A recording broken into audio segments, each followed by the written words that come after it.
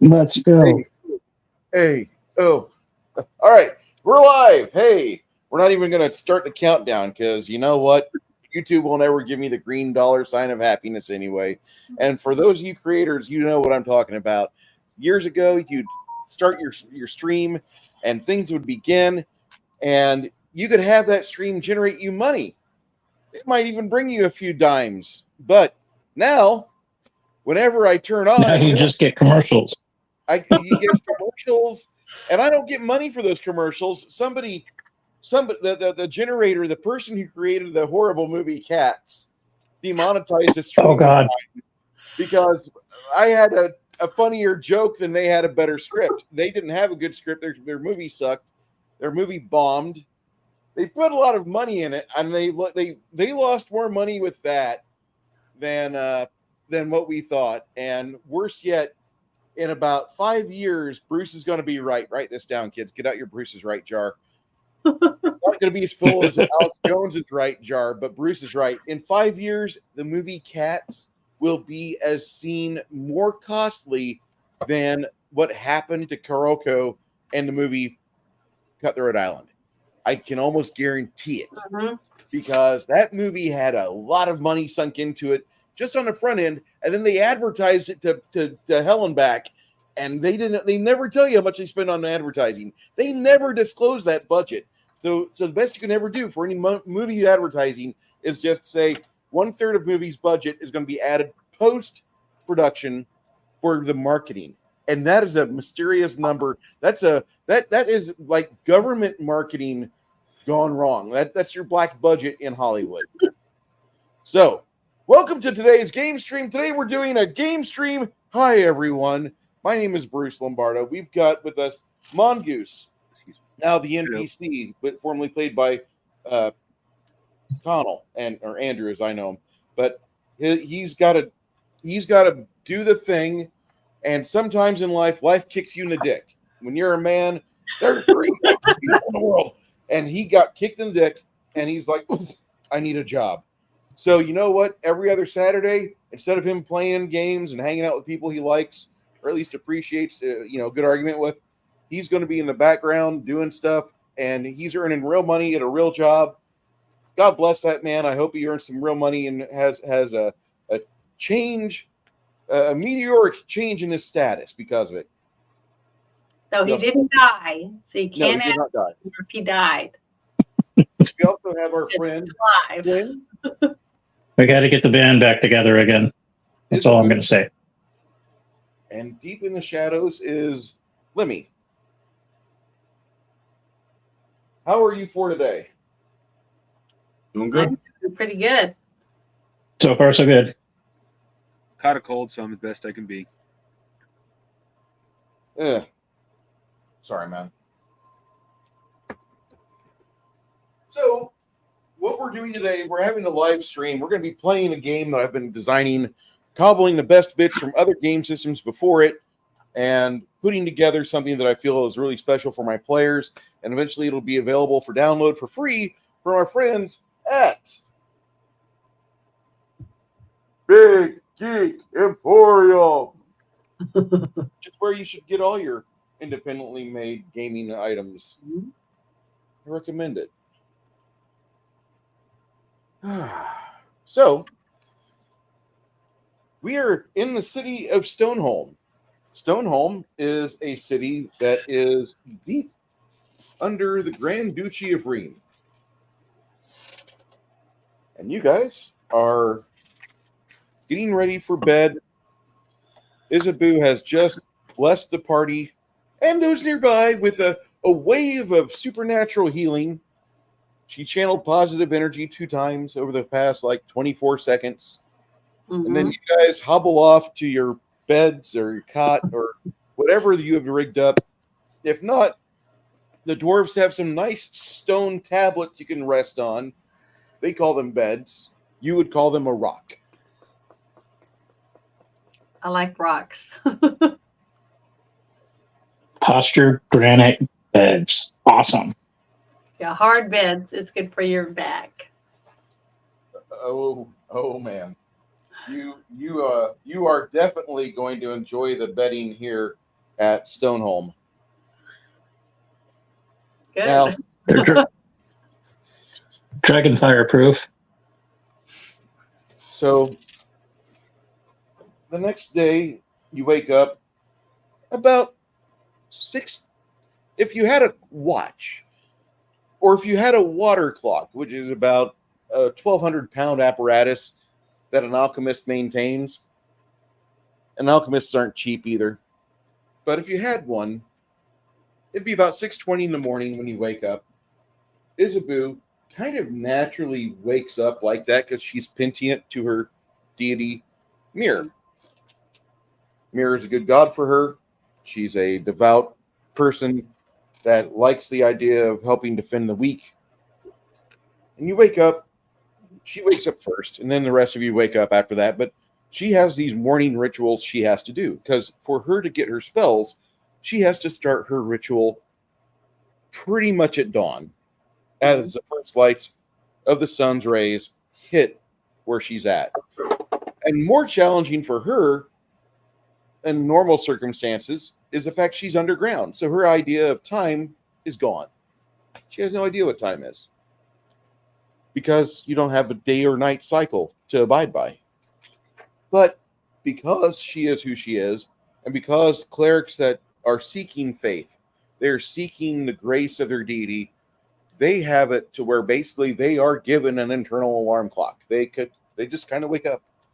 Like you can't ever say, I want to be woken up if in case there's a sneak attack or before the bad guy slits my throat while I sleep. No. You can't ever get that.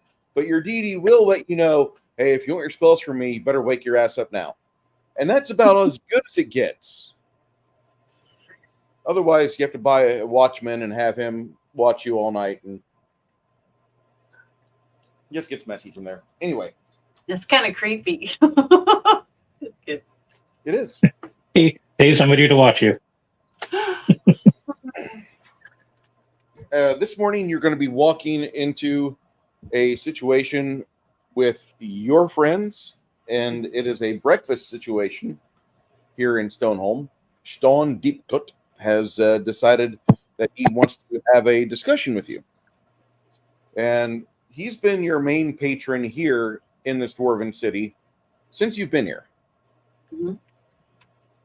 Before you go to breakfast, is there anything that the dungeon master needs to know what you're doing before I get into it? No, everything I want to do, I can wait till after the meeting, such as get a couple more health potions. Do we want to go through the stuff that we collected? That's Or okay. do we want to wait and do that tonight when we come back to the place to go to bed? Because we can just leave the stuff in our room, right?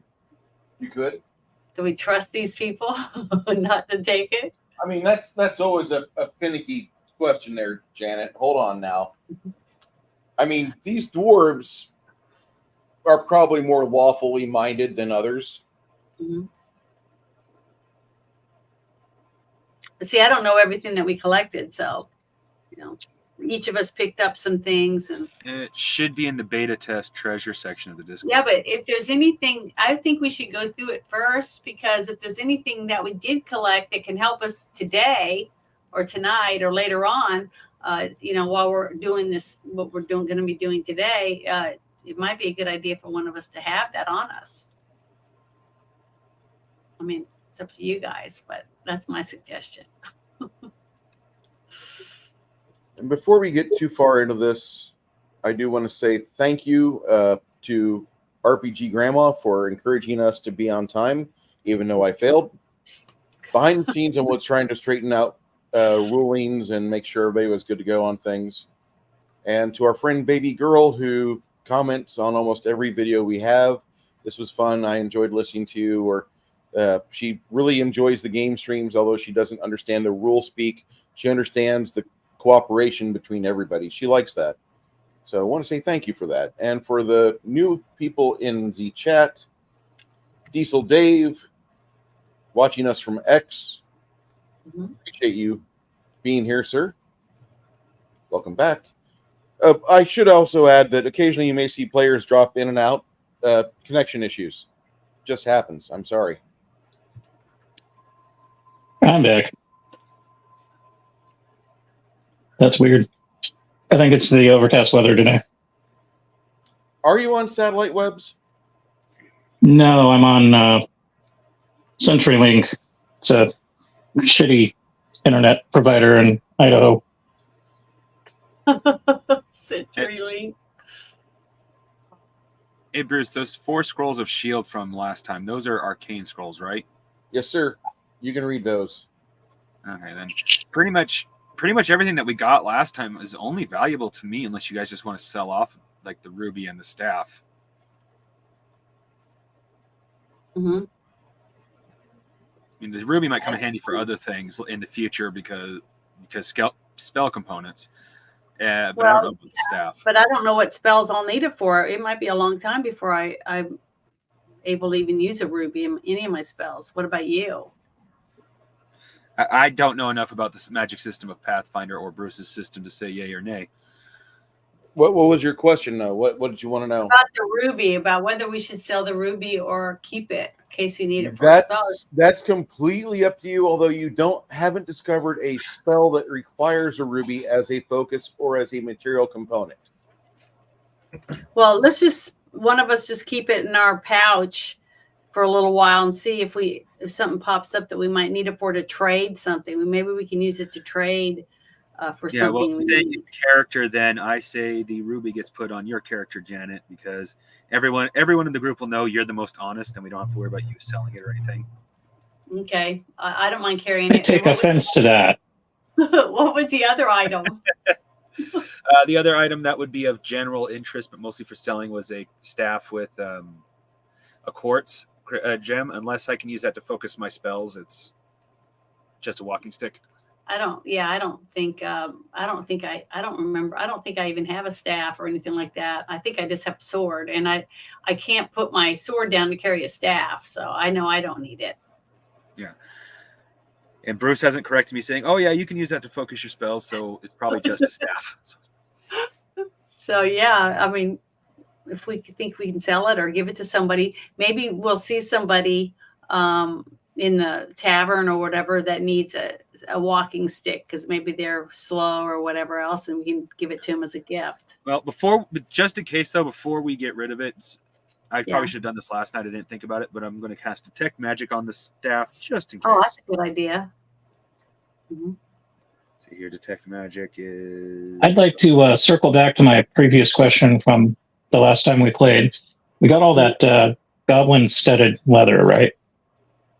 My character, as far as I recall, can wear studded leather.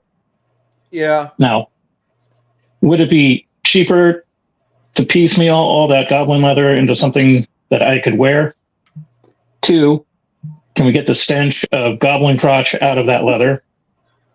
Or 3, is it just cheaper for me to buy a brand new, untainted set of studded leather?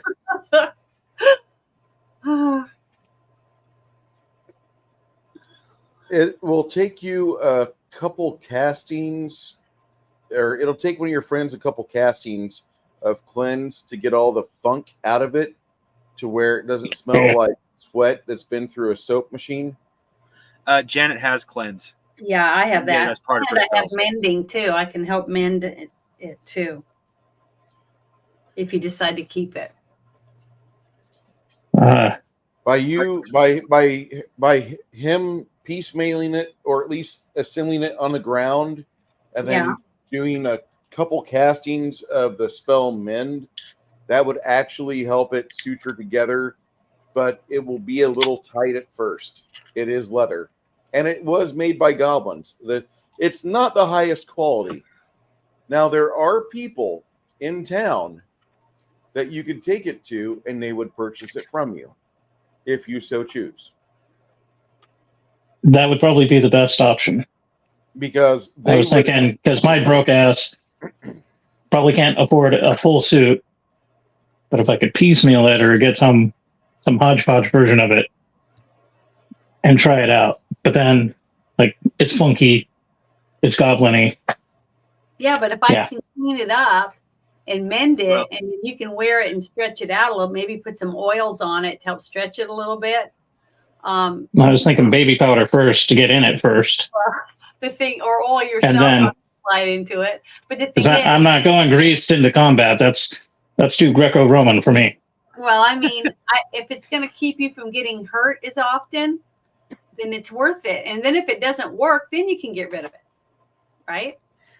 Yeah. Well, either way, it needs to be cleaned first because we'll get copper for it at best, like 1 copper if it smells like goblin. Yeah. So I'm trying to find my sheet with my mending and my cleanse on it. Maybe we should go down to the red light district and check out the kink clubs and see if somebody will pay more. Maybe a silver. Hold on, I'm still trying to find that piece of paper that has my cleanse on it. Golly, I need to have one sheet just so I keep stuff on it. Note to the audience, if you're ever in a role-playing group, you have to be extremely close friends with someone do their laundry. Yes, definitely. Because then they know where you've been. Let's see. Bruce, do you have that information? Because I can't find it. What are you wanting to find, Janet? My information I need to know to do cleanse, and then the other one was for mend. Maybe that's in my book. Let me look real quick for mend. Cleanser basically cleans within a 5-foot cube. Yeah, he told me that, but I don't remember where I wrote it down. It takes you like a Oh. full minute. I don't know where you wrote it down at, but it takes you like a full minute to cast, Yeah, and it used a full gallon. Like you can of before water. you cast it, Just yeah, 1 gallon of water. Yeah, I know. Wait, I A remember bit that. of soap and some water. you can create water as a first level spell first, burn 1 mana point, and have a 4 gallons of water dump right out in front of you on the leather, and then Okay. you can hit it with the cleanse spell for another minute. You've got that, and And that's 1 mana too, then, right? yes, That's what I'm trying to add up. How many mana? Okay, And 2 you to burn cleanse mana, and 2 clean mana it. and about 8 seconds. 1 Okay. minute and 8 seconds. Okay, 1 minute, 8 seconds for that. And then what about the mending? Mending is a 2nd level spell, I believe. Mm-hmm. Let's see here. And I think it's 1 mana. I'm trying to find it in my book still. Yeah, it's a 1 minute. The problem is mending costs you 10 minutes of time. Yeah. So in 10 minutes, it's 1 mana. And I'm going to write that down. So 10 minutes. Because you'll have to set that out on our grid or whatever, however you do it. You're actually going to have to do multiple castings of mending. You have to do Yeah. 4 castings of it. It'll cost you almost an hour to mend the armor, right? But Okay. because it's a heavy piece, you have to do it in pieces. That's right. I'm willing to do it. So before we leave, I'm going to start working on that. And that's going to cost me 4, 5, 6 mana. And it's going to take 10 minutes. per Thank you, session. Isaboo. You're welcome. 10 minutes per session is 10, 20, 30, 40. And then 42 minutes, basically, because I got to do the 1 minute and 8 seconds for 2 cleansings. So that's like what? 42 minutes, 43 minutes? Yeah, about that. Okay. 43 minutes to do it. This reminds me of an in real life situation where my father almost died. Oh, Well, it was his fault. See, it was my mom's birthday and she wanted a washing machine. So what did he do? He bought her a tub with one of them rollers attached to it. no. Old timey. Oh, yeah. And here she was thinking like a Maytag Oh. Whirlpool type clothes washing machine. And yeah, he nearly got castrated that day. Well, I can see why. That was mean.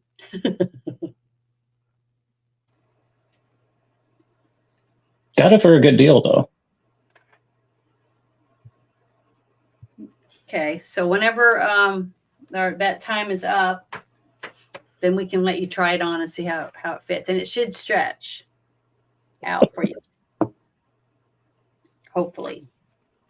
I can feel the Vaseline squishing between my toes. Good. I just wanted to keep it from getting poked with so many arrows and stuff, and knives.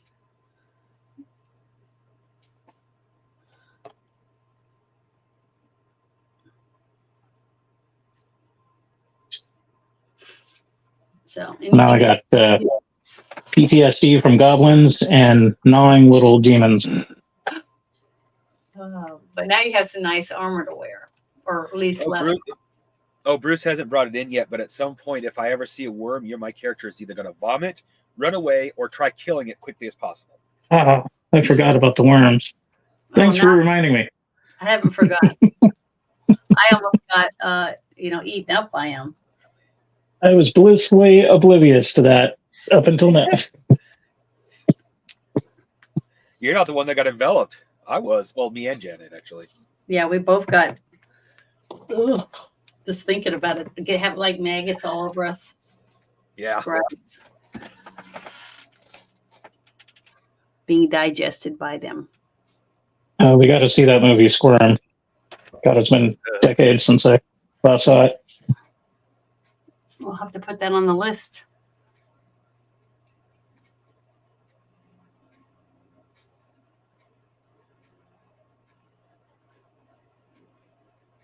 Wow.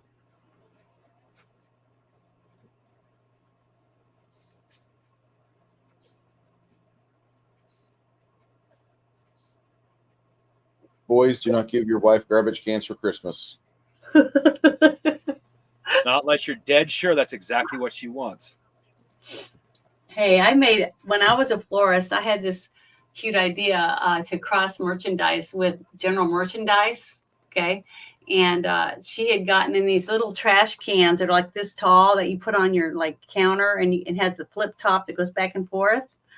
And you can put your whatever you're working on when you're cooking, right? Or you can put it in the bathroom and just put little cotton balls and stuff like that in on the sink. So she had like 100 of these, and she did not know how she was going to get rid of them. So I started taking them and putting bouquet in it, a small $4.99 bouquet into that. And then I printed out some cards at home that said, "Did you forget to take out the trash? We'll make it up to her with a garbage pail bouquet." And I sold out like that in less than a week. I sold all 100 trash cans. So we got an award. That's cute. But we got an award for that because we cross merchandise the two departments, floral and regular merchandise, and our company thought it was a great idea. So, and take that, communism, capitalism for the win. Woot woot. I was thinking as a guy, but I was thinking, but doing it as a woman, basically, because tomboy point of view, and it worked really good. Anybody can do it if you think. But I'm sorry, Bruce. Go ahead. No, I'm just proud of us because we've been on for 23 minutes and Janet hasn't burned up into a fiery tirade of politics or America going downhill. Be patient. It will come. This is relaxing. I like it. I enjoy this. I'm thinking about what snacks I'm going to go scrounge around and get out of the kitchen. Well, the epoxy isn't holding RPG Grandma.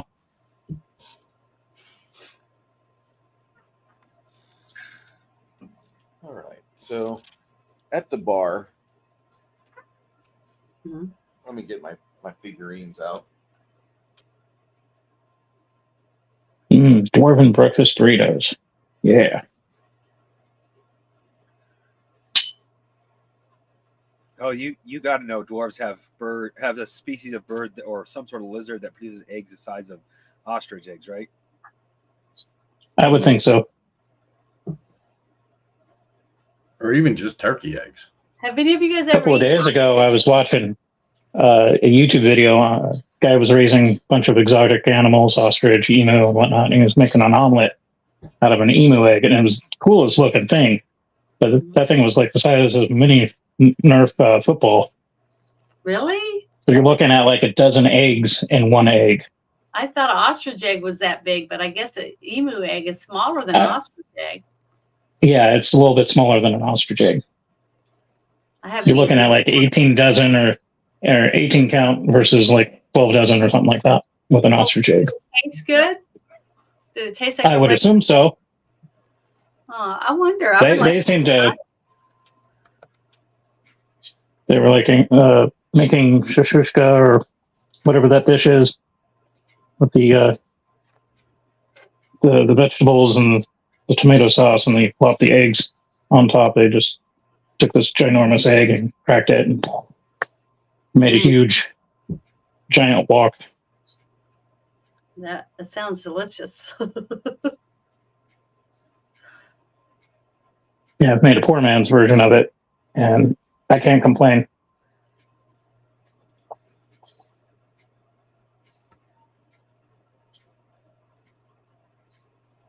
Yeah, everyone watching, everything you see before you on the screen was all hand painted by our dungeon master. So just letting you know, he's very artistic. We can say autistic. It's fine. No, I artistic.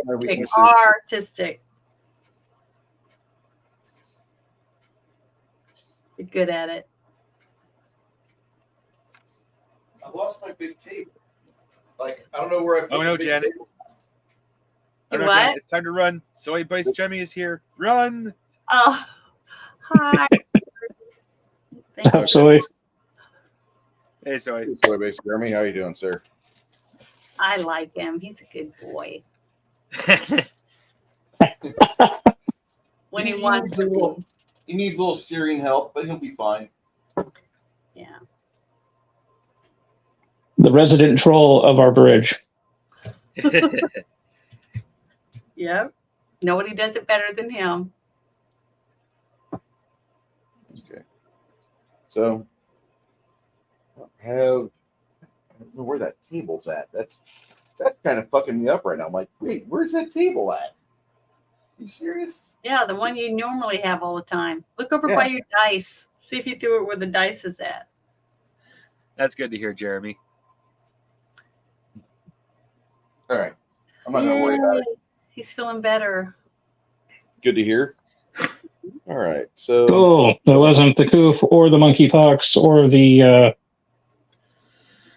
what was it? The super duper coof. I hate it when the super duper coof gets its legs. Yeah, I It's think never going to be the zombie apocalypse, so I'm going to be perpetually depressed about the whole pandemic thing if they ever fire it up again. I want either the gates of hell to open or frickin' zombies. You know, none of this, oh, monkeypox, watch out. And then like 3 days later, nothing happens and nobody talks about it for 6 months. Need better psyops. Yeah, if I don't hear bodies are rising from the grave and you must destroy the brain, I just literally don't care anymore. Or you will melt from the inside out. That might get my attention as well. that sounds pretty gross. Inside the bar.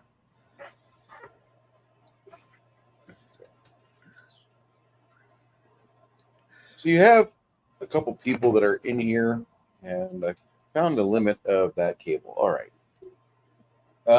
Sean Deep Cut is at your table. We've got a couple other notables that are here as well.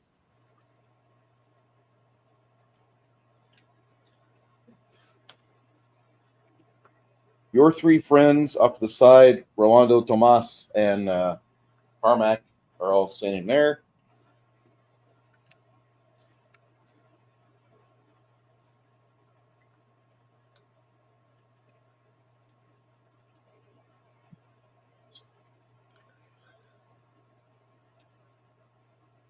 And this is not the same place as last night, correct? It's probably a swankier establishment.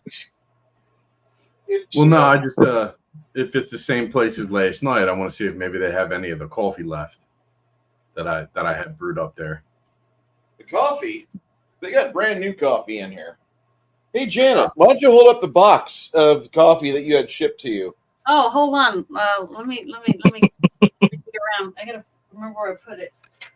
Okay. This gaming session brought to you by 22 Janet's Sierra Coffee. Coffee Company, located conveniently. I believe it's in either Joplin or Mount Pleasant, Missouri. One of those places about 10. Coffee you're ever gonna drink. She got about annihilated by that coffee today. Yeah, I drank a cup this morning. You know, I'm going. It's pretty good. It tastes good, but I put creamer in mine, so don't get mad if it doesn't taste exactly like you think it should. But I thought it was really nice of him to send me this. Death from above. He wanted me to die this morning, but I Should have done that last week. That would have fit in great with our Starship Troopers.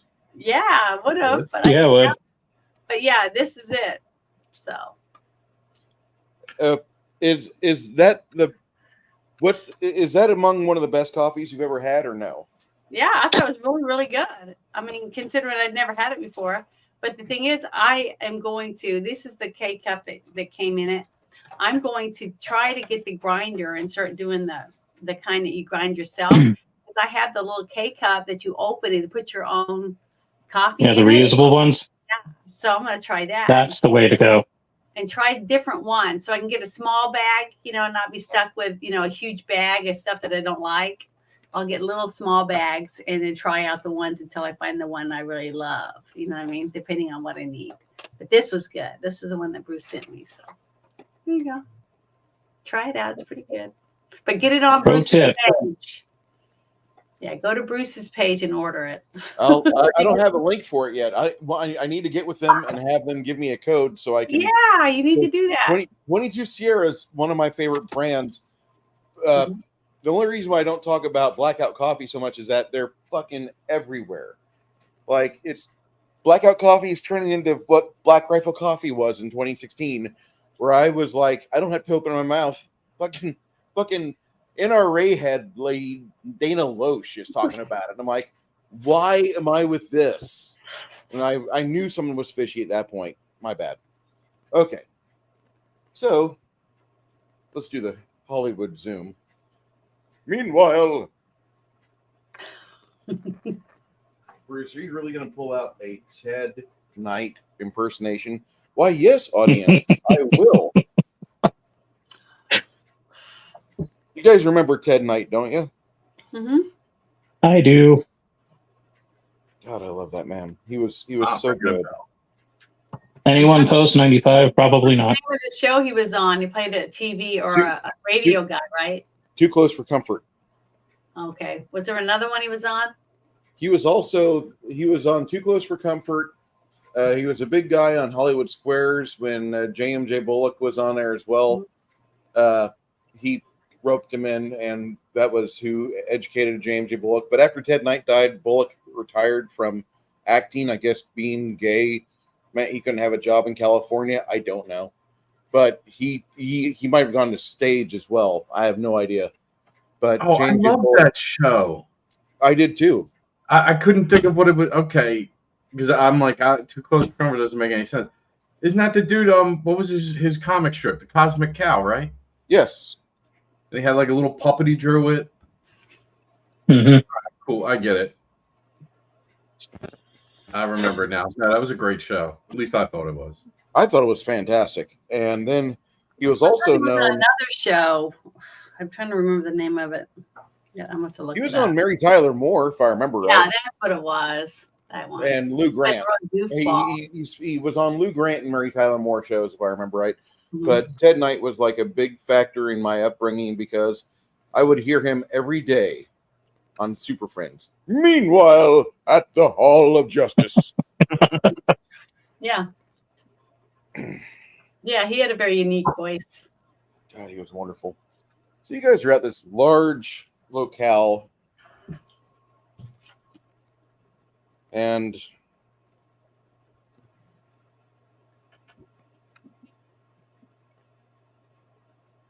so you're at a place called the Gilt Axe, or Gilt, not guilt like a Jewish guilt. No, the Gilt Axe. Nice little morning restaurant, staffed with a lot of very savvy people. I'm just gonna need to break down and buy a fluorescent light to hang above the table. That'll have to go for the house though. Got a bunch of adventuring right here. Have The some guilt new- axe with a neon axe Yeah, goes from like pale blue to amber yellow or something. Bruce, read the chat. Hey, Soybase Jeremy. Janet, I sent you what happened. We and other trolls told people not to touch the poop. They started calling us pussies. Look at them now. They're facing federal charges. Hey, good job. You dodged a bullet.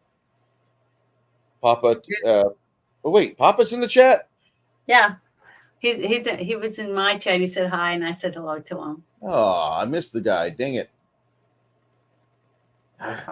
He'll be back. Okay. We're on for a long time. Painting is live. Good to see you here, sir.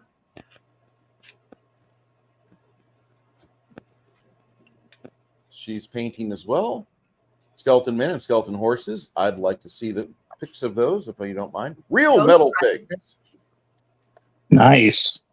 Trying to get the horses to set right on their stands. Ooh, that's hard. If they're not, if the legs aren't done right, then you're not going to have an easy time getting them set. Poxy's not setting right. There's Papa Cotton. How you doing, sir? Good to see you. Good to see you here, sir. And that's the number. If you guys can read Roman numerals, that's how many accounts he's had to have on YouTube because they keep canceling them. I love painting skeletons. I heard Wes got booted again. Yeah, I've heard And that. Tollbat. And Tollbat. So Tollbat's back, right? I don't know. I just found out this I think it was last night. So I don't know. I'll have to look. Because I was Was it last night or Thursday? I was supposed to go on I his forget. channel Wednesday night. Or the 5th. Or the 8th. I mean the 8th. I'm supposed to go on this channel. And I dress up as an alien. All right. So while you're there, they bring some morning mead, which a lot of you have never had morning mead before. I recommend if you haven't had mead before, go buy a bottle. Chaucer's. Buy 3. Chaucer's is really good mead. You can have it cold out of the bottle, chilled out of the fridge. You can have it room temperature. You can warm it up on the stove. If you warm it up on the stove in a pot, there's a little pouch of spices they add to it.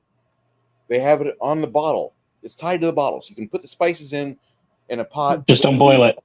Don't boil it. Just warm it up like milk when you're making hot chocolate, and then add it to your mug, your heat resistant mug. Because don't let your mug shatter in your hand like my wife did. You do that, and you're going to discover happiness. I'm just going to say that. And these are. Go ahead. Sorry. Yeah. I was gonna say I can tell you that the spices for that particular mead, even if you don't heat it up beforehand, if you just let it sit in the bottle for an hour beforehand, it really spices up the mead even cold. Really? Yeah. Well, there you go. I usually get impatient and just drink it straight from the bottle. Room temp. Oh, well, that's what I do. I just shove the spices into the bottle and just let it sit for an hour. Yeah, I think it was 2005 or 2008. I came across Chaucer's. It was at World Market or something like that. And at the time, it was only like $8.99. Now it's probably like $13.99 or what have you, depending on your area. But yeah, good bang for your buck. At the Guilt Axe, you guys have some morning mead, and then they start bringing out various bits of biscuits and in a very thick, hearty gravy. Ooh, that sounds great. This is going to be you in about 30 minutes. You guys are given biscuits, gravy, and some added side mushrooms if you want to just drown that in your little bowls. And you get about 14 ounces of food. A little bit of sausage and mixed in with the gravy and the biscuits. And they put that on your table. After that, the wait staff leave. You guys notice something kind of peculiar about the wait staff ladies. Like, they look like, I'm just saying, if you've ever been to like a standard Ren fair, They look like standard Ren Fair ladies. Minus the turkey leg. Minus the turkey leg, but they can carry 3 mugs in each hand, and they have huge tracts of land. Mm. And they also have that, what do you call that, a corset? They have a Yeah, corset. they look very chesty or busty. Yeah. Mm-hmm. So, I mean, it's kind of that sort of situation. Sean, after his standard operating procedure with you up to this point has been, first, get your hunger out of the way, and then after that, then we take care of business.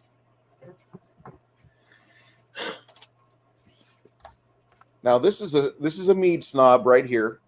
It's okay.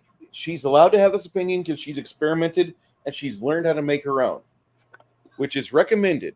Everybody should learn how to make your own favorite food and drink, including your alcoholic ones. Mm. Yeah, definitely homemade would be better. Okay. Took 7 pounds of meat or honey to make a small batch of mead when my friend did it, and Was it good? that was way out of my budget at the time. It was interesting. Didn't care for the herbal notes that he put in it, but the meat itself was good. After 2 or 3 glasses, you get that heat creep up in your face, and then like everything becomes joyous and happy, and you forget all your troubles. And it was well done. Like, Forget the whole day.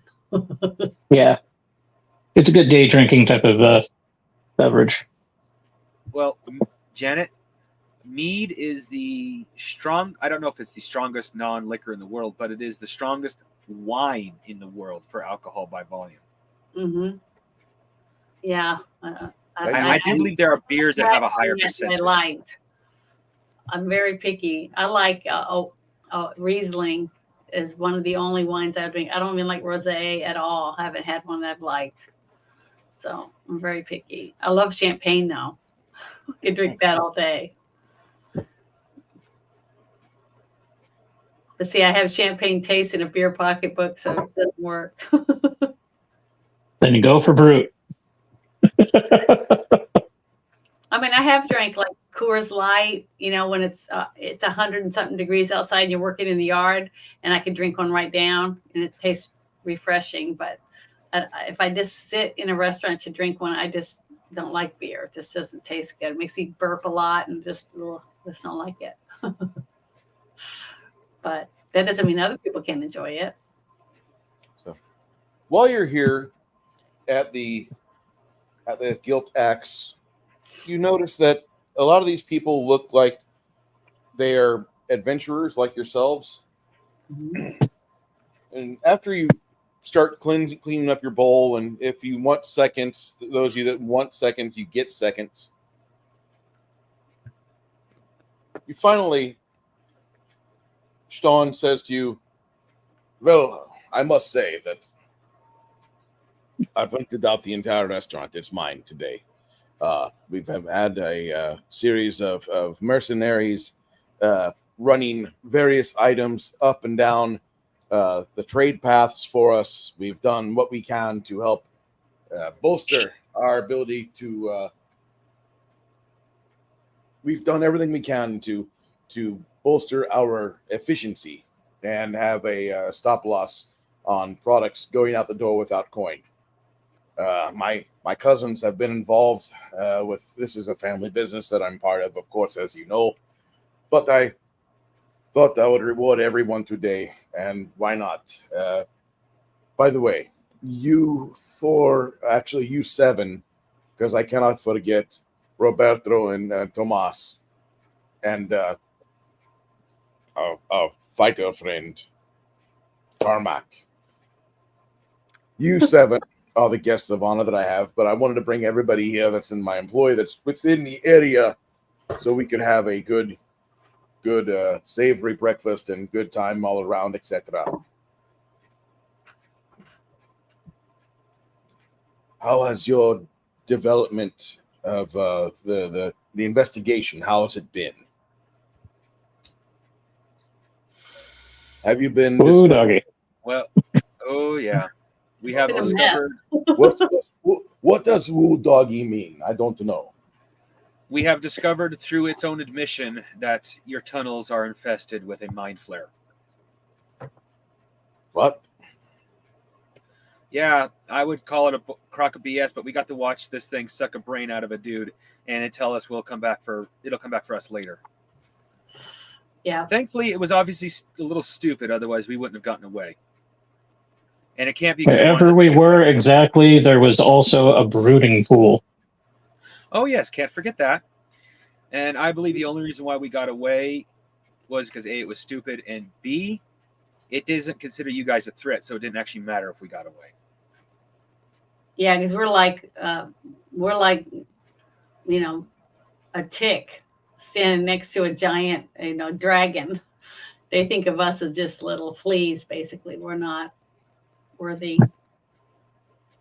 So that was the only reason why we were able to get away. We're just like something to play with and to eat. Overconfidence can be their undoing, though. Yeah, that's good. That's only we escaped them. Mm-hmm. They're gross. Really gross. And we saved a girl though, didn't we? And we sent her back to her realm, or was that? Yes, you did. Mm-hmm. And she was very happy. So we have done some good and trying to figure out what yeah, you got a big problem. That's what I'm going to say.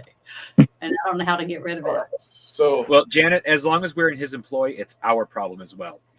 Well, you know what I mean. He asked us to find out, and we did, and they got a big problem. Yeah. We're just lucky we got a way to tell him. We're going to have to update the game plan. Mm-hmm. So. This lager is from a store called Specs, soy-based, Jeremy. This is the world's oldest brew house that's in operation. They've been making beer out of Bavaria since 1044. Nope, 1040. My bad. Nice. And these are premium beers, so like 6-pack usually cost about $13 and change. It's 2:00 my time. All right. So Stone summons his ally and half-human cousin, Marcus the Captain. Marcus says, "Hi, listen, let me see what I can do." And he starts spreading maps all over the table in front of you. And he starts having you guys point out where the problems are. I need to know where these mind flayers are at, because I'm very worried about the fact that something might be happening where we could have an endangered caravan stumble into a zone where they would be grossly unable to traverse safely. Show me where the brooding pools are at. I need to know where all this stuff is. He gets pretty involved. Well, to the best of my ability, I'll try to relay what I remember of wandering around in those tunnels and whatnot, and then correlate them with my maps and then his maps. Okay.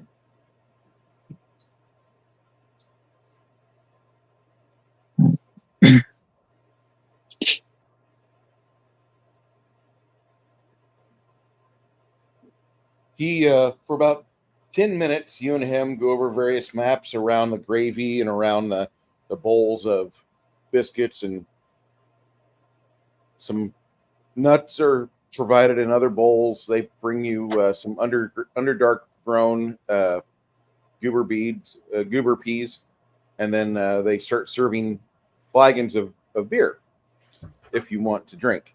And so he's really getting into this map of that where you're showing him all that. Stone is just pale faced as shit. He's absolutely just. He looks like he's out of his element, and he like this is part of the pool where he's not used to wading. I could see that. Yeah.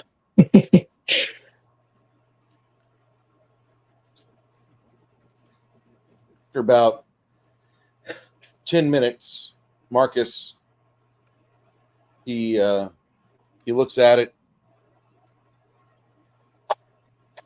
and he says, I've got to figure out some things. I've got to warn some people. Shit. And as he leaves, you see the front door is opened.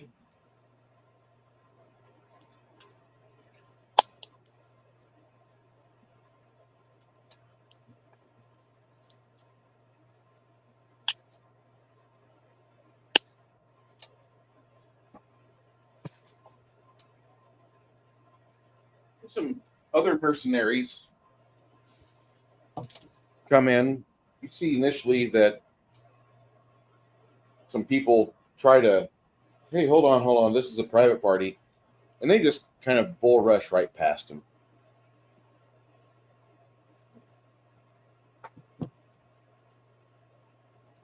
Oh, And yes, that is a Knights of the Dinner Table figure.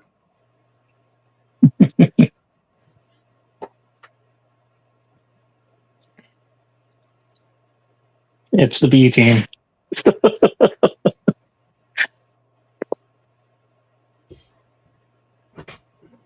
And they come in, and they you see one of the women. There he is! Get him! And the spellcaster chick, she lets loose some magic missiles.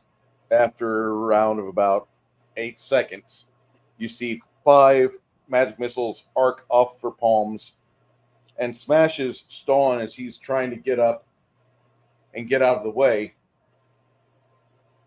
And he gets knocked to the ground. And I'm going to use that figure. As his in movement. I have the seated Stone. I have the in movement Stone. Just use Marcus. Okay. What are you guys doing? is he dead? He just took 5 magic missiles. Yeah, so he's dead then. I don't know. Being a dwarf, he's probably not dead, but almost guaranteed he's been injured pretty badly. Janet, make a perception check. Roll your perception, D100 plus whatever you've got for your. Oh, darn it, where's the other one? Hold on, come from other dice. Here it is. All right, I'm gonna roll both of these dice, right? For the percentage. I got a 27. Okay. You think he might be dead because you're not seeing him properly. You're seeing like you thought you saw blood come out of his face when he got hit by all that. Mm-hmm. So I mean, I would want to normally jump up and run over and see if he's alive. That's what I would be doing. Yeah. That would be my natural instinct. Even though I'd hope that not in the back of my mind, I wouldn't be thinking that maybe she's going to hit me with some magic missiles too. But that would be my first instinct.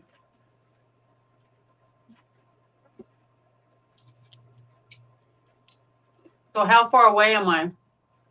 Like 20 feet? Uh, I can't really tell right there with the angle I'm looking at. hold on.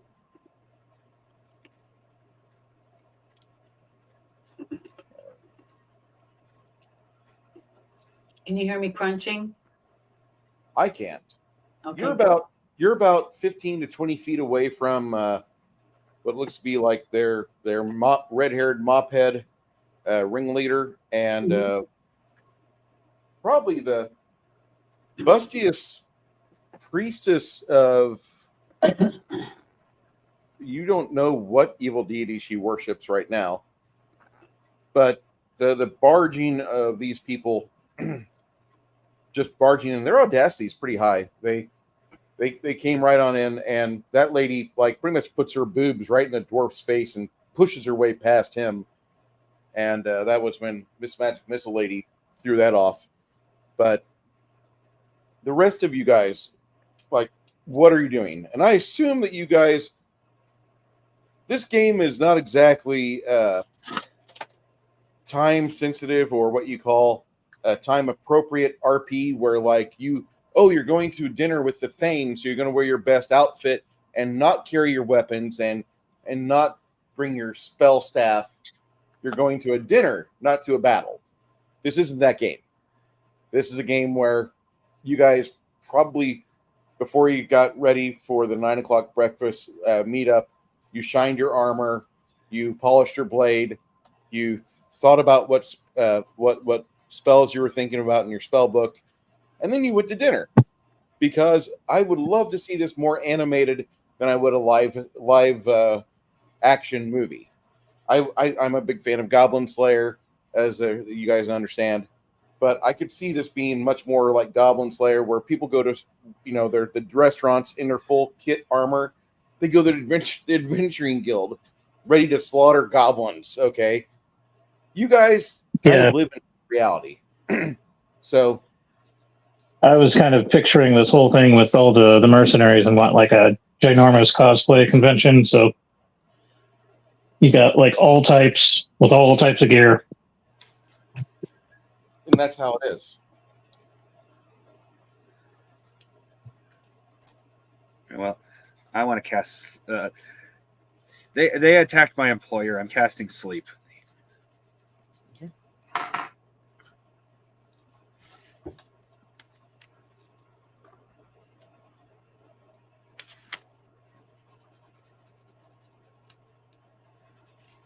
I'm assuming they're the antithesis to us.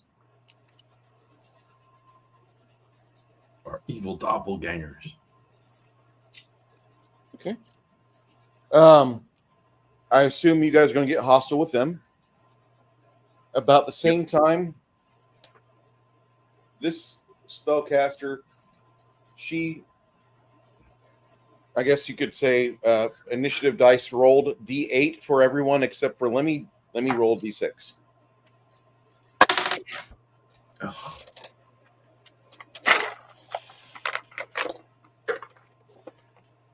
Okay, I rolled a 2. I got a 2 as well. Anybody roll a 1?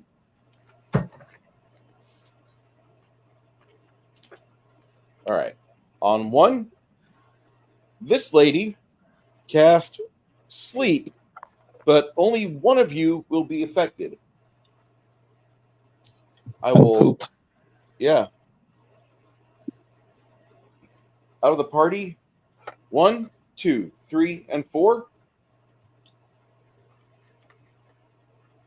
All right, Janet, your will save. I need you to roll your will save. You should have a bonus because of your wisdom being an 18. You get a plus 20. Your 4th level, that's an extra plus 10. So you need to roll D percentile plus 30. Because it's my notes from last time, it says a plus 55 or better. Is that going to be the same for this one, or is that just from the will save from last time? That's the will save from last time. Okay, and which one do I roll again? The percentile one? Percentile, the two D10s. One's got a 10s digit, one's got a 1s digit. I rolled a 58. You rolled a 58. Plus your 30. I didn't add anything to it yet. Yeah, you get a plus 30 from your intellect or your high wisdom and your base saves, which is plus 10. So you rolled an 88. 88, okay. I was needing you to beat a 80 altogether. Okay, and you great. exceed it by 8 percentage points, you feel tired, and it doesn't affect you. It does not. You feel like a little bit of like that was a sleep spell. You don't know that per se, but you'll recognize it later when you're sitting around if you survive. Mm-hmm. About the time when that happens, a lot of these people are not ready for a fight, and some of them start like going to the weapon rack. Some of them go to grab their other stuff. On 2, those of you that rolled 2, Mm-hmm. this is where you declare your action. What are you doing? Oh, I already, I'm gonna go ahead. go for it. I was saying, I thought Go. I already said that I wanted to run towards the guy, but I guess I'll change my mind and just pull my sword and be ready to fight and protect myself. Janet, Mm-hmm. what I'll let you do is I can let you get over to the guy Okay. because your base attack bonus is a plus 10%. Okay. You can draw your weapon as you're moving, as long as you're moving more than 10 feet. You've got Okay. Well, I want to move all the way over to him Okay. on my turn and pull my sword out to protect myself and so I can at least see whether he's still alive or not. Okay, That's my move. that'll be So on 7. when do I on 7? That'll be on 7. Okay. Now, Lemmy, you rolled a 2 as well. What's your declaration? I would like to pick up one of the stools, chuck it over in their direction. All right. So on 7, you don't have quick draw, do you? I don't think I do. Let me double check real quick. Okay. Unfortunately, no. Shoot. All right. So on 7, you've grabbed the stool and got it ready, and then, or you've got the stool, and then it'll take you 8 seconds to fling it. So that'll be on 15 when you throw. Okay.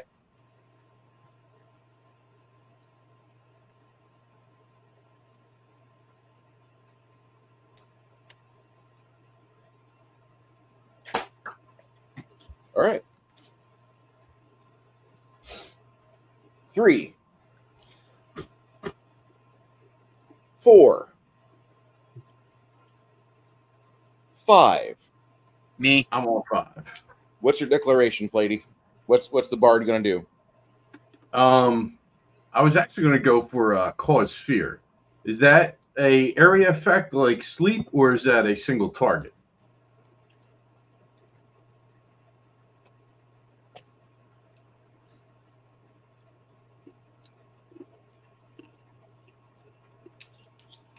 Well, causing fear is one creature with 5 or less hit die, Mhm. but you've got range on them, so you can cast it.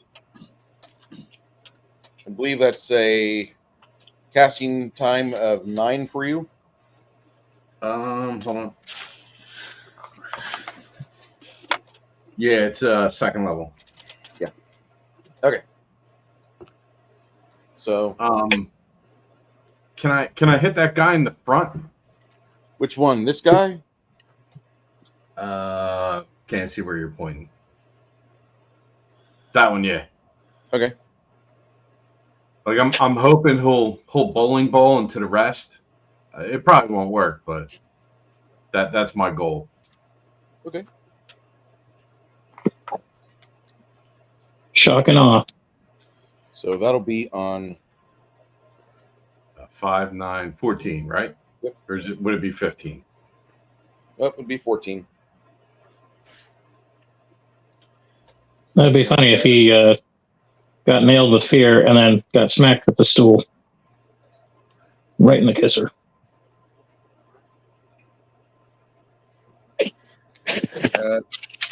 I wanted to cast sleep, which from 5 will make it 13. Okay.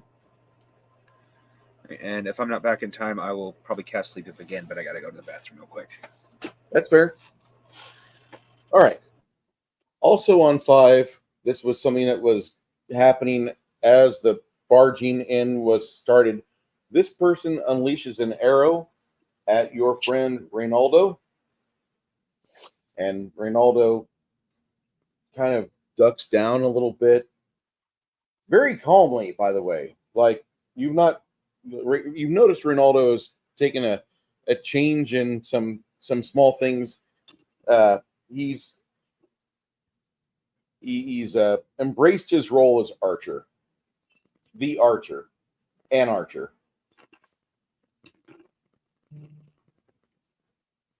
He does that.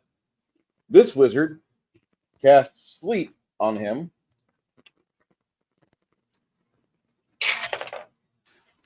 And your friend Tomas passes out. Cormac kind of gives his companion a side glance as he gets his long sword ready.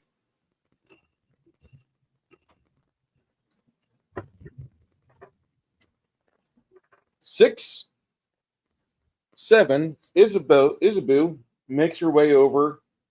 Make a perception check, Isabu. Roll the same one again, or the DA Percentile, my friend. percentile again? Okay. This Oh, is you yeah. getting a good look at your friend. 55. He's in a lot of pain, and you see his one eye of his open up as he makes sure the person standing over him is not an enemy. And as he winks, kind of opens up one eye and notices it's you, he puts a smile on his face. He doesn't look like he's dead, but he's in pain. Okay. Well, my next action is to hold my sword up to protect us, me and him. And I want to channel positive energy to try to heal him a little. Would that work on him or not? That'll Actually, cast definitely, heal. that will definitely work on him. It might also affect people around you, but that's okay. I don't think there's anybody else really around me from what I'm looking at right now. Janet, your 30-foot radius of effect. Oh, I forget. I'm sorry. It's okay. I totally forgot about that. I'm thinking about taking the channeling positive energy and shrinking that and then having it level up with you as time goes on. That way, just you don't have to invest anything into it. It goes up as you level up. But I think I'm thinking about it. I haven't officially stated it. You know what? I have a suggestion. It would be cool if I don't know if you had to be at a certain level, maybe that you could make the size of your channel of positive energy to envelop only the area you want. You know what I mean? You know, like it's selective positive energy or something like that. Something that the selective channel is already a feat within the system. Okay. I've never used it, so I didn't know, but that was just a suggestion. Like if you were over here and you had the ability to omit people, you would omit the 4 injured ones from from their party. Yeah, you would do that. But yeah, that's something. That's how selective channel works. So you tell, no, these ones are not infected. that's good. All right. Okay, so okay, so you're gonna channel positive energy. You said. What's your speed factor for that? How many seconds does that take? I think it's. Hold on. I'm trying to look at this paper. And the reason why I'm asking her this is that I want Janet to get really good with this campaign system. So that means she'll be able to 6. Okay. Yep. 6. So that'll be on 11 for Isabu. Okay, 11. I'm gonna write that down. All right. Actually, my bad. It's going to be on 13. 13. Yeah, that's on 7. All right. Seep and channel positive energy. All right. Okay. One of your archers has fallen out of his chair. This woman here starts to play a tune, and it sounds like Pat Benatar being sung by Yoko Ono. Oh God. Good And- God. I've dealt with this kind of cat wrapped in a Start burlap. screaming. I would rather have that demon on my neck again than to hear that. Oh. I said we should all start screaming to try to make noise. La la la la la la. Not listening.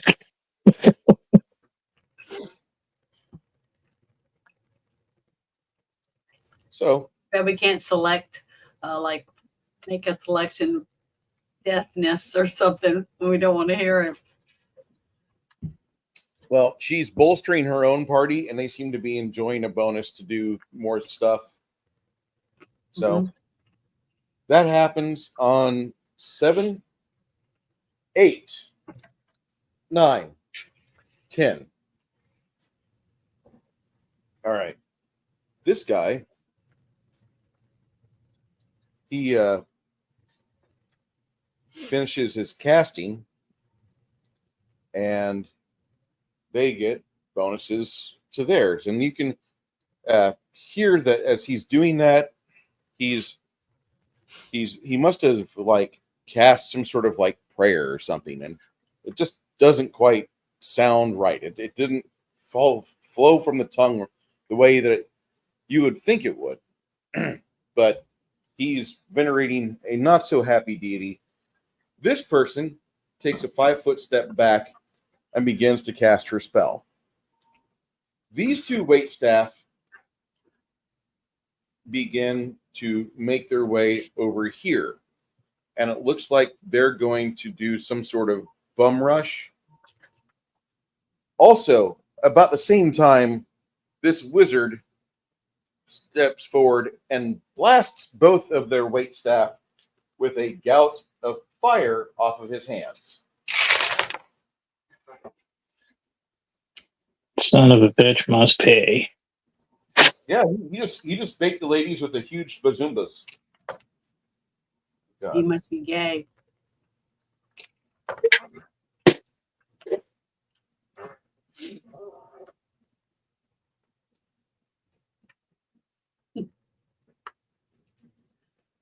Both women just engulfed with fire. Ah! Ah! By the way, their attitudes have now changed. It's awful. They were going to help you, and now they're like, they do get saving throws. My bad. If they have those steins of beer, I would be dumping that on myself if I were them. One of the girls, the glass melts around her hand. Oh Jesus! The steel melts around her hand because these are iron Enchanted. mugs. They're not enchanted. They're not magical. Or the magical fire is what I meant. Yeah, the magical fire completely bakes the shit out of this, out of the mugs, and like one of her hands, if she's not magically healed, she's gonna be like stumpy. Oh, it's awful. She's gonna have to like get good with that left hand handies. All right. The horrors of tabletop RPG. It is horrible. May induce post-traumatic stress. All right. 11, 12. Sleep goes off from Mongoose. Mongoose, Cool. who are you hitting with it? As many people as I can in that group. Okay. They're all asleep. We could tie them up and interrogate them afterwards. After we torture them a bit. I mean, enhanced interrogation.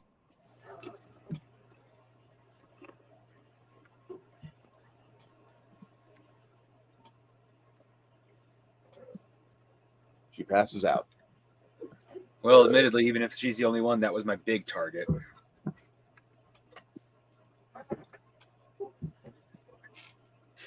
Oh, my bad. She's not. She's over 5th level. Oh, damn. Her, on the other hand, here we go.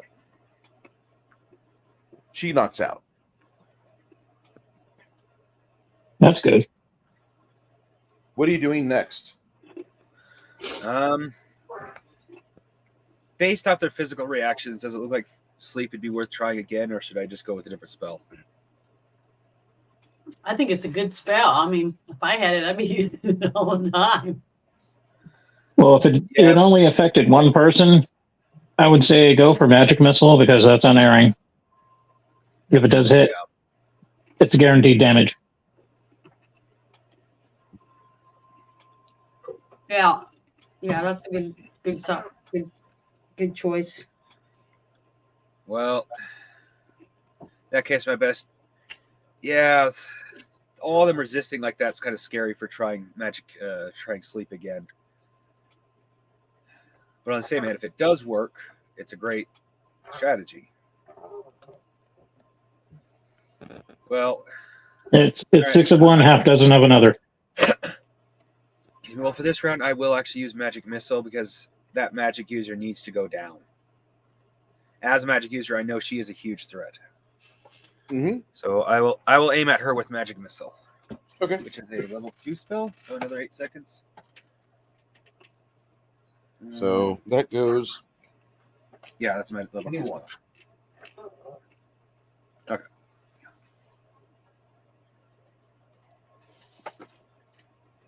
All right. Channel positive energy radiates out from Isabu. Isabu, go ahead and roll the 2d6. You talking about me? Yes, ma'am.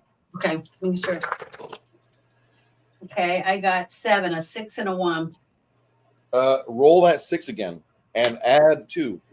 Explosive dice damage. Okay, rolling the 6. I got a, damn it. I got a 3.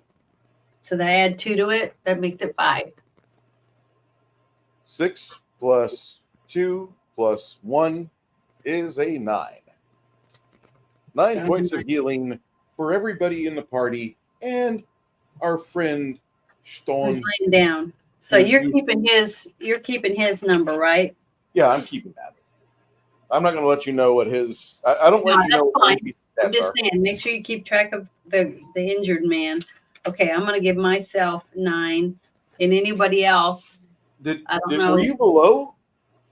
Yeah, remember I was at 36.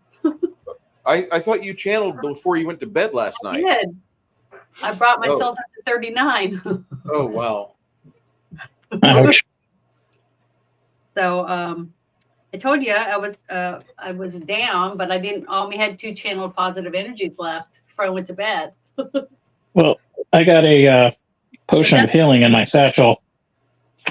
I do too. I have it, but I haven't drank one, but I can. I'm trying to get back to my page and write this down on here. I keep forgetting that I have it, and it's like in these situations, it would be good. Yeah, that helped me. I'm up to 52 now. So that healed me up. So now I got to say what I want to do now. Bruce? Say again? Yeah, So no, what is now- your declaration okay. for your next What action? I want to do is I want to go a step over the man that's on the ground, and I want to come out in front of him and go towards the group that's over there to fight, so that they don't come near this guy. And what number do I do that on? Well, 18. Okay, 18.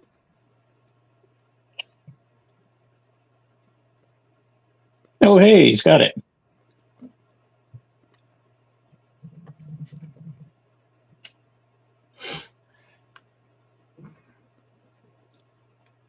Janet, you have another fan. I'm sorry, what? You have another fan. Hello, Janet. I am new here. What is this about? You'll have to explain. I'm not very good at that kind of stuff. We're playing, the game. Playing a tabletop game, my friend. It's based on an older version of the Dungeons and Dragons 3rd edition, but it's better. Why? Because It's like playing Nintendo, but totally different.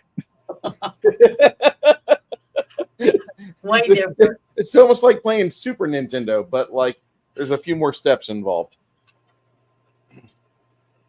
Flatey? Is Flatey here? Yeah. Does my cause fear go off, or does he resist? What's the saving throw I need? I believe it's will.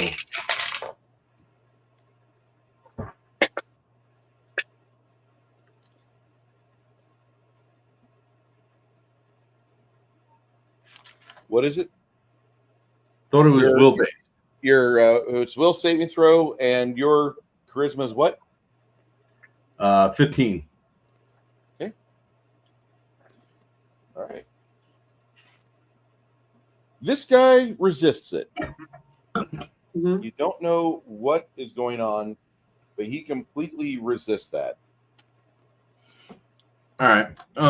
Which I didn't know he was a spellcaster at first, but that solidifies. Yeah. What are you doing next? What I would understand as a bard that their bards inspiring courage for the group. Yes. Can I counter that, or can I only counter spells? You can counter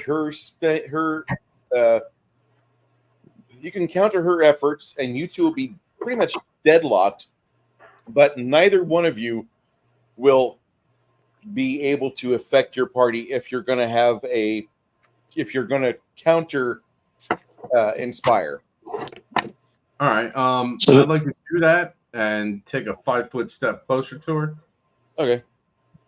So this is going to turn into like the duel in Soul Man, Yes. or It's like Or Scott Pilgrim versus the World. the devil with devil. yeah, You know, the banjo. they're having a rock off. That's good though. If only you had the pick of destiny.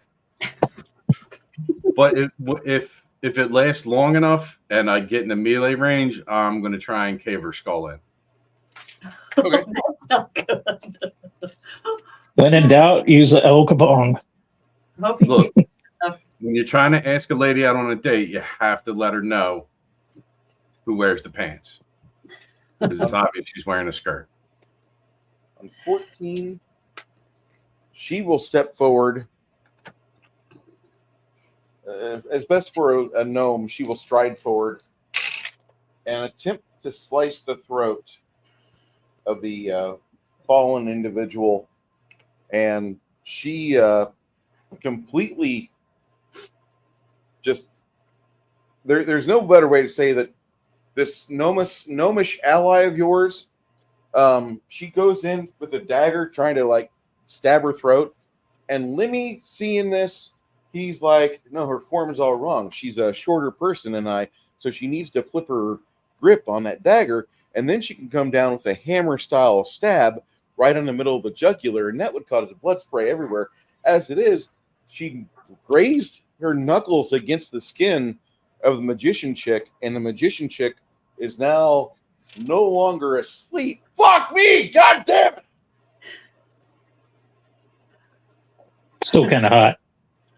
The dwarf right next to her, he does a terrible job of trying to hammer her into the stonework underneath, and the woman rolls off to the side, narrowly avoiding a mallet, an earthbreaker, to her face.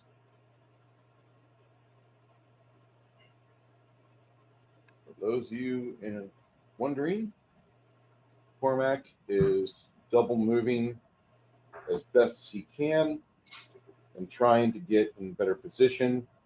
His armor, Isabu knows the struggle of wearing armor that just kind of restricts your movement. Cormac is not a super accomplished fighter, so wearing plate mail or wearing chain mail for him, he's at like 20 foot around. Okay. 15. All right, that chair. That would be me. Woohoo! Roll your percentile die. We still haven't taken out that spellcaster, huh? All right, here we go. Oh shit! 27 on that side. So that would be what, 30, 37. Your dexterity? And my dexterity is 14, so that would be 47. All right. I was still hoping for a higher number. Damn. Yeah. That chair tumbles over and lays at his feet. What are you doing next? I guess I'm whipping out my short swords, and I'm going to try and clear distance and get that one spellcaster closest to me. I don't get zapped first.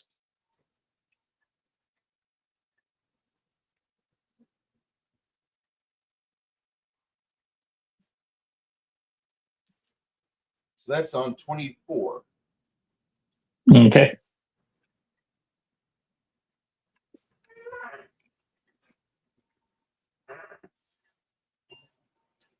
Okay.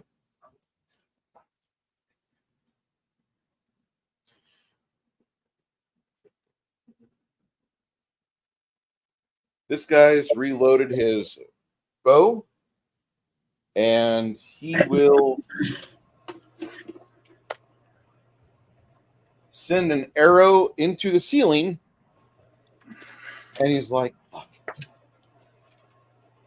These two ladies are starting to move away, and they flee towards the water source over here.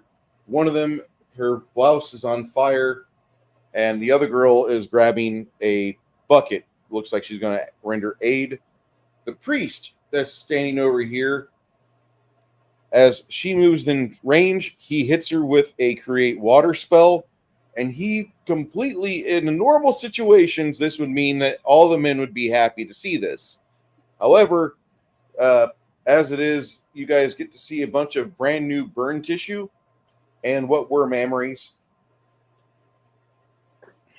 Life will not be fun for her if she does not receive magical healing. Okay. Well, can I ask a question? When I channeled positive energy earlier, it didn't affect them, or was I too far away from them?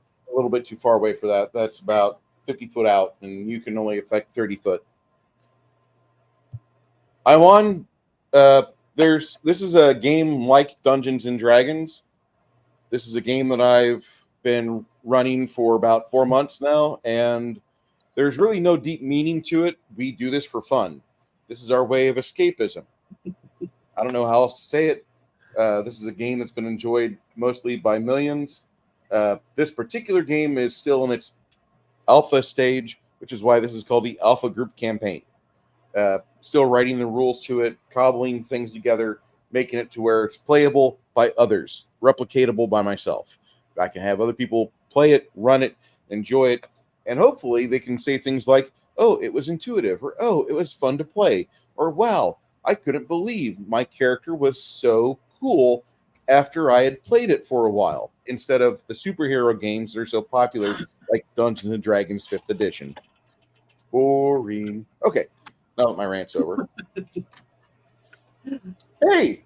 If you're into game theory, it might be a deeper meaning, but that's more of the philosophical and esoteric stuff involved with game design. Well, I look at it as this is like a team building course, and I take once every weekend. Hey, Nerdy Ogre. All right, so both of these two are not combat ineffective, but for being bouncers, they really failed at their job. Okay. Your friend Reynaldo takes a aim with his arrow, and he misses his intended target too. So bad guys don't feel bad. The NPCs aren't that capable either. All right. Weapons ready. These two are headed towards the danger. They shoulder past Mongoose. Okie dokie. Isabu, you make your movement to here Okay, on 18. Is that where on we're at? 18. And what are you doing next? My next thing is I'm gonna try to hit that. Who's that guy right there in front of me? He seems to be a bard or a paladin. You don't know which, but he or anti-paladin. Yeah, he's definitely not a paladin if he's with this group. Well, these people here, like you see a lot of accoutrements on their persons, like skulls. One of the girls has a mace with a halfling's head as the business end. I'm just saying, like, these people don't look very friendly. I wouldn't say they're like Warhammer 40K unfriendly, but they're pretty close to like a female custodes, which like is really jacked, looks like Abby from Last of Us Part 2. Completely ruins your sex drive staring at something like that. You don't want to have that around you. That's just bad. But these people look very disgusting. This one does have blue hair, so it would fit in with today's liberal crowd, and it's going to feel good to kill it. Well, I want to go for him. I'm going to try to get him attack him with my sword. My next move. That guy, the bard or whatever he is.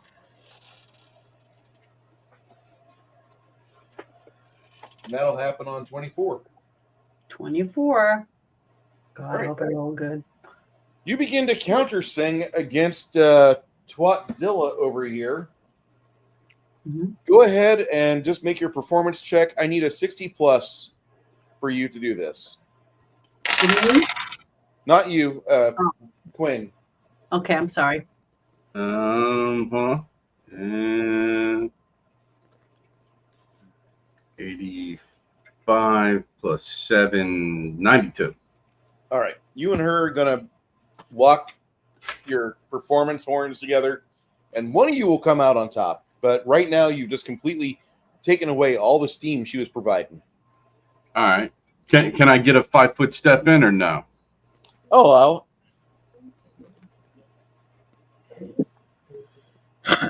she starts to sing a little harder. She looks like Tarja from the ex Nightwish front lady. Big hooters and all. If there's a note, by the way, if there's a theme for this weekend's game, women have big hooters. Some women. Hooters. Well, Boobs. Boobs. Not cooters, although there are some attractive ladies out there that have big cooters, but I mean, we're not shaming. We're not shaming anything. Some guys like that big oyster. Okay. Love the one you're with. It's time to show that video again. The girl eating strawberries. I can't believe I just don't believe there's a world where she exists and there's not like 5 kids that look just like her. Like following behind her. Like she's got like 5 or 7 kids. If I see a woman with like the pronounced curtains like that in her yoga pants, I'm just like, I'm thinking, my God, that's beautiful. It's like the same thing for you ladies. When you look at a guy's junk on his pants and he's got like a denim boner and he's got like this like pair of lumps like trying to press through, and you can tell he's got like a good size apple bag on him. You know he would be a good provider. Oh my God. This is terrible. It's all right. Acid wash jeans. Oh yeah. Oh my. I hear the panties getting wet in the chat. Oh my God.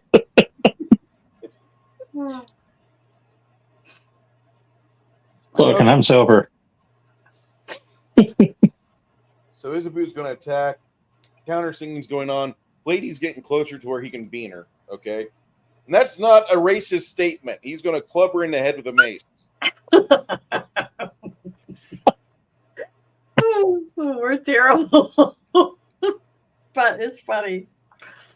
If I get kicked off YouTube, oh well, that's This, just this banning has been brought to you by YouTube.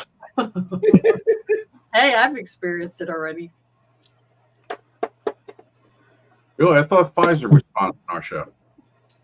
We'll just have to get voice modulators and masks and start up another channel. And Good afternoon, YouTube. I have exclusive news content about the firing of Kathleen Kennedy. Oh, if Yeah. that be the case, I get the voice changer that turns my voice into Morgan Freeman. I say we do Masters of the Universe. That way Bruce can do Skeletor.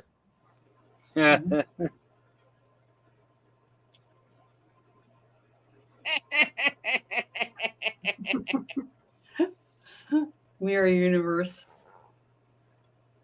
Thank you very much to Crafting Gamer for sending me those figs.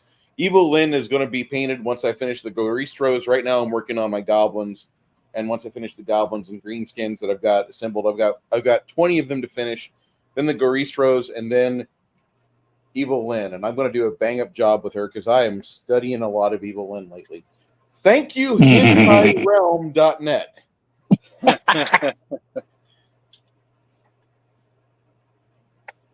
When reality sucks, here's TTRPGs. Exactly.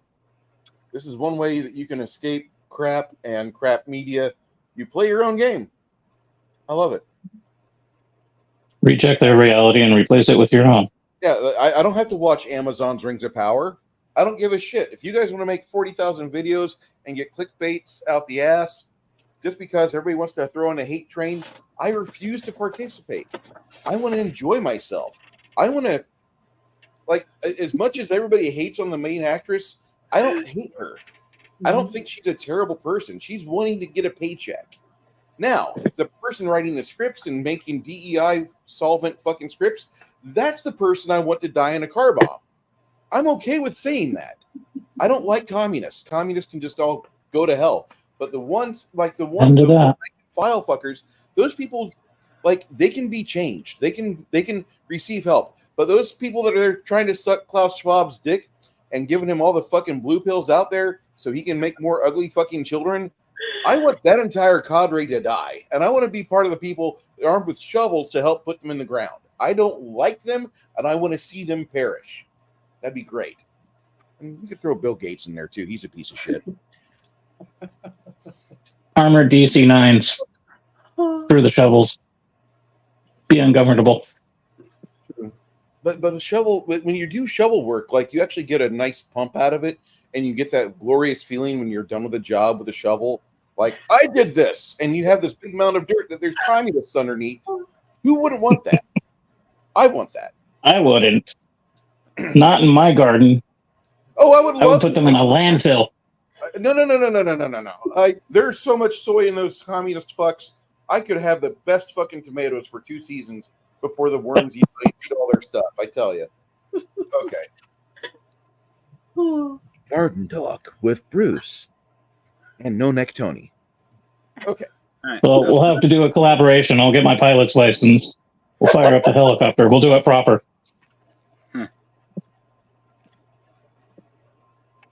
So on 21, magic missile goes off from our friend Mongoose. Mongoose, you want to roll your 2d4 plus 2 damage? Yep. It's funny, we talk shit about communists and our fucking view count goes up. For all 81 of you here, thank you. See? I rolled. Yeah, I rolled the 7 problem, Nerdy, is that Rumble is based in Canada, and Canada is going socialist, so it's not a guaranteed thing. They're going communist because they're already socialists. Well, they haven't starved the people yet. Well, that's what I'm saying. They're going closer towards communism. They do have maids, so they're trying to suggest that you die, but they haven't actively killed, Well, they're and building. they haven't actively starved yet. They're making those. They're building those suicide booths, like Futurama makes fun of all the time. And we do have a Rumble True chat that. going on right now, but there's nobody there. Thank you for watching. Oh, wait, that's me.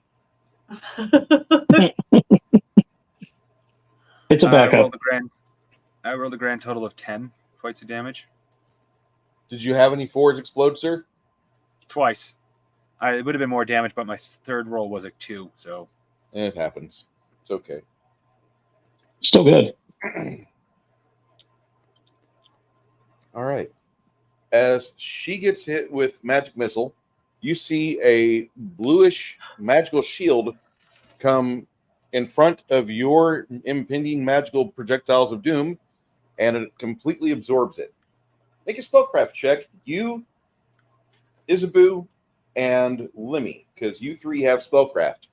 Spellcraft needs to be a That would be when. Nope, 60 plus for spellcraft. So do it percentiles again.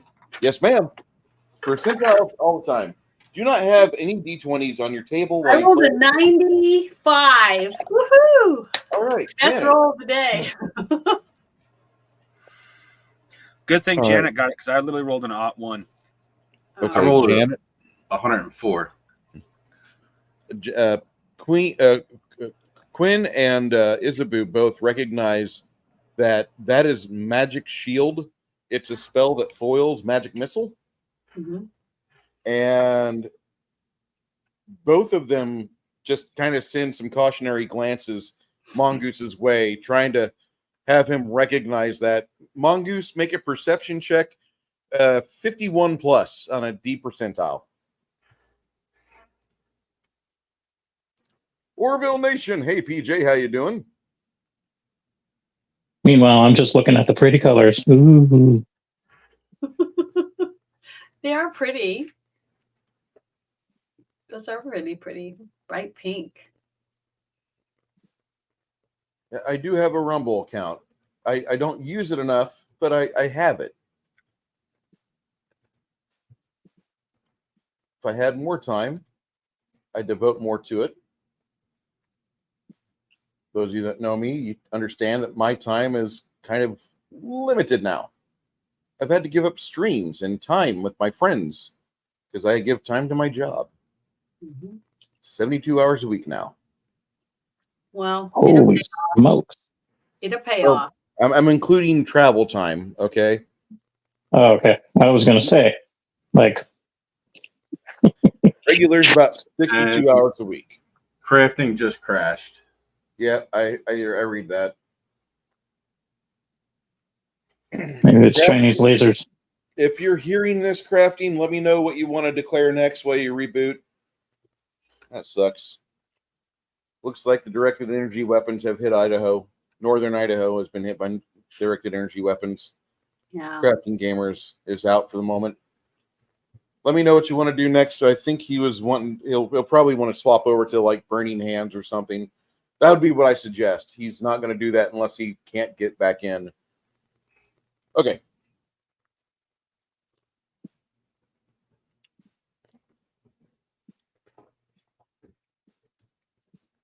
She advances 5 feet, and she will use an attack with her dagger to try to silence your bard. Okay. She rolls a total of 107 against Oh, yeah, Quinn. that's definitely going through. That's not. Ouch. No. Sorry, friend. All right, Quinn. She does a total of you've got leather armor on? Yeah. Yeah. She does a total of 3 points of damage to you. And you see as her dagger cuts into you that like that dagger just sliced right through your leather armor. Like, oh wow. she does a few more cuts like that, not only are you going to be pushing daisies, but your armor's going to be ruined. Got to put her to sleep. He's going to be visiting Uncle Dirk now. Jack Booker asks if we can shout out Poppy and Coco. Yes, Poppy and Coco, we hope you have a wonderful Saturday amidst our tabletop stream. Here, here. Double up, double up, double up. Shouting out to Poppy and Coco from Jack Buller. Probably a fake account, but whatever. You're welcome, sir. I miss that man's voice. I really do. Okay. So that all happens. She pushes it into him. Carmack comes in. Janet, roll me a percentile roll with a plus 30. Added to it. Yep. Roll a. Oh God, I don't know if that's a.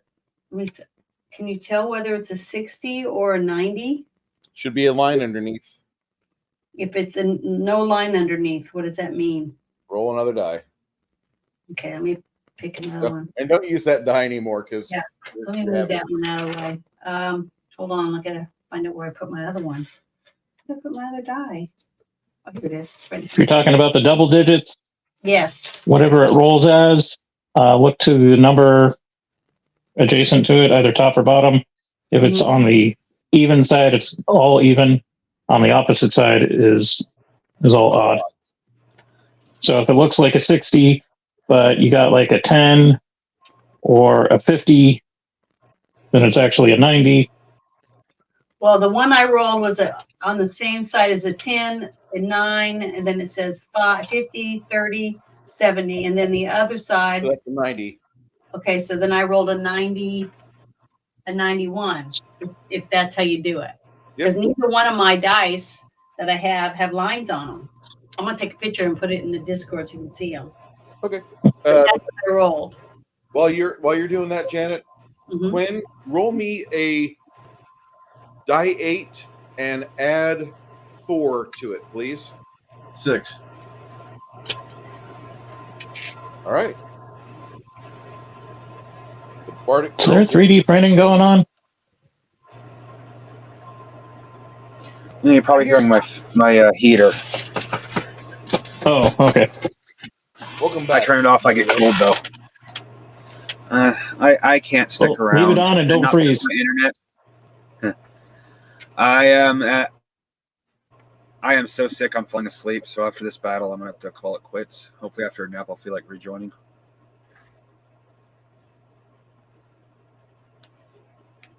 Fair enough. Hey, Bruce, I sent you a picture of both my dice that I was using.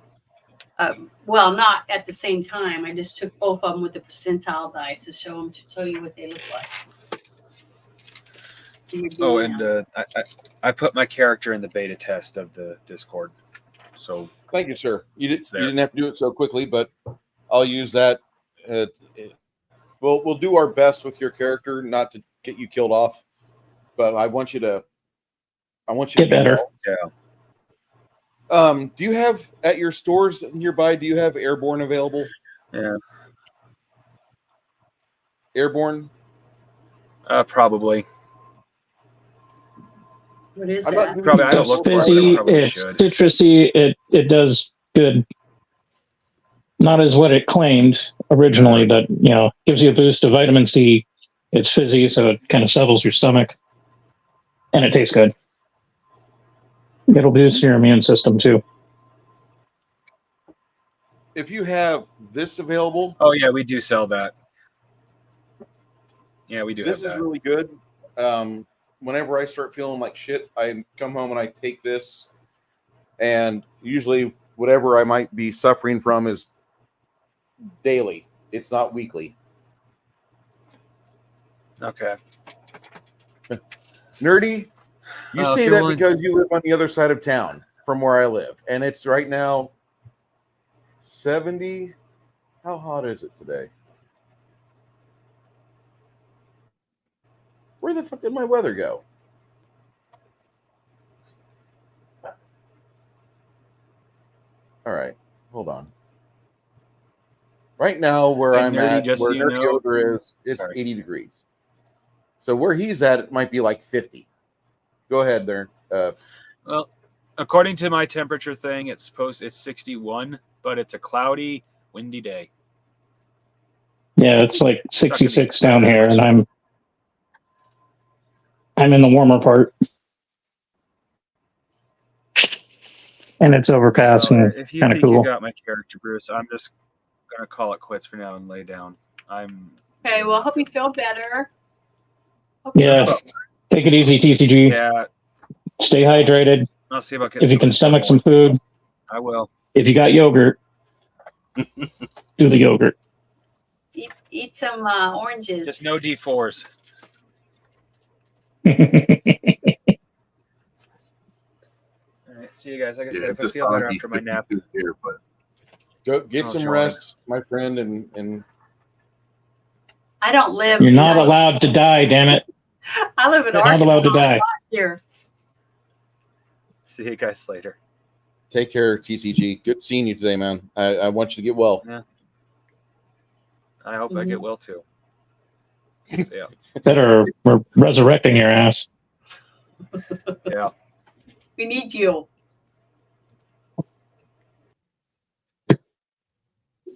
He's got to be the last airbender, damn it.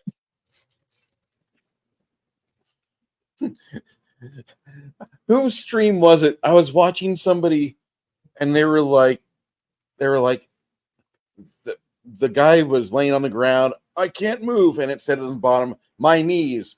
And the airbender's like, I took away your ability. And I'm like, oh God, that's service. That's definitely not service related. Oh.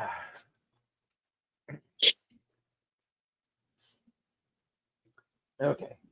So what he'll do is he will he's going to cast a burning hands.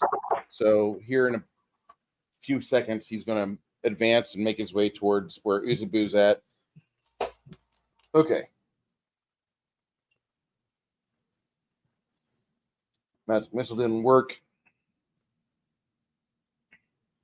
This guy puts himself over here.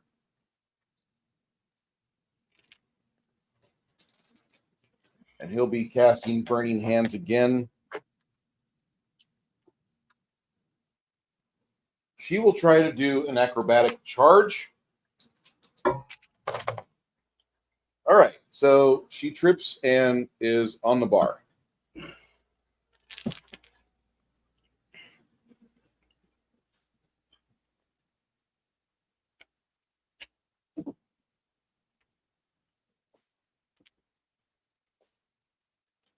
Yeah, Nerdy. TCG's in Upper Idaho, and I am in Lower Idaho. So temperatures can vary drastically. it's a cold, soggy 52 here.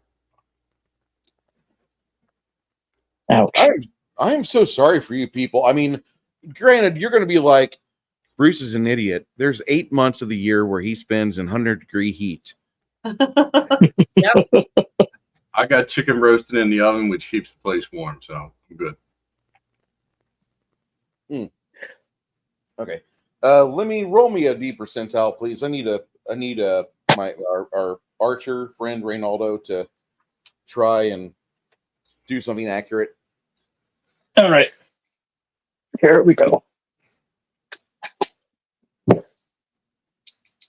Come on, first dice. Don't fail me. Fucking 60. That's not a bad roll. That was gooder. That was gooder. That's a good roll. I need you to go ahead and roll me a D8. 7. All right. And there goes my good roll for the rest of the evening. That might be the truth. Okay. That's the NPCs for the moment. Your Well, charge kicks off on 24. You were charging this guy, right? Or were you charging the mage? The mage. The mage? Okay. Did you see my picture I sent you? I did. Okay. See, they don't have lines. Well, I'm going to show you something here, and here's how we can figure out. This here is a 90. Yeah, because the Okay. 9 big. Because it's closest to the middle of the die. Mm-hmm. And whenever the D10 doesn't have this available, just That's the one I rolled, and that's why. Yeah. But I said there was no line. But I showed you the other dice doesn't have lines either. That's the 6. So I was going to show you the difference. That's a really pretty die on the left, by the way. That's the ones I bought when I was so excited when you first asked me to play because they had their little skulls inside of them. I thought they were so cute, but I needed more than one set, so I ordered that big bag with all the other stuff in it. That one you just A saw stack crafting of game. like 200 dice or something. Yes, and then crafting game. Remember, he made me this little case, and I've got all his really different, colored dice in it. So I'm using those. But I was like, I don't see any lines on any of them, so I just wanted you to see. It's not hot out yet, Papa. It's like 80 degrees here. It's literally That ain't hot. This is nothing. This is joyous. Papa, where do you live? Does he have? Just give us the state. I don't want him to get docked. Don't tell us your town. Just the state you live in. And Bruce, is your humidity high where you were at? Oh my God, Janet! My check Afro mode right now. Yeah, my hair just the goes. State I live in, confused, bewildered, fed up. See, I got my bangs straightened right now, but if I was to go outside in the humidity, it'd be kinked up. It's all curly, and my hair's really, really curly. So, but I like to straighten it out. But the thing is that it's like it gets so humid sometimes in Arkansas and in Louisiana, so it's about the same, that it feels like you got out of the shower and then you just got dressed. You didn't even dry off. That's what it feels like. So people who don't live in that type of humidity come here and they go, oh, my lungs are so heavy, I can't breathe. That's what I noticed in Florida too. Like literally, I got out of the shower at like 6:30 in the morning, got dressed, and we went to Epcot Center. Yeah. And it was just like I didn't even dry off. So nasty. Yeah, when humidity is the worst. Is nice. I loved Arizona, except for the dust storms. There's a couple times that we all ran to our vehicles to get in because this cloud was coming towards us. But I love it there. I love Arizona. I love Nevada, and that's where I should live simply because of my allergies. But friends of mine that live in those states and come to visit me, they're like, I can't breathe. My lungs are so heavy. It's tough. I wanted to ask Papa Cotton, have you ever come to any of this area for a vacation or a trip just during the summer? You need to try it and see, and you'll understand when we say hot, we mean it's so hot. Dry heat's a lot different. It really is, because I've been to both. If you're going to live in Arizona, stay away from Queens Creek. It's a nice place to visit, but it's expensive to live there. If I was rich, I'd go to Reno. That's where I'd move. I'd buy a place in Reno because I'd have snow. And then right away over here, I can go to the desert and not have snow. It'd be hot. So at the best. Tan Flats. But yeah, it's beautiful. Open air music. Good steaks. Mm-hmm. Well, it's almost my turn to do some damage, I hope. You make your charge on her. What's your roll? You said I'm going to roll. Did 7 points damage to her? Me or him? Yeah, it was, let me. The roll that I did was 7. Yeah. Okay. What are you doing next? I guess I'm going to continue sticking her. I'll do a follow-up. stab with my offhand the next time I get to go.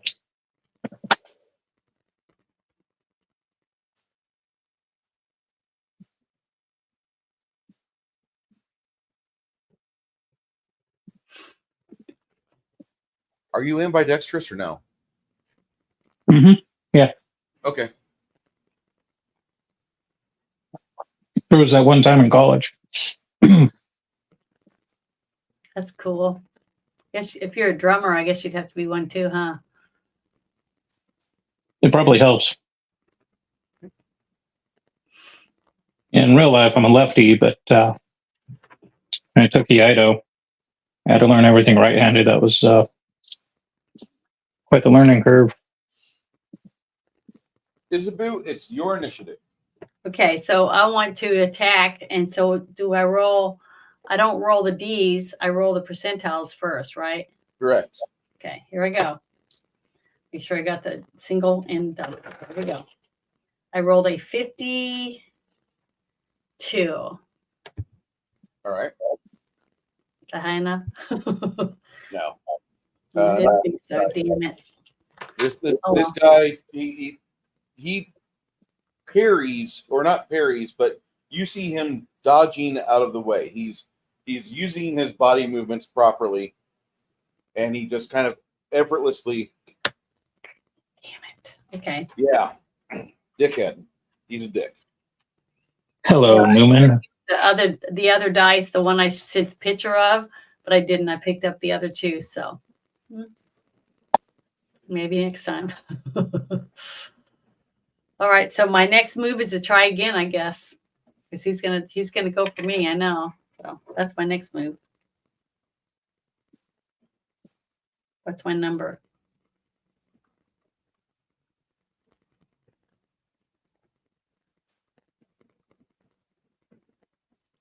You're going to attack him again, and that is on 32. 32. Okay. All right. True that, Papa Cotton. 120 degrees over humidity. Mm-hmm. The only problem with heat is like you can only strip down to your underwear, and then they start looking at you funny. See, the good thing in Arizona, you can get in the pool, right, and cool off and get out, and it evaporates and helps cool you. Here, you go swimming, you get out, and you're still hot because it doesn't evaporate. The air is like. Yeah, give me a pool or AC, but not those little sprinkler things outside the strip malls and everything. God, Yeah. those things are funky. Yeah. So Papa knows, then he understands. It sucks. Hey, Flatey. I grew up in this stuff. Yeah. I need you to roll an attack action for the dwarf as this chick starts to stand up. Roll an attack opportunity for the dwarf. He gets a plus 25 to his die roll. All right. Well, that's a 30 total.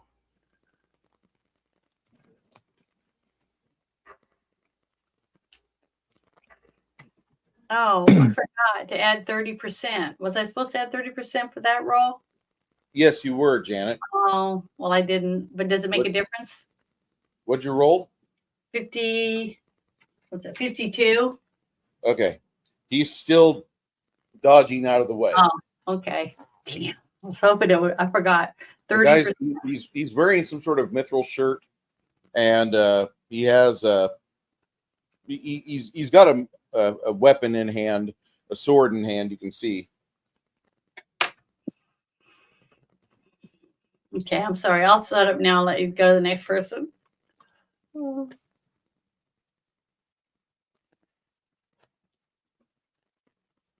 For just 5 cents a day, you could help a poor tabletop role player get better dice. Don't super chat me. Janet now has a Patreon. Hold on, let me pull that up because no, not that. I'm still working on it. It's not up all the way, really. Okay. I don't really. I'm trying to learn what I'm supposed to do on it and stuff.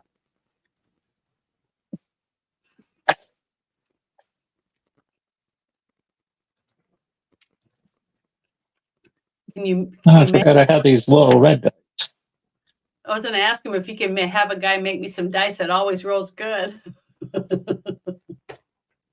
These little red dice that I have, I don't know if they would roll good, but they remind me of the kid from the Sixth Sense. You know how he's got that cutesy face as a kid, but now as an adult, it's like a shrunken face on a big head. The numbers on these are like really tiny.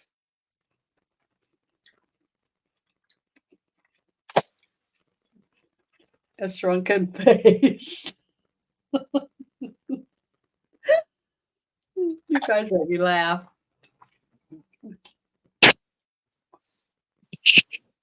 Okay, so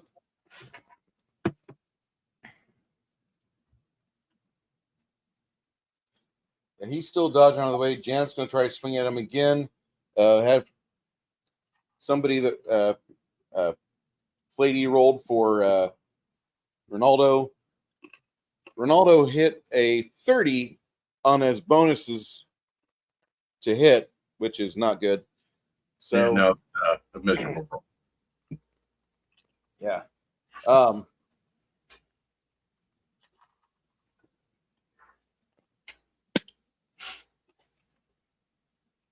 Mongoose is going to advance to here, put himself in better position.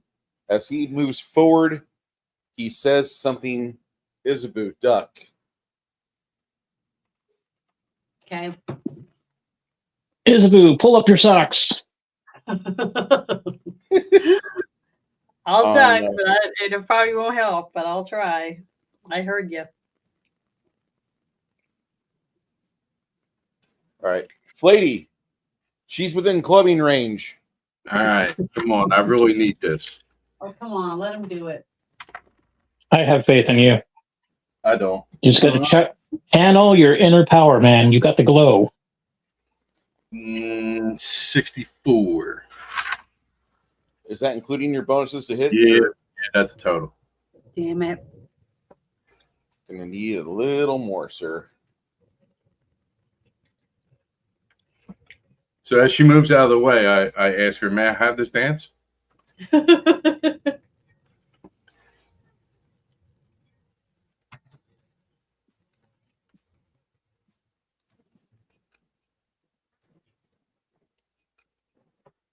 Too bad you can't start singing some song that makes everybody in the, amorous. I mean, I could, but I'm singing to keep her song from giving them a bonus. Which I know, but I mean, everybody would start making out instead of fighting. Oh, God.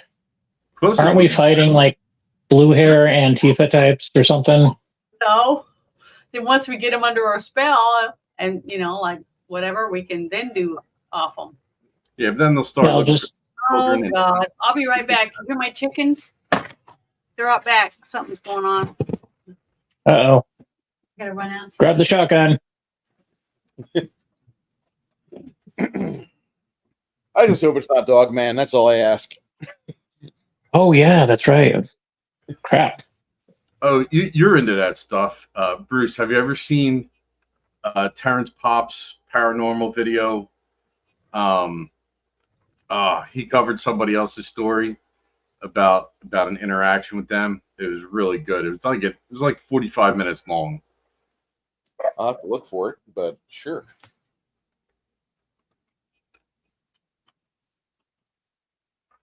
Is that the one with the dogman coming out of the tree line and they had to fight it off and then there was like more than one?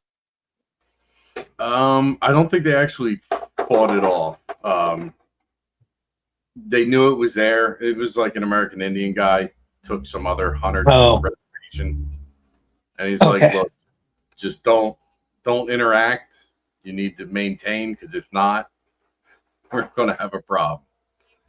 Oh, like the skinwalker, like you're not supposed to acknowledge anyone calling for help or it was, let it know that because then it's on you.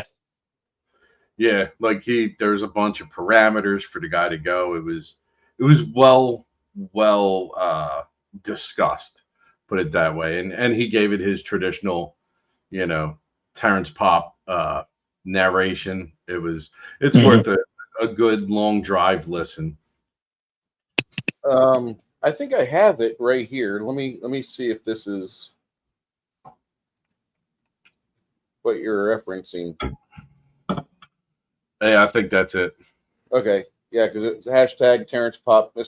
Unsolved mystery. Okay, I'll bookmark this. Like if the story is true, and it's not like gruesome or anything, I just don't know if I could maintain. Like they dialed up the oh crap factor.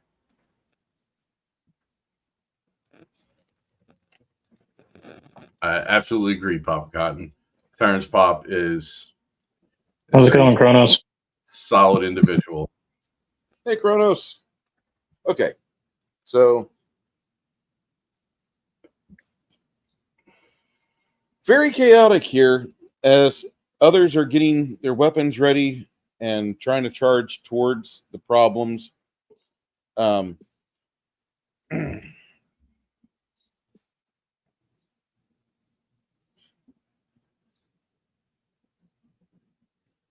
if I could have two of you guys roll percentiles to represent the attacks by these two NPCs, that'd be great. See, no, this is Okay. bullshit. Because now I get a good roll. Yeah. Hey, a good roll is a good roll, as long as it's not like the enemy getting good rolls. Well, I got a 93 for whoever I was rolling for. Okay. And I got a 45. All right. Flady, I need a I- D8. I hate you, dice. I hate you.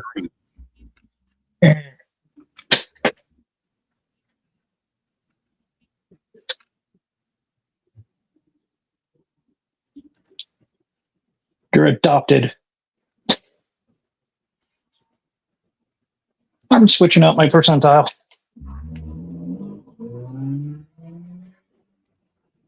Okay, NPC's term came from tabletop games.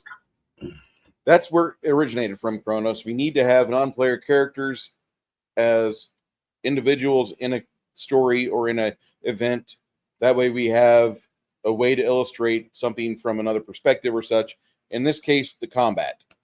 That's what they are. They're combatants. Various amounts of belligerence. Go ahead.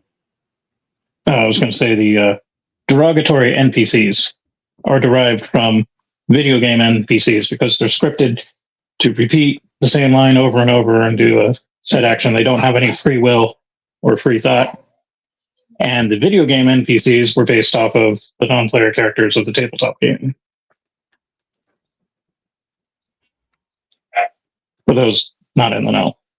There was a really good video I watched about a year or two ago where it said, when you find the perfect NPC and it starts off and this beautiful chick is talking to this guy. He's obviously not a white man, but we don't know what he is. He's racially ambiguous, but he's not Irish. He's not German. And she's like, thank you so much. You've helped us. You've helped the kingdom. I appreciate everything you've done. And he's just there and he's just staring at her. She's got some big old hooters, nice blouse. Looks like she's pretty fit, has a sword, wearing a corset and a cape. And he's like, I want to know something. And then she, like, her eyes go blank and she resets. She's like, I need your help to save the kingdom. Will you help me? And he's like, yes, I will follow you. And so she starts running and he starts chasing her through the meadow. And that's how he spends his entire time playing with that NPC.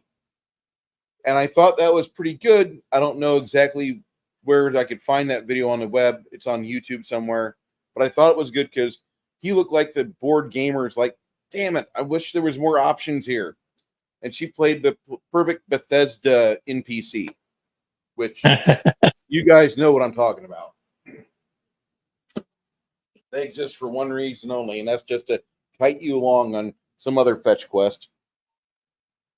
Meet Skyrim. It's a 5x5 mile area that you will spend 70 hours in. Fuck you, Skyrim. I liked Oblivion better. I hate I'm Skyrim not so gonna much. lie. Right. I played it. I didn't realize that the Game of the Year version forced you into the vampire storyline.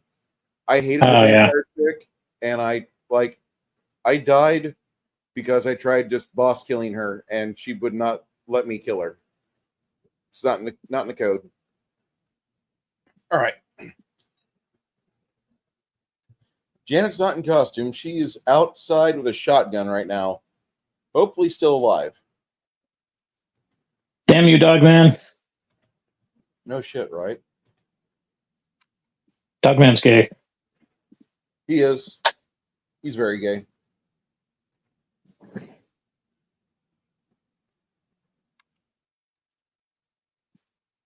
All right. So all of that's going on.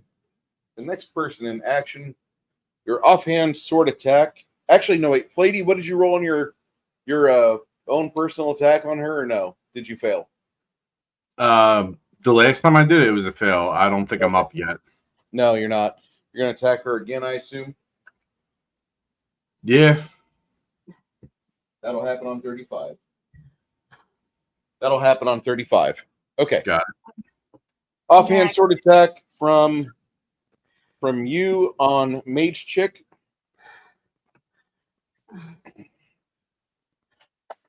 Okay. Come on, new dice. Oh, shit. Ah. That was 50, 60, no dex bonus. Dex bonus. That would be, What I believe you get it. Don't you have finesse fighting or no?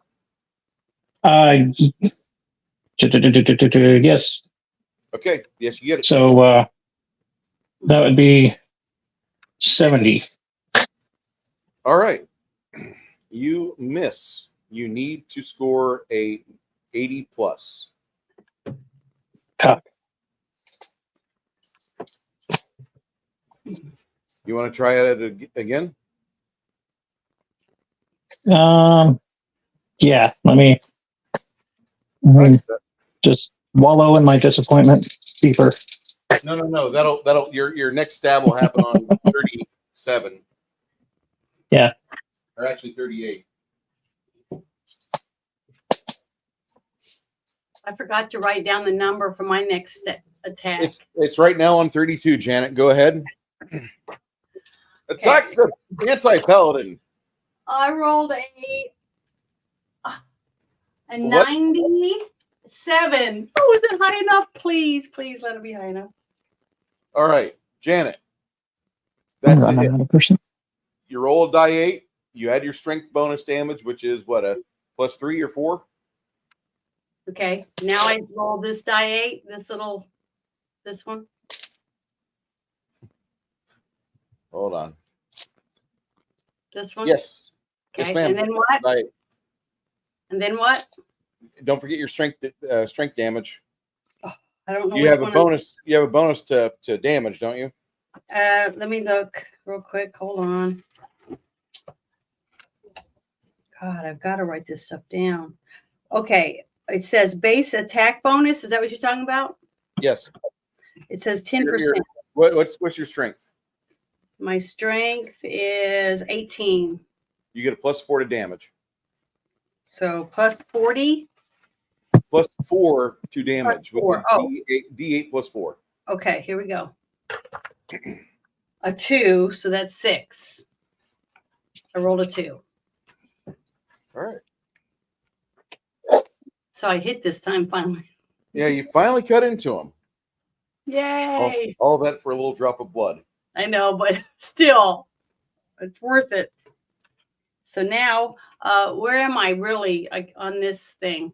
You're right here. Okay, I'm still in front of him, so I guess I'll swing at him again.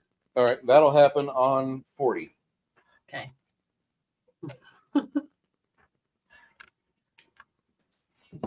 You guys see a big gout of flame come off this wizard's hands as he incinerates these two. The Dude. barrels collapse under the fiery destruction, and the priest is down.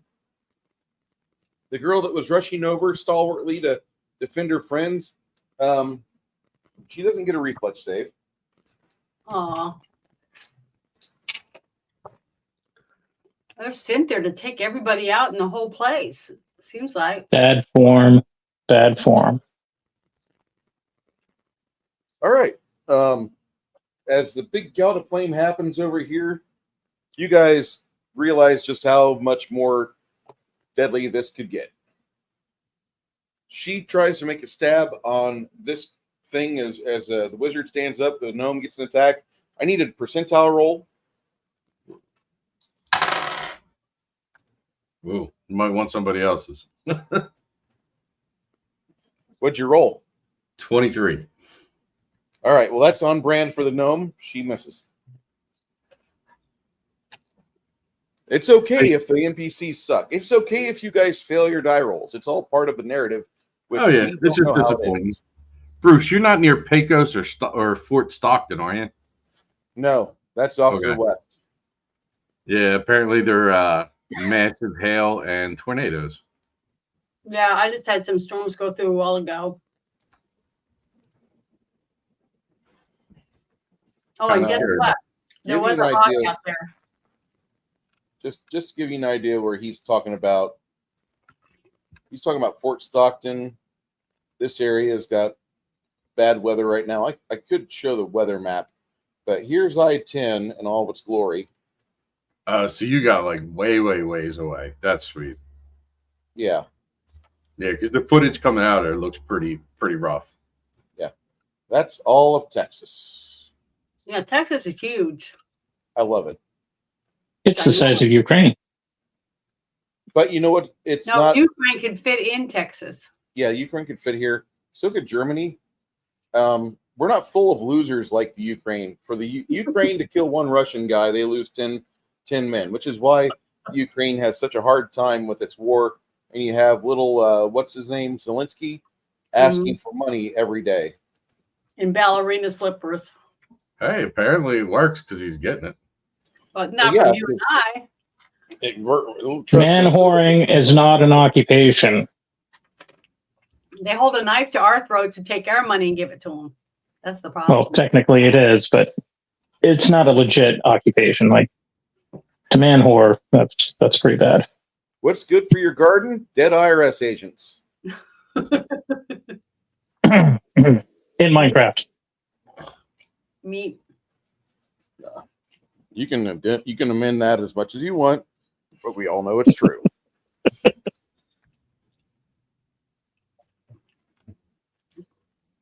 It'd be funny if I the way they shoot, it wouldn't be a problem.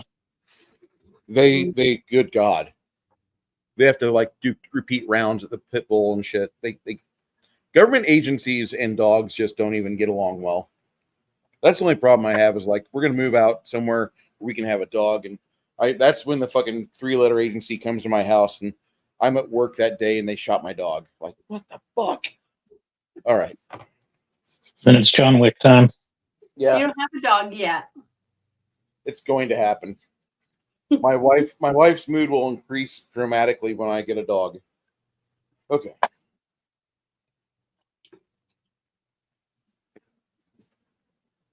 Especially when Goldfish, not so much.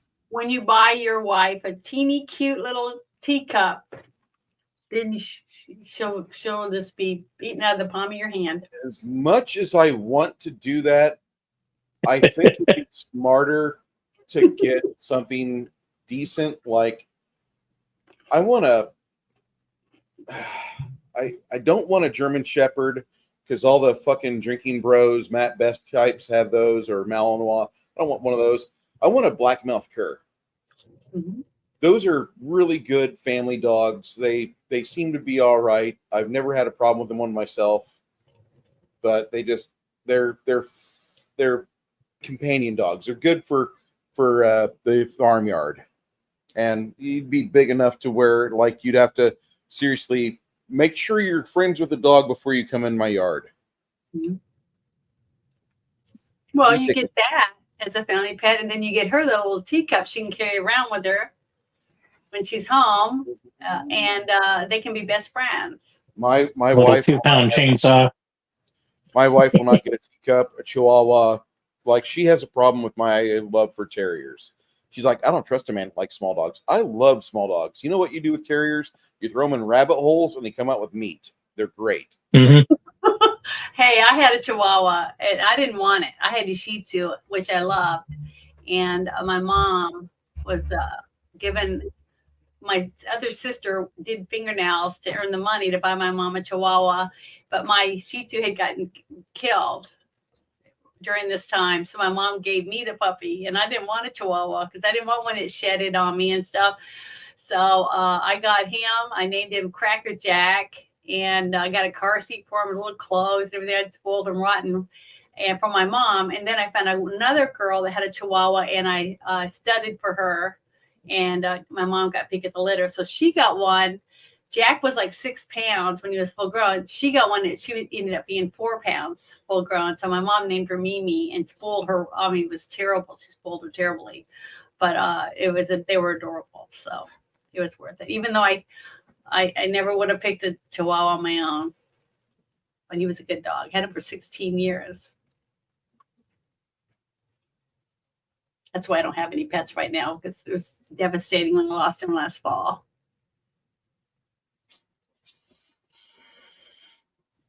Get 2 dogs, 1 large, 1 small. Small dogs acts as alarm. Large dogs acts as a deterrent. Mm-hmm. The dog I really want is a giant schnauzer. Well, you can get whatever you want once you get your own house. That's why I'm Exactly. excited for you. My favorite.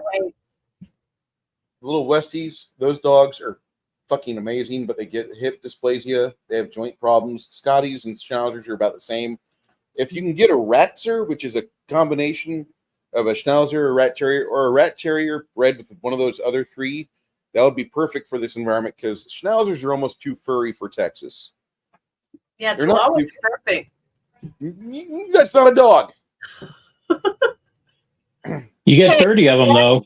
I took Jack with me for walks down when we lived in New Orleans, and after it would have a heavy rain, all the rats would come up out of the ground and be running around in the road, and he'd just go and just snap on the neck, and just run around and just bite bunches of them, and people were clapping because he was just out. I just let him off the leash, and he was just going nuts, and they loved it.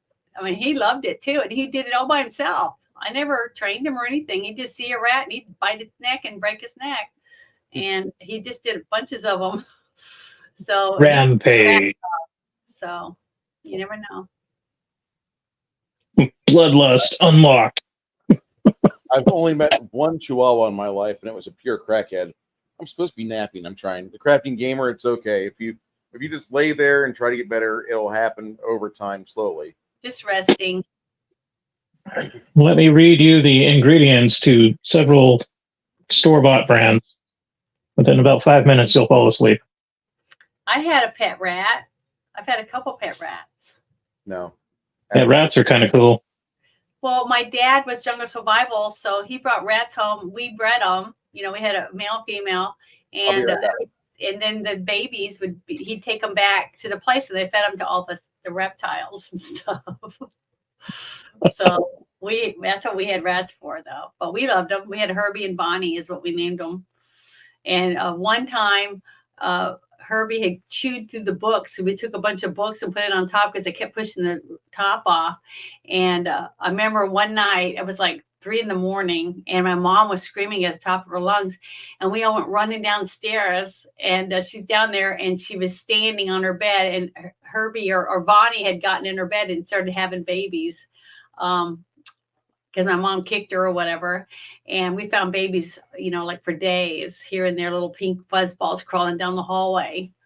So a bunch of them died after that, but we tried to make sure. She had chewed a hole in one of those books and got out of the tank. But they had 14 babies. They have a lot of babies, those white rats. The only thing that I have negative to say about rats, in my experience, is when they get old and decrepit and they start mutilating themselves. Mm-hmm. Yeah, the thing is, that- they don't live a long That time. creeped me out. They don't live long. That's why a lot of parents Mhm. get rodents, like hamsters and mice, stuff with their kids because they don't live long. You just don't want to let them loose. If they get loose, they're going to be breeding, and you're going to have a house full of them. And you'll see some little Mhm. multicolored mice come running by you, and they're not wild because they're not that color in the wild. So it's just interesting. I've had goldfish. I've had everything. I've had tons of pets.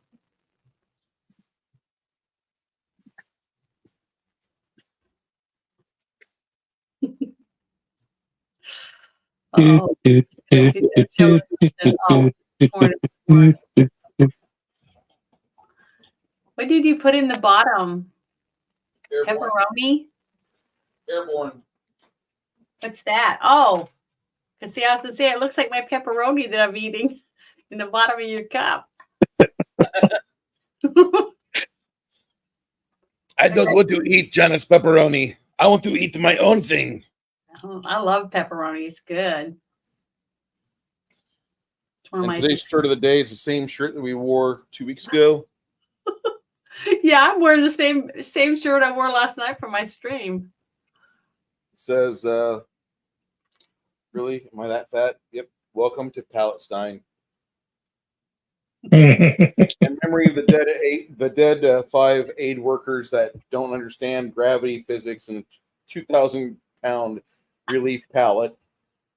That's horrible. It's funny as shit. It's horrible. Why? Because they're Palestinians and they voted for Hamas. So fuck them. Darwin Award. I love getting reports of dead fucking Hamas voting Palestinians. That's wonderful. Aw. That's music to my ears. Oh no, people that support fucking George Soros died. Yeah, fuck you. Can't say there's any sympathy there. No, not really. All right, so, and I know I might have lost a couple viewers off that, but whatever.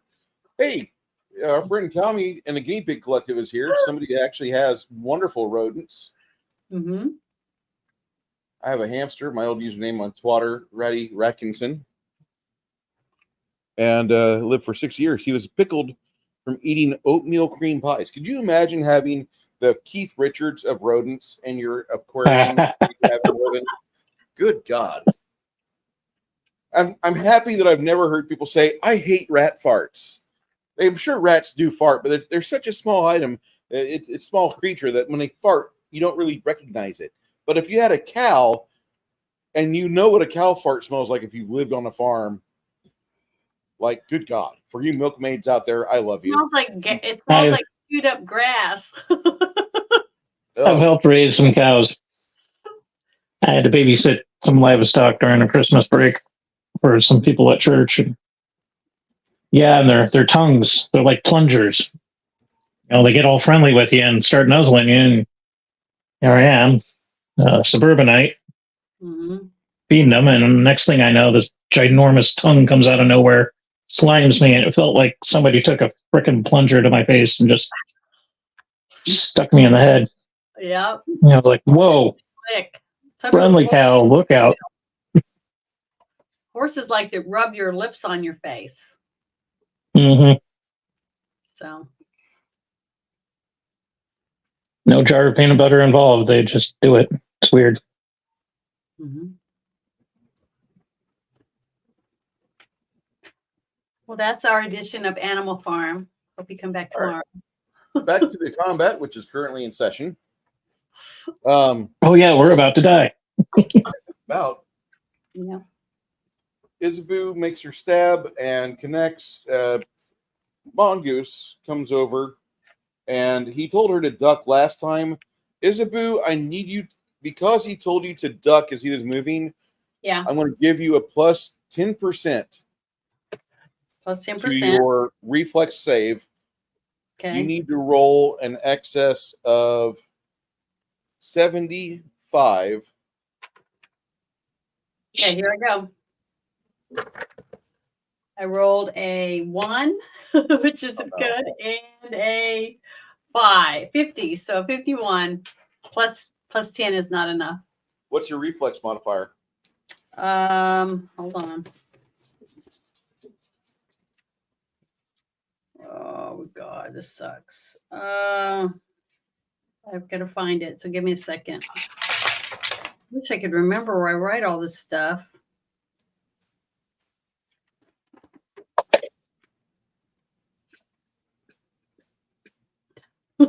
Just give me a minute. Sorry.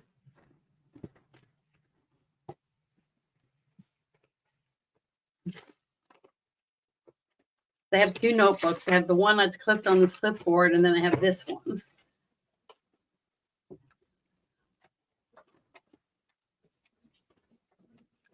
What was it called again?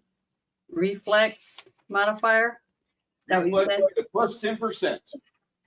Okay, hold on. Damn it. This is how you know it's an old school Find it. game. What?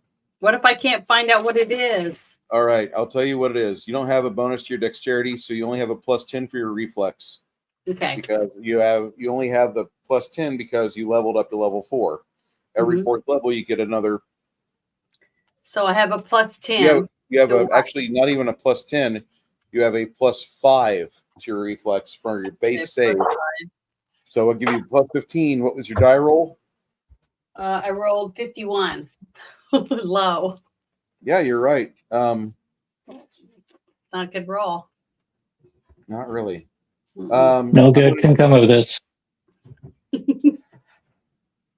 But I'm getting used to rolling bad, so It's all right. I need to make 2 die rolls for the bad guys. okay.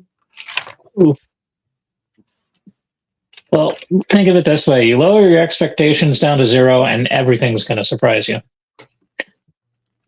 Great. I'll try to do that. And by the way, I love old school gaming. I love miniatures. I love rulers.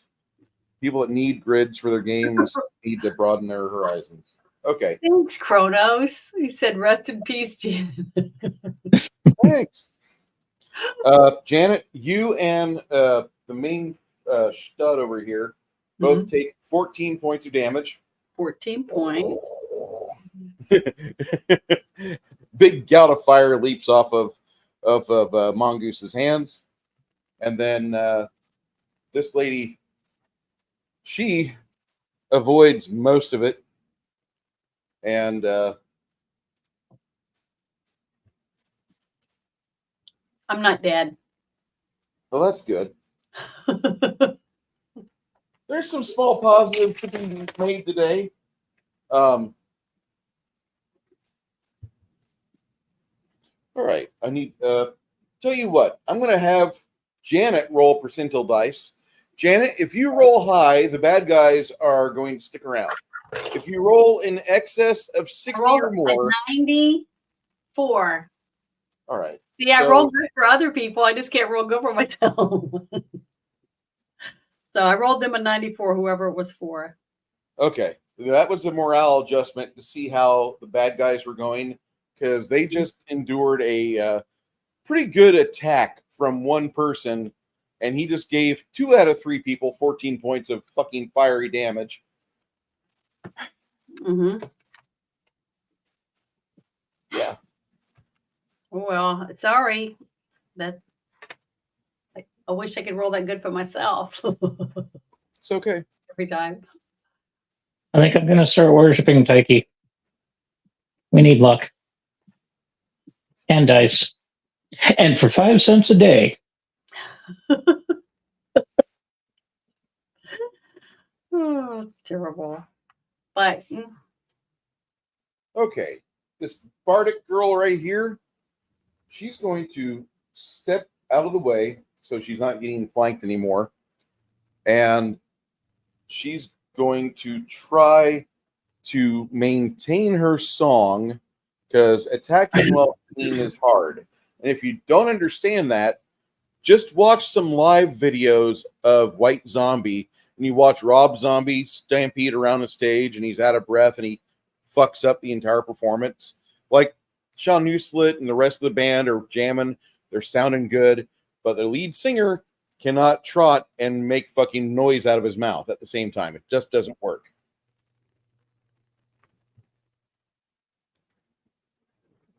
So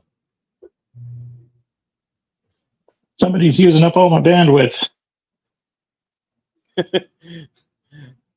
I want to laugh, but at the same time, I know this is Idaho he's talking about, and he's probably right. Probably the 25 teenagers hacking into everybody's accounts. I tell you what, if we didn't have 109 people on here watching, I'm kind of strangely confused about this. I didn't realize we were that good or popular. Thank you. Hopefully they're all like real people and not bots. And Yeah, nobody likes bots. I want skin jobs to die. Just lay down next to the communists. Bruce, you're being a hater again. Yep. Yes, sir. Thunder Kiss. 1965. Yeah. back when they were good. God, I miss that. I miss the good old days. White Zombie. Well, I've got to say that, like, I'm really impressed with synthwave. I really like synthwave. Yeah. I've not listened to any new rock or any new hard rock except for Greta Van Fleet. And if you ever watch them live, watch their live videos, like it's like we've got a second coming of Led Zeppelin. And I don't understand quite how that happened. What was that one group? Ginger? Who did that song Pisces? And the lead vocalist is this alt girl. And then she's got the whole death metal scream. You seen the video of that? No. I am. So watch the video in its entirety and then watch the reactions to it. Okay. Oh my god, it's hilarious. Like, she's got such an intense vocal range. And Ginger Sounds like a dude. Yeah. Yeah, like that's, Ginjer, I think. Yep. If I got it right. yeah. Yeah, when it comes to that type, I prefer Straight Line Stitch. I don't even know if they're still together. They've switched up so many members, it's ridiculous. Watching the movie Gorgon with Christopher Lee in it. Oh, that's a good film. Wow. Me and Janet are going to have to review that before, we'll have to do that in October. Totally. I have to put down Thelma and Louise for 2 weeks from now, too.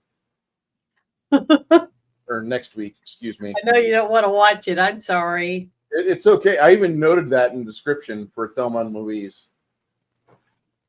I noted that already. It's like, get some women to come to your channel. All women do, Janet, to get me in trouble. You keep me safe, sweetie. Well, the thing is that look how many likes you've gotten and views on Bad Girls, even though you hated it. So somebody likes it. That's true.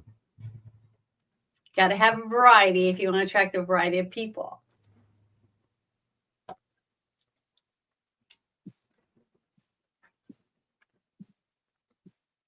Uh, 1,900 views. So 1,900 views. Yep, that's good. Blast from Past has 18,000 views. Yeah. The Great Raid has 51,000 views. Wow. Awesome. Imagine if you got $1 for each one of those. That would be quite a lot of dollars. It would. That might fix some things.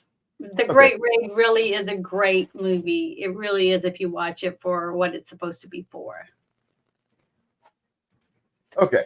So Killer Tomatoes and Gorgon are going to be on the list. Because Puberty love. Sorry. That's all I can think of with Attack of the Killer Tomatoes. Oh my god! But not only Killer Beefsteak Tomatoes, you have to do the Killer Clowns from Outer Space. Oh yeah. I went to school with the little girl at the burger joint that almost got ate by the clowns. That's such a stupidly fun movie. Filmed in my hometown, like at night, in some places. And if you guys have a Tubi account, I think DC Comics just got a big agreement with Tubi because they have the Batman and Aquaman on Tubi right now. If you want to watch it, I won't, but it's there if you want to. The Batman, like, what's his name from Twilight? Yes, that guy. I saw that. It was meh.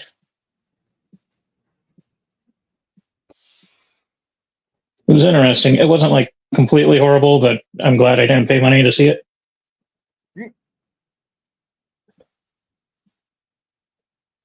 It's like $40. A big ass soda. That would be depressing. Okay. Not the soda, but the movie. She does that attack and misses. Quinn, it's your initiative. You wanted to mace her again? What's that? You wanted to mace her again? If I can Yes. You can do it. do it. Yes, 95 unmodified. 95 unmodified. Holy shit. Okay, sir. Oh, the max. Roll that beam. Sweet. And 10 even. Oh wait, exploding die. 10 plus 5 is 15 because that was another exploding die, and a 1. So 16 total. Probably setting myself up for disappointment because it's not going to be like Cinemax of the 90s.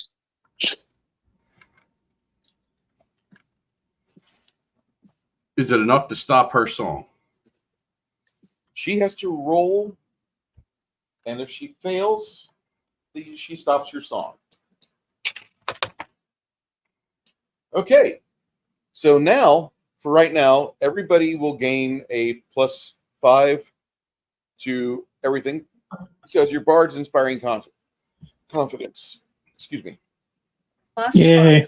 5. Say again, Janet. So +5 to everything that we do. Yeah.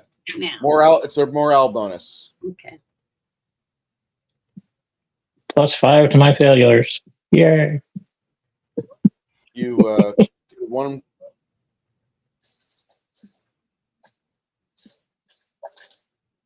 I just got cold dice right now. They'll warm up Yay! pretty soon. We'll take cool dice. We'll take cool dice. Okay. So, inspire competence is what he's using. And if she's still on her feet, I'll continue to pursue her unless someone gets in my way, and I'll just go after them instead. That's right, Flady. You insert your dominance. Mind if we dance with your dates? Inspire courage. Excuse me. Not competence. It's inspire courage. Yay. So, he does that, continuing to sing because of your abilities, and she will have to try to restart that. This is going to be a problem for her. What do you want to do next there, Flady? Like I said, I'll continue to pursue her if she still looks, active in combat. But if anyone slides in between us, then I'll just let that person become my new target. Okay.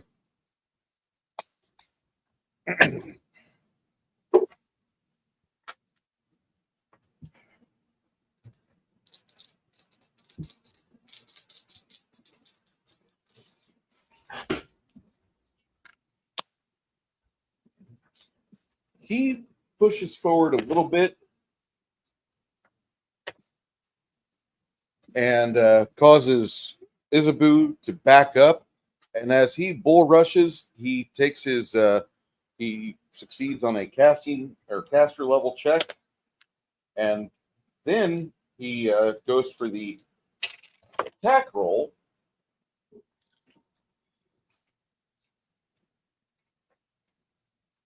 And he lands it on Janet. How much? Well, this is where it gets interesting. This isn't from the 14 before? No, this is this Okay. guy right here. All right. Just making sure. He steps forward and he does something. As he does it, it literally looks like he's doing a Dragon Ball Z style charge up. Oh, And, God. electricity starts to play off his hands or off the ground into his hands, and you see him rear back with a gauntleted fist, and he punches you, and that discharges it, and it chains to Mongoose, to the unnamed spear woman, to Quinn. Because he succeeds on his attack roll on Janet, Mongoose has to make a save for half, and Mongoose does not. So Janet and Mongoose take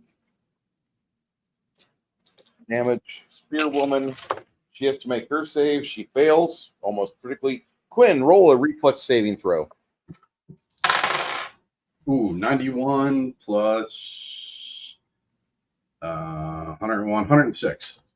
Okay, you'll get half damage, but Janet and Mongoose will absorb 15 points of electrical damage Mhm.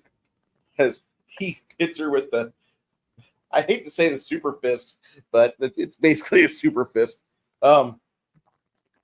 Falcon punch. Yeah. And you guys see like the three of them like just sparkle electricity, much not to their happiness. I got hit by a small voltage once. I pooped myself. I didn't like it. I don't know what happens with you guys, but that's just my own personal. Yeah, near electrocution sucks. I've done that Yeah. twice actually. For you, Flady, you suffer 8, not 15. All right. Okay. 2.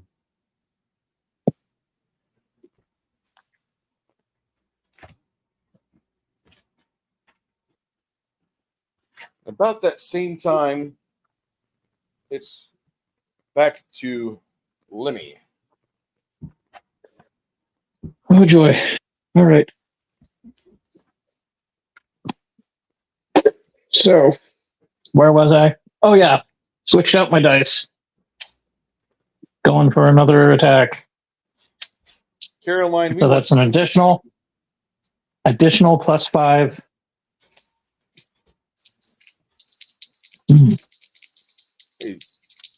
Here we go. And that is 80, 96, 100 and 101, right? Yep. you connect. 101. All right. Julio.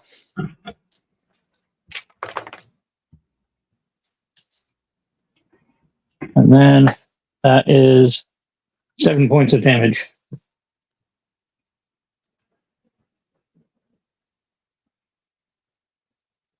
Seven points. All right. Mm-hmm. She is not happy.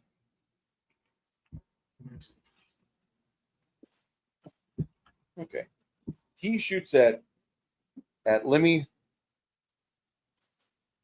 68 hit your AC there, Lemmy, or no? No. Okay. So he misses. Flip him with a bird. Okay.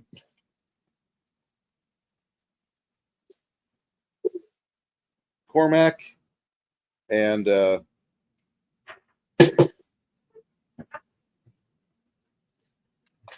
going to resolve 3 attacks real quick here. They step forward to try to not let Quinn be in a potential damage spot. And you see the 3 marshals right here between Cormac and the 2 spear wielders. They completely, like, the 2 spear wielders get her from the sides and prop her body up while she twitches on both of the impaling items. And Cormac hacks right into her clavicle, cutting down into her guts. And he's showered with about 2 pints of blood right there. She jostles and shakes, like Elmo when you give him heroin. It's great. I recommend all communists do heroin. I think it's wonderful for you to lose your ability to function in public.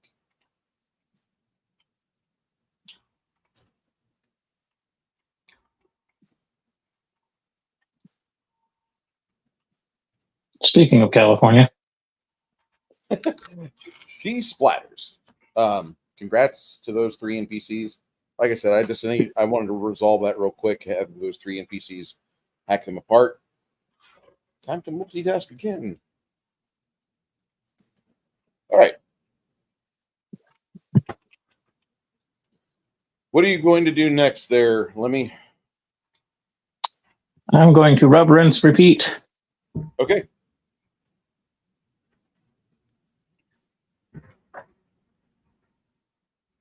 Your offhand attack will happen on 45.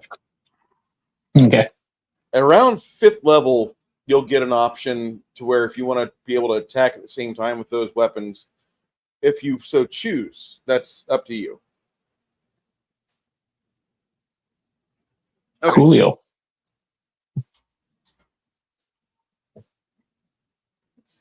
At this point, Isabu, you and the paladin or anti-paladin are facing off. Mm-hmm. So I need to roll again. They did heroine. Yes, ma'am. Oh my God! Come on. You can do it. 98. Okay. So now I got to roll what again?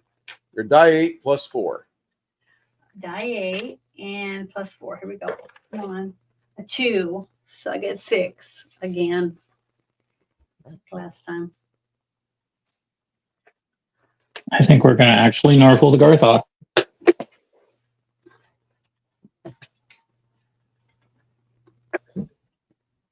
Should I do anything?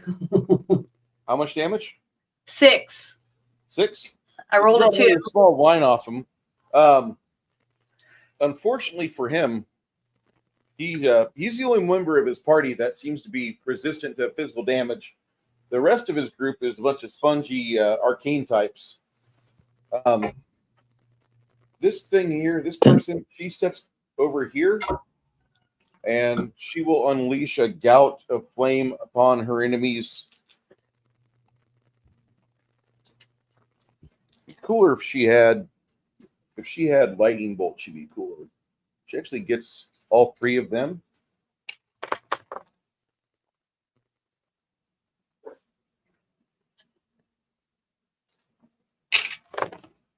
Yeah, lightning bolt, you can chain the damage.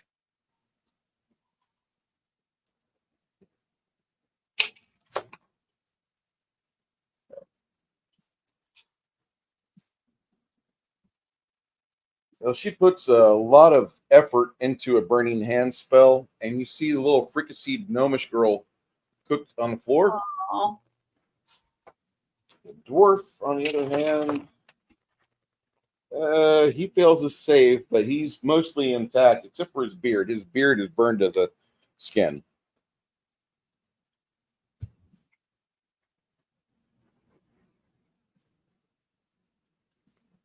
Janet, what are you going to do next? I want to Try to cut on this guy again? yeah, I'm gonna try one more time at least while I'm still standing up. If he cuts me off with the knee, so I'm gonna say attack again with my number. All right, that'll happen on 48. 48. All right.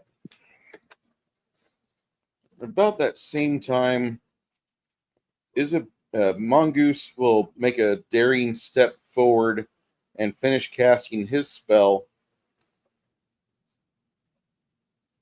Lemmy, roll your reflex save. I'm giving you a plus 5% bonus because you can see out of your periphery that Mongoose is getting close, and he's probably going to hit Burning Hands again. Oh, cheese it. All right, there we go. That is a total of, what is my reflex? Was that 20 or 25? Oh, 25. So that's 57. Well, you fail, but you do make it to where you only taken 9 damage. I can deal with that. That's going to hurt, but it's not going to debilitate me. Okay. The wizard that cast her Burning Hand spell, she falls over and she's looking like a burn victim. About that same time, this jackass here, out the side of his mouth, you hear him say, "Retreat!" Oh, shit, I dropped my D4.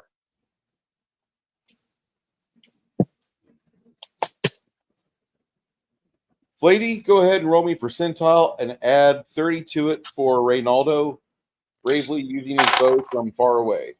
Oh, yeah. 92. And you said what, 30? Yeah. That's 122. Okay. Roll me a D8.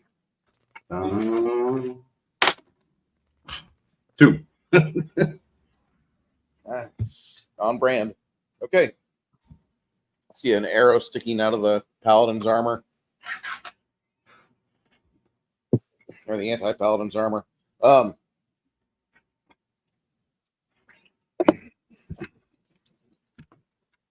He moves right there to impede the progress of these miscreants. And as he does, he shouts, "Guards!" Others start trying to position themselves to prevent an escape. You see the waitstaff moving to where they can try to save their friends. And about the same time, this jackass wizard decides he's going to make his exit. He leaves. There's nobody stopping him. He bolts right out the door.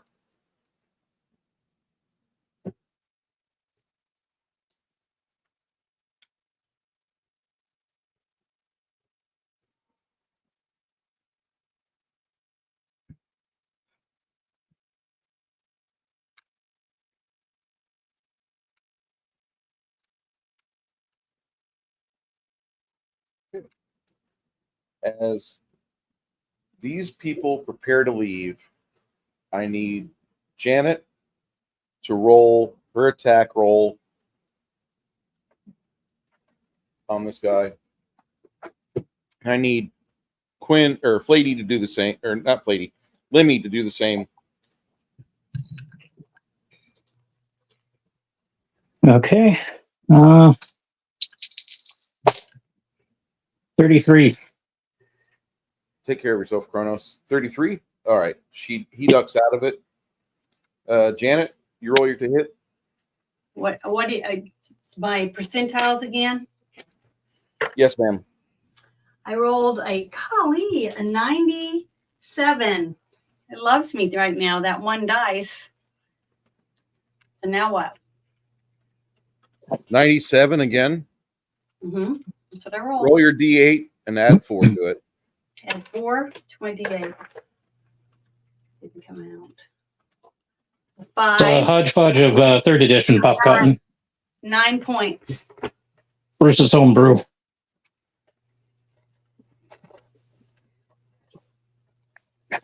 Did you hear me? How much damage, Janet? 9. I rolled a 5. Okay. As he tries to get away, you cut him a really nasty wound.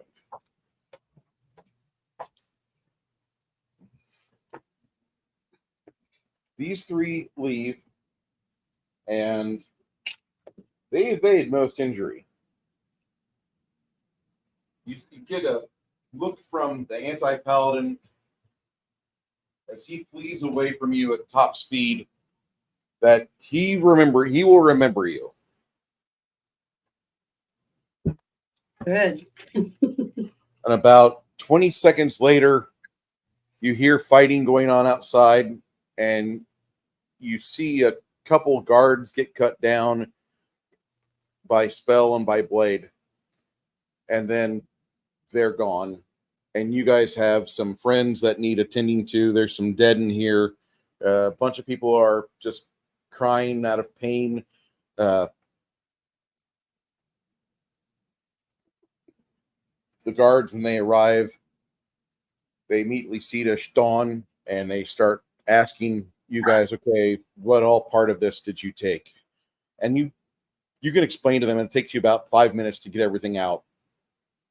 They're aware of the situation, and within about 30 minutes, they're going to have taught the city callers starting to broadcast information, just belted out everywhere. And I mean like old town crier style. So did the bard girl get away too? No, she got impaled by 2 spears, and then Cormac cut her damn near in half. Oh, is she the one laying down in the back there? She was the first to get flopped. She was the first one of them to get cut down and completely damn near split open at the base of the sternum by Cormac. She had 2 spears, one impaling each of her kidneys, and then Cormac came along. It's the only time I've rolled 3 90s in a row. So I assume she's not available to go out to dinner tomorrow night. No, she's not. Although if you want a warm, fleshy spot, you could have it for another 30 minutes before it cools off past room temperature. I think I'll pass. Okay. You have chosen wisely. To get Stawn propped up on a table, and between Isabu and some other people in town, some clerics of Dwarfader come by. Isabu's there already curing up people. She literally just they tell her. Can I just do a channel of positive energy? Yeah, you do that to try to stabilize the people around you that are still able to be saved. And I just roll the 2 D6s, right? Yes, ma'am. I got 2 of them. Let's see. I roll a 6 and a 4. Then I'm gonna roll one more time. I rolled a 5 and a 1.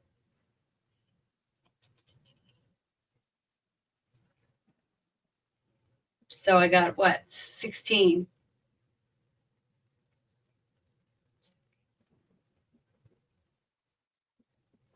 So 16 points of healing to everybody in the bar. Good, me too. I got to get it really bad. Oh, seriously? It was Yeah. going to hit all of us? Oh, I can. Yeah. Yeah, everyone. Thank you. Woohoo! Yeah, I need it. So I'm down to 20. The hurting has gone away. Yay. Yeah, I was down to 23. I was down to 15. You only had a loss of 5 civilians. That's good. Okay. Well, I did both of my channel positive energies I had left. So Janet, you should have all 4 channel positive energies available when you wake up in the morning. When you refresh your spells, you get pretty those good again. capped off. Yeah. You should have at least 4, I think, because your charisma is a 13. Well, I know, but I did 2 when I was helping the people in the middle of the bar. When That's right. That's right. Remember? So I only had those 2 left. But in the morning, I can do 2. I can do all 4 again if we're not going to go out and battle or anything. And bring us back The up. real question is, though, did somebody save the boobies? That should have helped heal a little bit if they were in the realm. Both girls are healed to where they're able to breathe again. They were teetering on the cusp of death, but they were not good. I'll just say that. And right now, both of them will require some form of lesser restoration so they can get their charisma back, because fire damage does charisma damage as well. With the amount that they failed on their die roll, like they dropped 4 points on their charisma.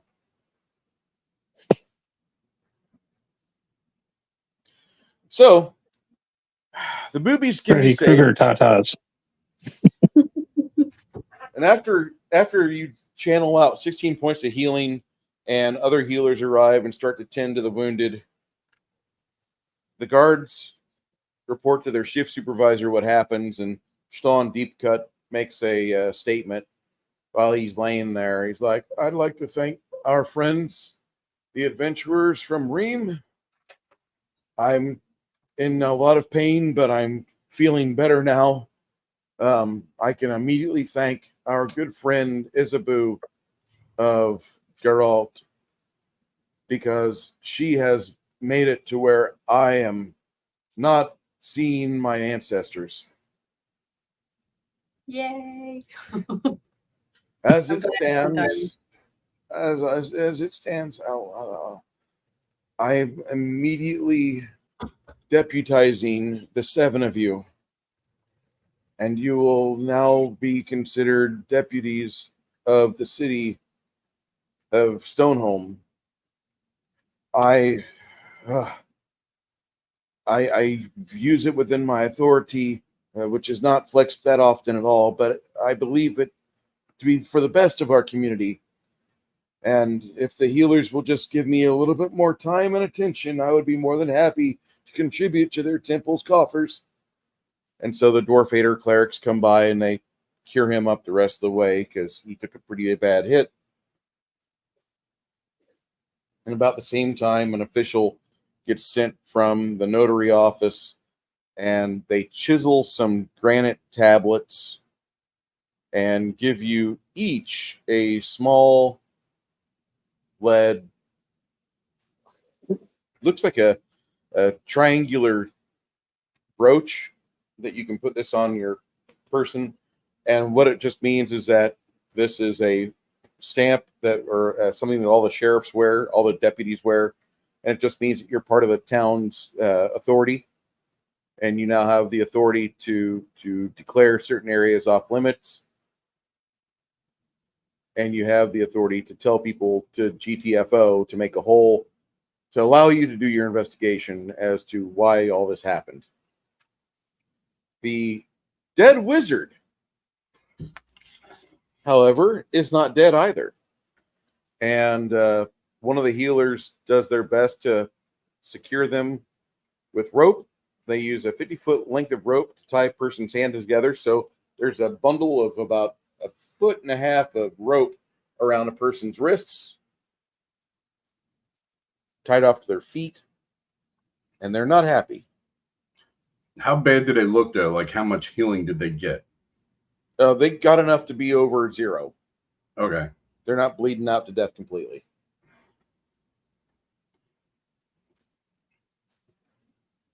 So I guess we can't get too rough with them. So if I give them, like, the Hulk Hogan boot, that's a no-go. Probably a no-go unless you have a healer within arm's reach to offset any actual damage you do with healing. Oh, wait. This is the not the healer. This is the magic user that walked through the door and spit out 5 magic missiles, correct? No, she ran off. Oh, all right. So this is the one that baked the gnomish girl to death like a Jew in an oven. And at that point, we got our guys to strip people back. There we go. The woman that was holding the book with the big flame coming out of her hand, she's the one that ran out? Yeah, she ran out. Okay. So we're going to see her again. Yep. These are the 4 hopefully under better circumstances. These are the 4 characters that you'll be hearing the criers talk about. A half-elven with a bow, then 3 humans with high magic abilities, and you believe some sort of cleric of Despotter. It's probably a waste. I'd like to try hypnotism. Okay. Does she get a saving throw or not? I'm pretty sure it's will-based.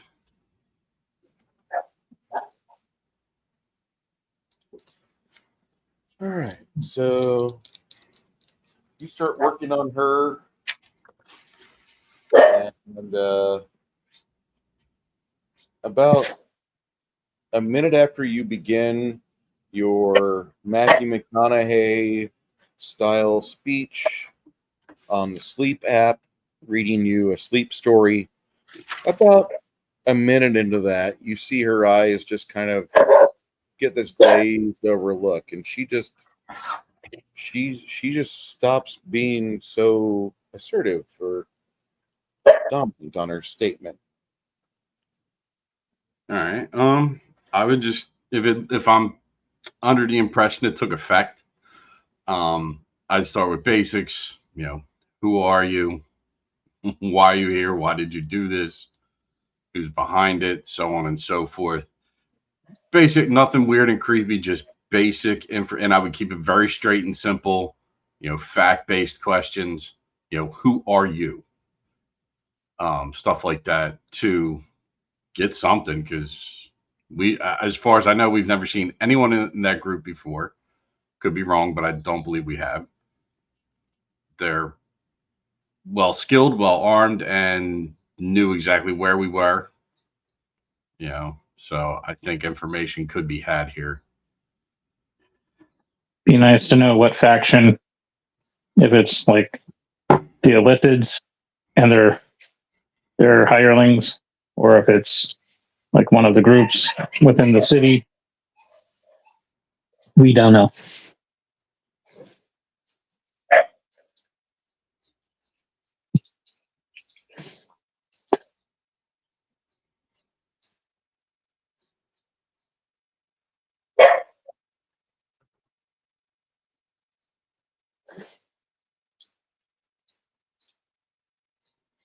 I wonder what's got my dogs all retarded.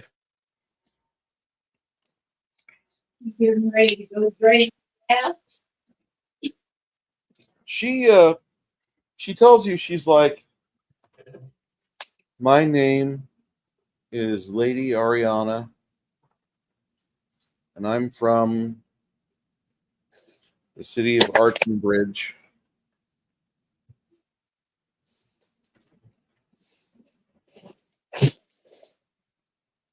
I was hired to assassinate Sean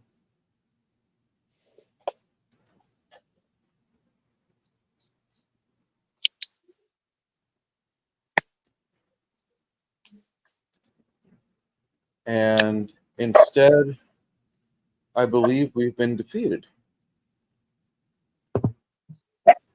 So who hired you?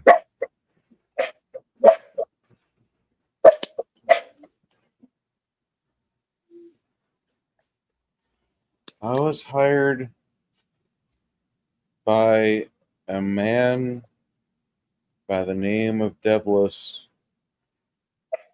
Devlos the Unkind is what he called himself.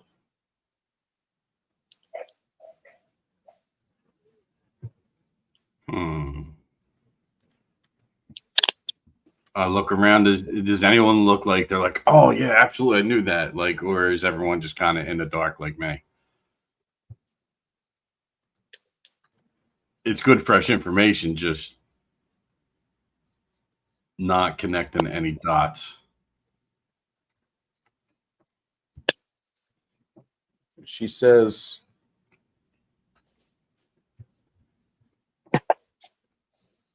we knew that you were from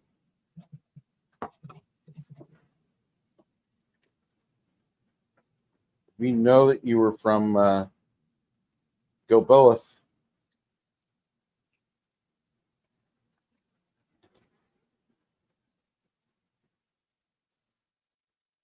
But it's been a while since we heard of you.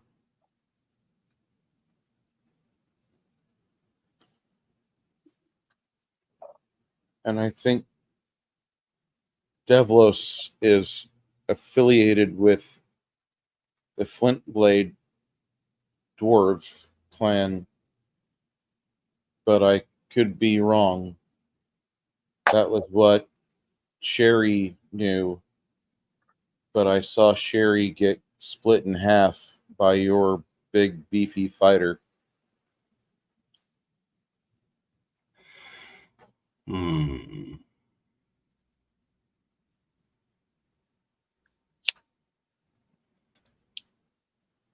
Anyone else got anything? I'm jotting down notes right now. Yeah.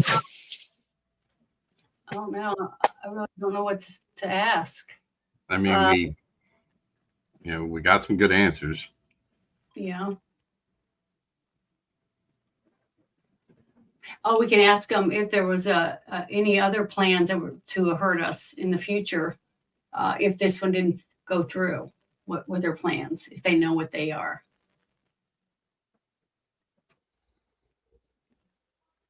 We didn't have a plan except to get paid.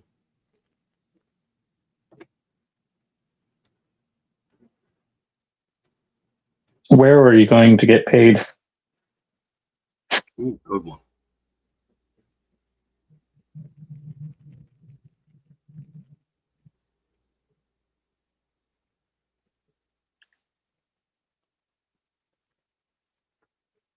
I believe it was supposed to be the Golden Scone. You know about the Golden Scone. It's a small bakery and restaurant here in town.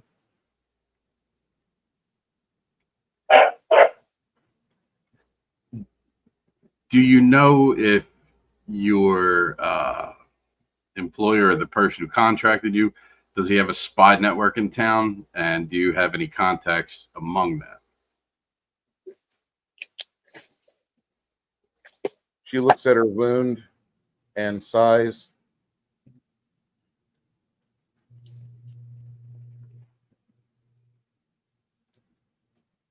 Well, that sucks.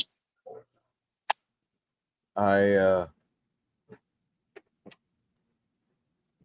think I'm going to get killed no matter what I say. But it's going to happen no matter what. I'm fairly certain that Hammer and Bridge Fortress is gonna miss me. Hammer and Bridge.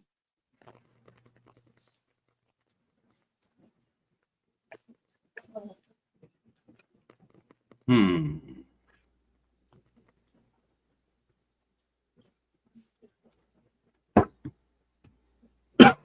Sorry.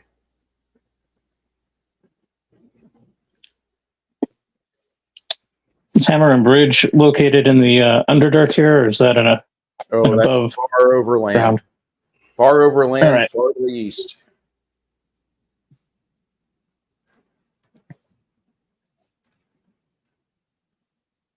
Future point of interest?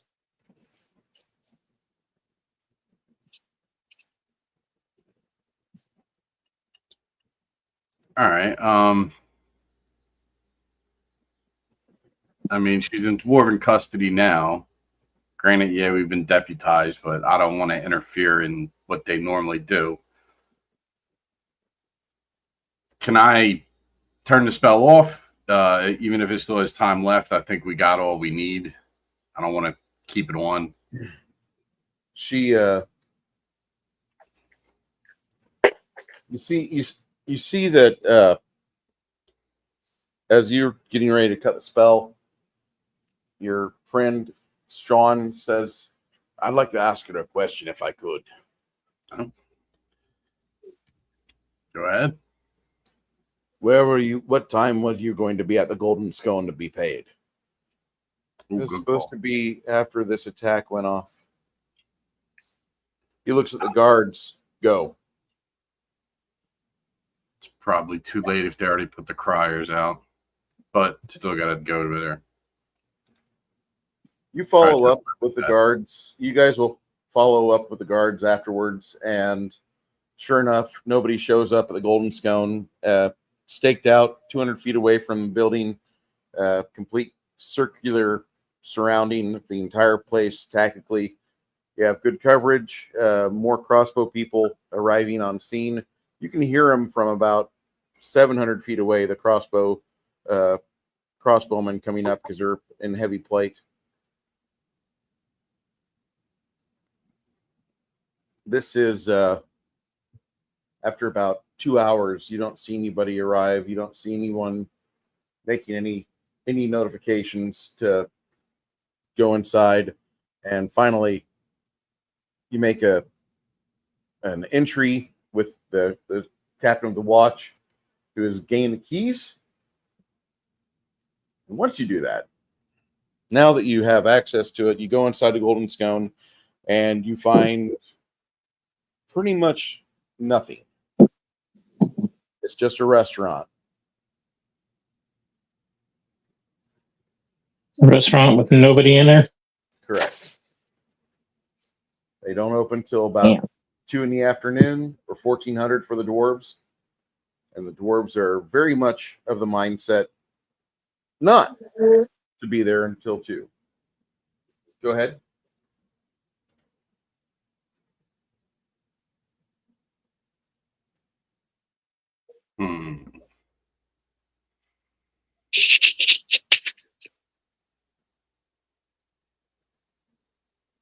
So we've gained access before the proprietor and staff have arrived.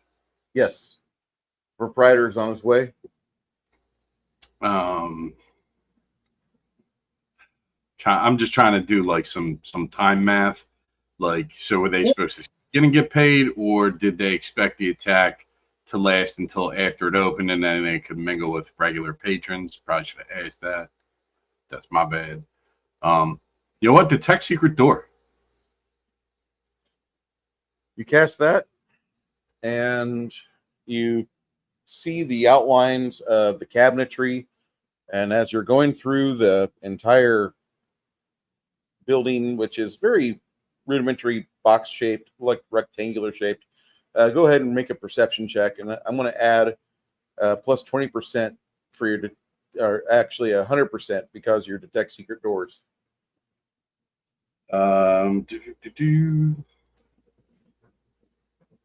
78 plus 40 is 128. You said what, an extra 100, so 228.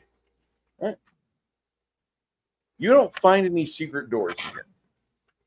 Damn. You find a lot of pantry access. You find a lot of cabinetry. The kitchen area is a combination of open shelving and other doors and such, but you don't find any like secret doors and such. About 3 hours into it, the shift watch captain and owner of the business, the manager of the business, the three of them come to you guys and say, can we stop this? I mean, we're not seeing any activity here. Whoever it was, they heard the town criers. They've probably abandoned their plans. They're going to try to reassess what they can do. Yeah, no, I mean, we announced ourselves that, so we lost the element of surprise. I should have thought of that ahead of time, but yeah. Is the staff there yet, though? Or is it just the owner? The owner and the manager. The staff will be showing up here in about 20 minutes. Would anyone object to us staying and having some refreshments?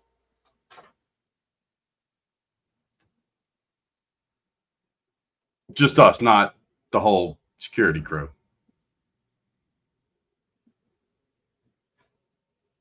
I don't hear any objections. There's just one more spell I'd like to spit out when the rest of the staff arrives. Okay. So in the meantime, we chill, have some dwarven coffee, some dwarven scones. Yeah, I'd ask for a dwarven light ale, but I'm pretty sure that's just absolute.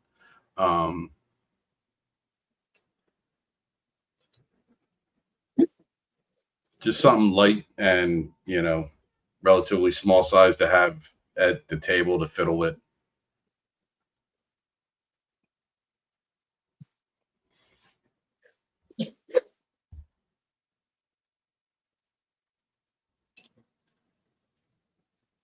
And if Isabu can hit the food and drinks would detect poison, that would be great.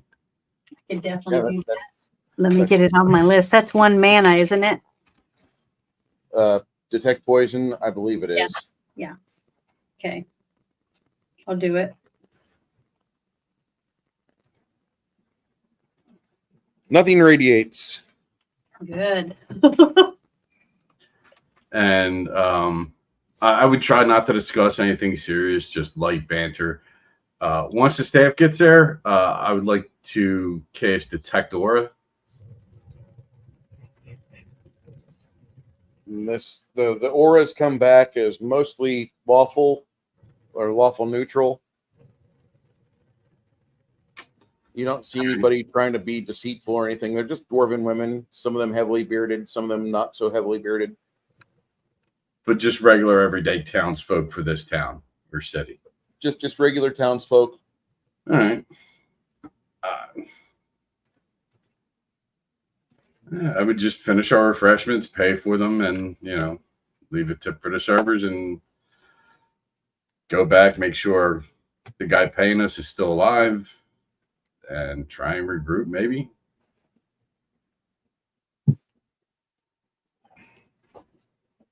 Yeah.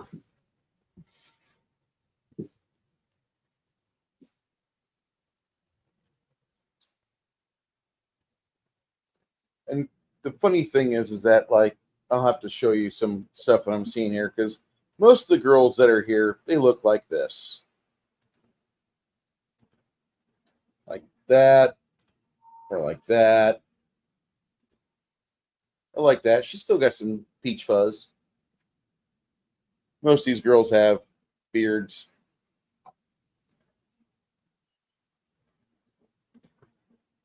The difference between dwarven women and other women is that they have beards. They don't have penises, though.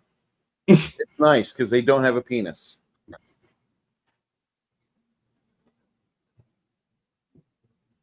And that's the way all women should be. They should not be born with a penis. They shouldn't have a penis.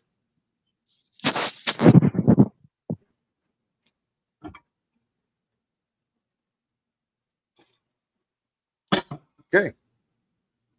You guys have some apple pastries, and for the most part, really enjoy that. The dwarven women are fairly agreeable, and about maybe 10 minutes after you get your food, some young kids come in, and they're just kind of like looking at you guys like they're looking at movie stars, and you realize that you're getting a little famous. Congratulations, 17-year-old people.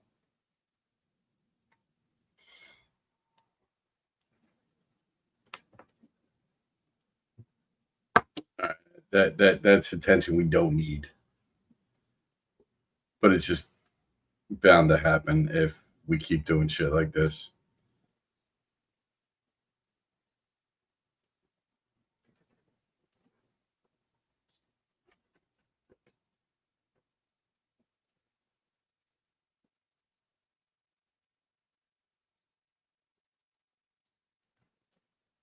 Well, no matter what, if you want it or not, it's happening. Yeah, that's what I'm saying. The fact that the dwarf Stone Deep Cut made it to where you guys are now an authority figure. The fact that it's getting out that you guys fought bravely and you managed to lead other members of the bar into an effective repelling of highly dangerous magical using individuals. Yeah, it's just a natural byproduct,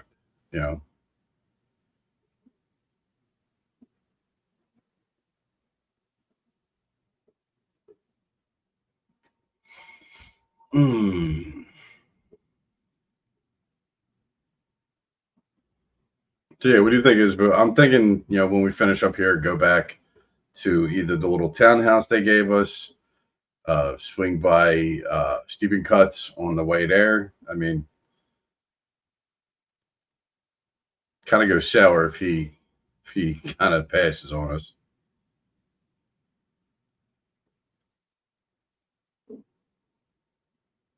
As you guys will repair back to your townhouse, outside of the townhouse is Stone Deep Cut and he wants he's got a few of his people there with him. There's 3 others with Sean, but he's willing to talk. He says, if I could go inside with you, I just want to just discuss some things about today's actions about breakfast. And I'm really sorry that we had that happen.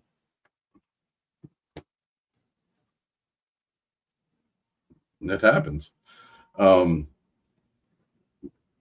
When we get it in settled, the first thing I bring up to him is what was it, the Flint Blade clan? Yep. I mean, because he was in the room being, attended to by healers doing the little hypnosis thing. So, I mean, I'm making the assumption he heard it loud and clear. Yeah. So, and also, I need everybody to recall back to when the attack first started. Make a perception check, because I made an error at the start of the combat. I didn't have to do that. hold on. Bear with. 110. Keep to my core skills with a 70 roll. Okay, so you saw him, like, when the attack first started, he, like, the first time you've seen him really angry, like seething with anger, and it completely out of character with his public persona. And the mere act of threatening him is an act worthy of immediate death. And, like, you're thinking there might be a tremendous ego underneath that veneer he has. Okay. But in the remembrance of that, any recognition or just the indignation of someone daring to attack him outright? More the latter. Much more the latter. Hey, look, both are important, so you gotta know what we're working with. I can take, indignant and arrogance and having that challenged. A lot of people have that. I mean, it's good to know.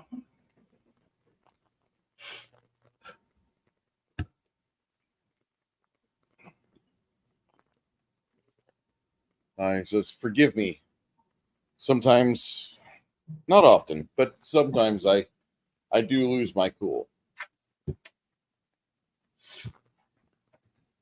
Understandable. Best of us.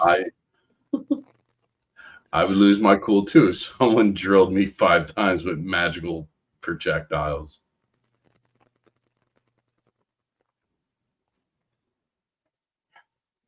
Okay. So,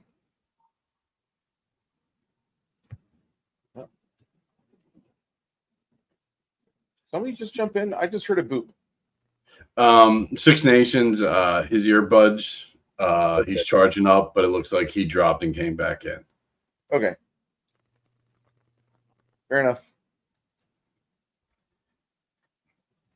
No, Yeah, he's and he out dropped again. again. I think he's having some connection issues.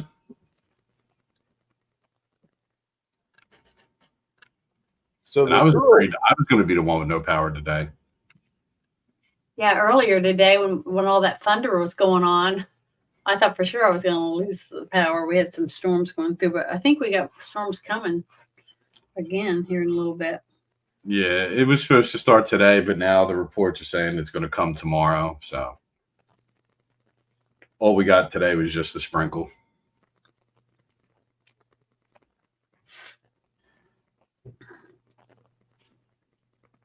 Well,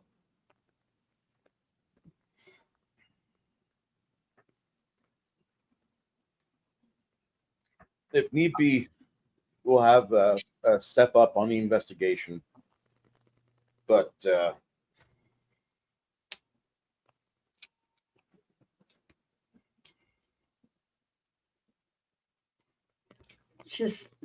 just want to say that whoever is behind all this has lots and lots of money to pay all these people to do all these different things. well, the girl made an admission about a payment, and it was somewhere in the neighborhood of 500 silvers, which is really nothing to sneeze at. Yeah, I was going to say, for any of these people, most of the people we've run into can't even get 2 silver coins together,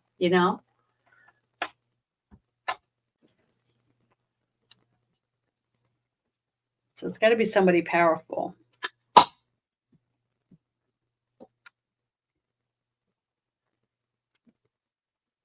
Bardic knowledge.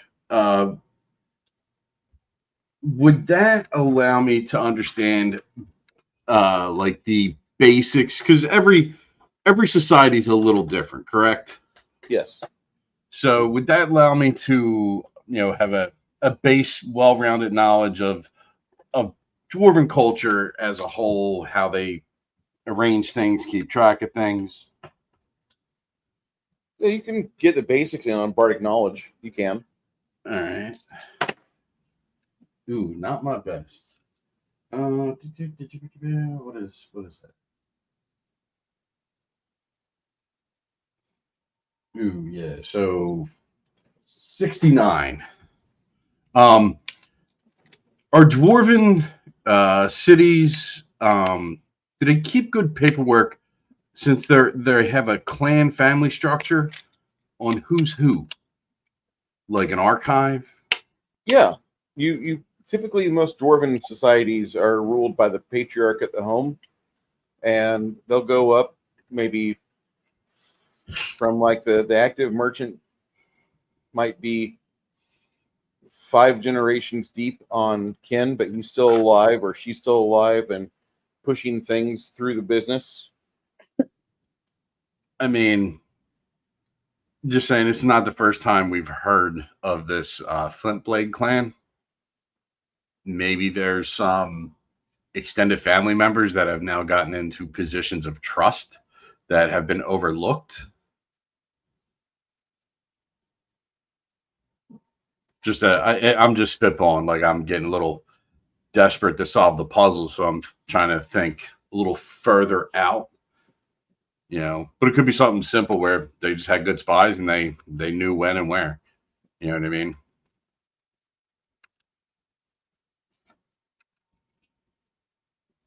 That's a very good possibility. At the very least, it's a very good possibility. So, I mean, if he has someone he could trust to look through those records,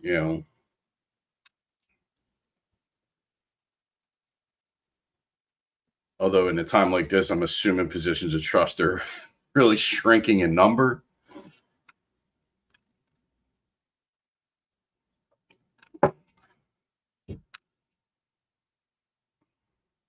Because I really don't see brute force solving this. We need some answers, and then the answers are going to lead us to the solution, but we need the answers first.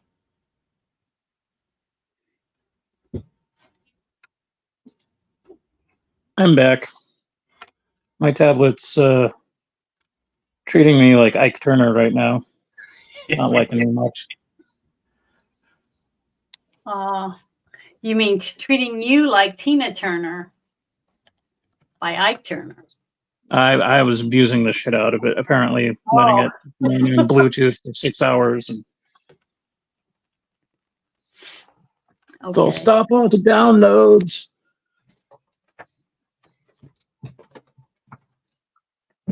And my earbuds were at 30%, and then they dropped to 20%. So apparently, they didn't charge all the way like I thought they did.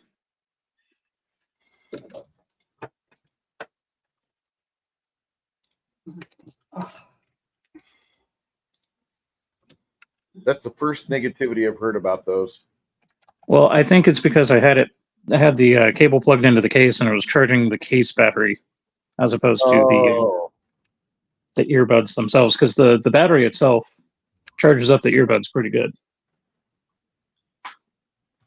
It's just I forgot to unplug the case before falling asleep. And this morning it was probably at 60% or something.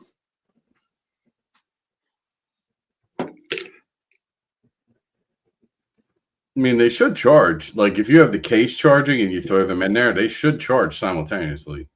Take care of That's yourself. what I was thinking. I mean, it's possible it doesn't depend. I mean, it might be brand specific. Whatever cheap brand I got, For mine, they do that because I can't get a full 8-hour shift out of them when I'm at work. Yeah, this was running constant for 6 hours, and it just dropped down to 20%. And I kept hearing low battery every couple of minutes. So Yeah, I think 6 is about the best I can get, and then they need at least a half hour before I can drop them in again. That's what I was going to buy. My mom and dad just had their 52nd wedding anniversary, and I'm going to buy them some of those Raycons, I think. Oh, cool. Congrats. Because they just seem like a good purchase. Like, I've not heard anybody complain. I've heard everybody talk mad shit about them. They're great. And yeah, this is like the worst thing that I could say about them is what just happened, which is not a big deal. 6 hours.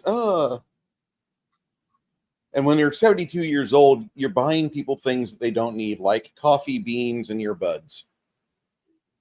And if they got one of them newfangled smart TVs, they can watch it in relative silence compared to, having to blare the TV at odd hours of the evening or morning or whatever. I don't know what 70-year-olds do. So if my mom and dad didn't live in Illinois, I'd buy them guns. But shipping guns to Illinois, going to get like vans sent to my apartment. What are you doing, Mr. Texas boy? Okay. It's a good thing you don't have a dog. That would be guaranteed. Mine are Tozos. I got them on Amazon for like $20 years ago.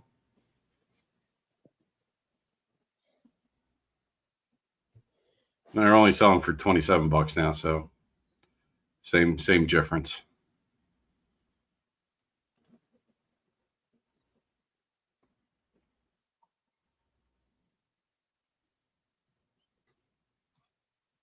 Yeah, you think about it more.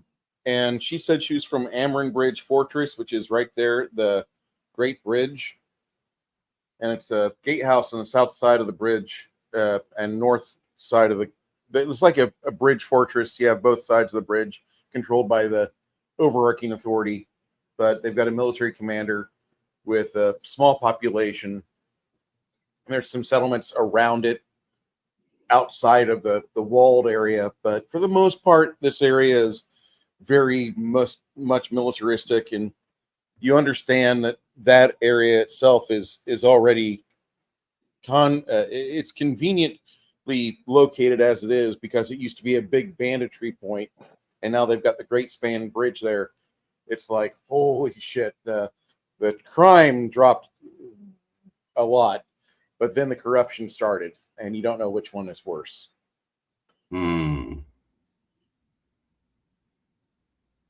Like a mini Chicago. Yeah. The Arkanlanders are pissed because if you're going northbound, the tolls are just fucking out of the fucking world. They call it the Troll Fort.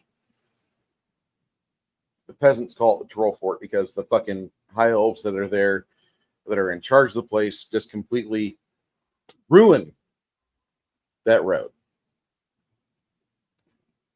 Sorry, didn't mean to be racist, but whatever. Yeah, they're 9 years. Who gives a damn?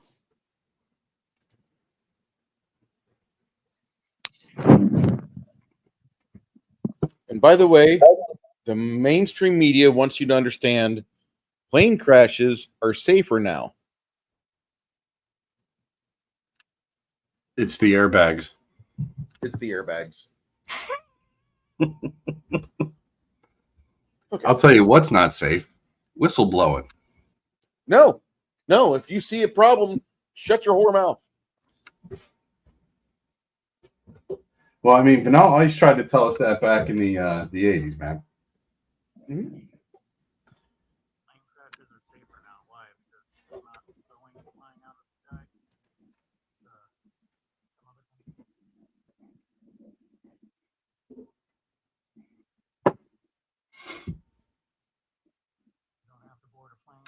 So what's our next plan of attack? What's our next step? Well,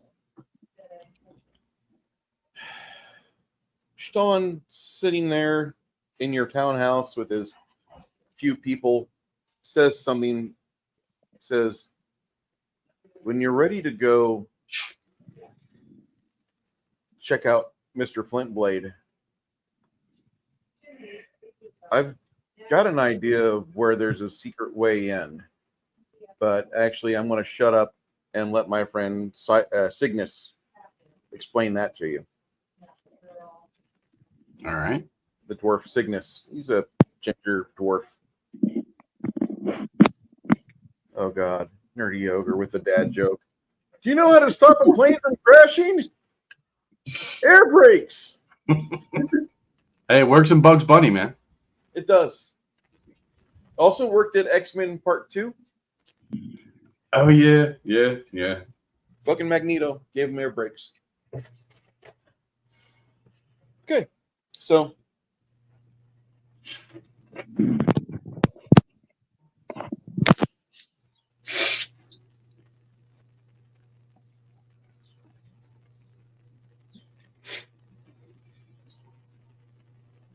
Cygnus tells you, like, there's some tunnels. It's not too far from the sandstone warrens. And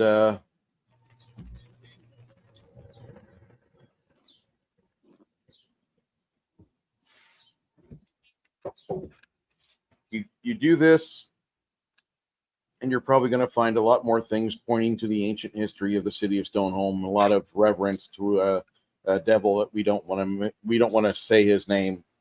A lot of demon worshiping on the flint blades.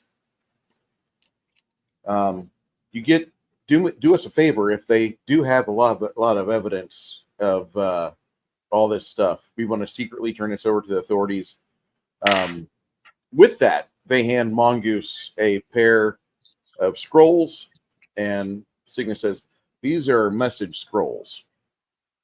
They're tied to the watch station on the eastern side of the city, and that will get the shift sergeant in order, and they'll get a retrieval team set up. If you come back into town with all the totems and all the runic items and everything needed to summon some ancient devil from before, you're going to probably cause a problem with the city's peaceable mindset. We don't want that.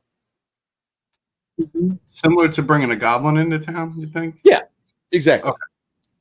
But sense motive. Is this guy being honest? Because I hate to say it, sure. We keep getting pushed back to this sandstone warren place, which is really a bad place.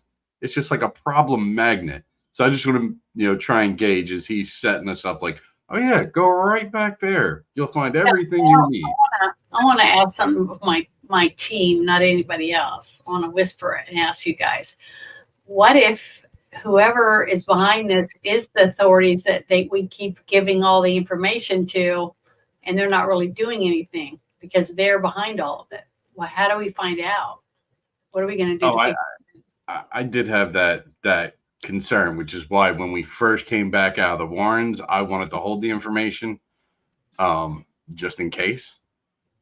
But I don't know how we could do it, find out like that absolute truth without a long, drawn out political, sociological, experiment, trap, whatever. No, I don't know. The last couple of times these things have happened to us, and then we went right back into the mess. It just seems like they're just going to keep sending us back until we're all dead, because whoever is sending us, I think, is behind all of it. Welcome to court intrigue. That's what it seems like to me. That welcome to Politics 101. We don't have solutions, but we create problems. Yeah. So I just wish I was strong enough or had enough powers to, like, I don't know, go to somebody high up in the department of the people that are taking in the information from us and find out if somebody on the inside is running all of this. Well, I think that requires 5 or 6 levels. Yeah. I know. Some that's followers, bad. some hirelings. I don't know if we're going to make it. I mean, I really don't. It just seems like we're getting closer and closer. Look how low, what was it, 2 of us were, to where, you know, another blow, we might have been dead, you know? So I don't know. I just have a really bad feeling about, I just don't trust anybody right now, you know, except for you two. Yeah, these are like first level problems or low level problems, to be exact. Well, I mean, real low. that's the whole point of But political I want to intrigue. live, you know, and I want you guys to live. So Yeah. So we got to do this smart. yeah, we got to think about it. How do we want to? I think we should start limiting how much information we give them too. I And start paying was very, attention to- very pro that in the beginning. Well, I'm definitely pro with that now for sure. But Bruce, did Cygnus seem sincere? What's your role? I forgot. And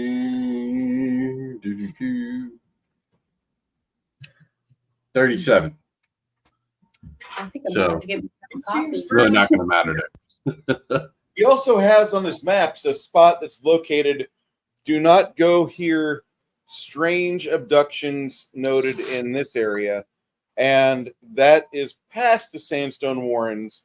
But from what the existing older maps are showing that he's showing you, it looks like it used to be a highly trafficked area, but now the maps are registering changes because somebody has reported there is a group of abductors in that area taking people, merchants, caravans, goods, and taking them somewhere else. Might be the fucking squid-headed illithids.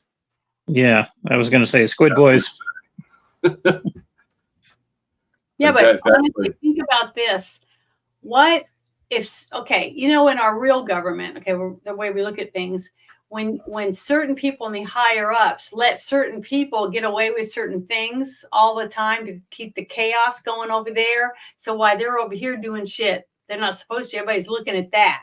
So while everyone's looking at these creatures, you know, these people that are killing people and sucking out their brains, but what's going on somewhere else? I mean, you know what I mean? We need to start asking some questions and find out what's going on over there. And that's why these guys just seem to slip away in the dark all the time. They just start a ruckus to get everybody looking there, and then they leave, you know, because remember, like we all said, that was kind of weird how they didn't try to kill any of us. They just took that other person. You know what I mean? Well, as much as I'd like to pursue that, I don't want to be Arkansas before I get my gambling proficiency. I'd like to at least lose some money. Me either. But the thing is, I feel like the more we know and don't share with any one of those people, the more we know, the easier it's going to help us to know who to take out and who not to take out. Does that make any sense? Yeah. I mean, personally, you know. Yes, Ty. Exactly that. So I pick, we should pick one person that does all the talking to the hires up people when we give information. That way we make sure that they only get the information we want them to have. I definitely agree with that. Loose lips sink ships. So if we have only one set of lips that are moving, then we have a less likely that we're going to sink. You see what I mean? And I trust you guys, so I'm just saying. I think we should get this set up before we go on another journey to make sure we're all on the same boat, because we all want to live. Bruce, what time of day is it? Well, time of whatever in the caves. Mm-hmm. It's about 3 in the afternoon of the start of the day. We were ambushed at a breakfast shop. Mm-hmm.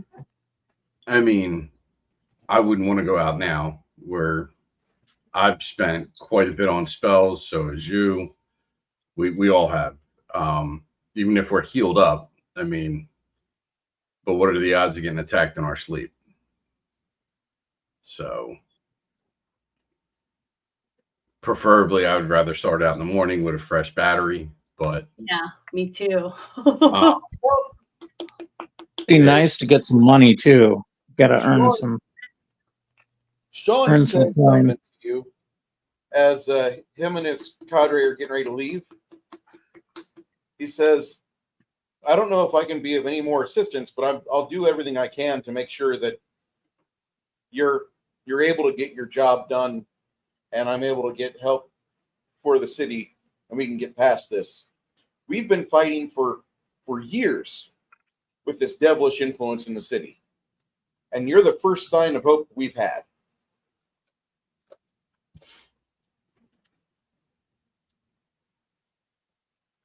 This is where we have that insert meme of the little kid that's skeptical. wait a minute. Wait a minute. Look what I can do. I mean, I think the biggest thing, at least for now, my vote is we take a peaceful night, eat, sleep, bandage, rest, meditate, pray, whatever. Yeah, some more of our channel positive energies. That's just me. The universe may not allow that. Well, And our universe won't exist long if we don't allow that. I mean, Honestly. since we have these cool badges, if anyone has insomnia, perhaps we should check out the Thane treasury, make sure all the coins are there, slowly count them into our bags, and grab a wagon to the service.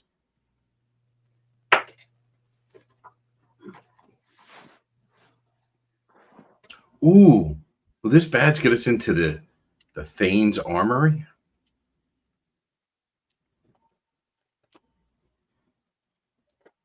Oops. Say again, what? Would these little deputy badges get us into the Thane's personal armory? He probably would be upset that you'd want to go there.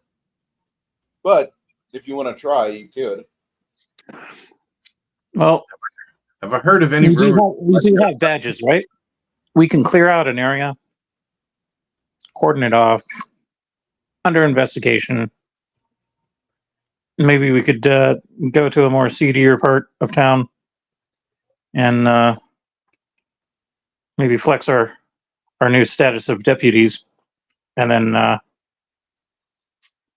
loot some chests and money boxes and whatnot. Ooh. What has the town, Thane, whatever, whoever would actually do it? The glass factory. That was a little bit ago. Oh yeah. Mm-hmm. Like, we were told it was going to be cleaned out, right? Restate, please. The glass factory. Yeah. Where we found like the first what was it, Dark Heart Ruby, Yes, sir. the little fiendish rat demony thingamajigs. Mm-hmm. If I remember correctly, once we, when we cleared, we fought what we fought, we left. They had a crew go in. They were going to clean that place out, right? Mm-hmm. And what were they supposed to do with it? Were they going to repurpose it, sell it, or was it just going to be sealed and condemned?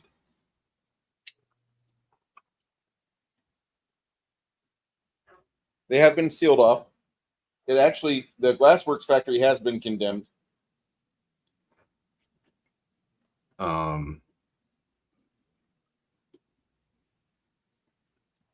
Because I'm just wondering, like, Did they send Can they- like a priest or anything in there to clean out all the demon stuff that was going on in there? Or they can just letting them fester in there or what? Do They we took know? a couple clerics of Dwarf Vader in there, and supposedly it's been consecrated. But Okay, good. it's also slated to get demolished and rebuilt into something different. oh well, that I can make peace with then. I mean, unless they had like secret tunnels through the foundation that people purposely overlooked or whatever. If they're going to trash it and start from scratch, that should get rid of a good portion of the. Are the dwarves required to disclose information? Kind of like how you sell a house. Some states they say somebody was off in your home. You have to disclose that information. You would think that would happen. So whoever That would- buys it should know that it used to be a demon factory, posing as a glass factory. You would Just in think case they there's would some have weird to shit going on. disclose that.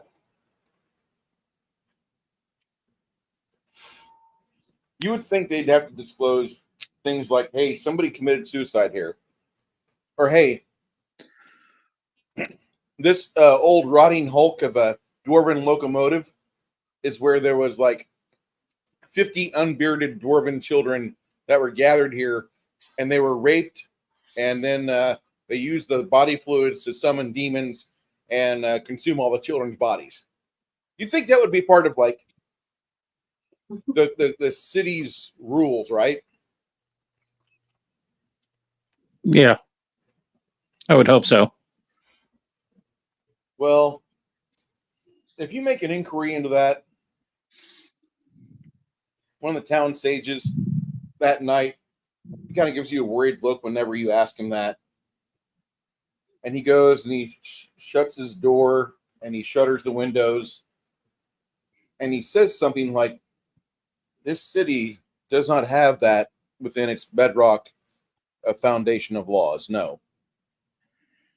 Others have suggested it, and those people are still alive, but they've not asked that after the second time. There's still a heavy influence of a devilish controller within the city, and I don't have an answer for you on that. Not right now. I would have to make spiritual inquiries.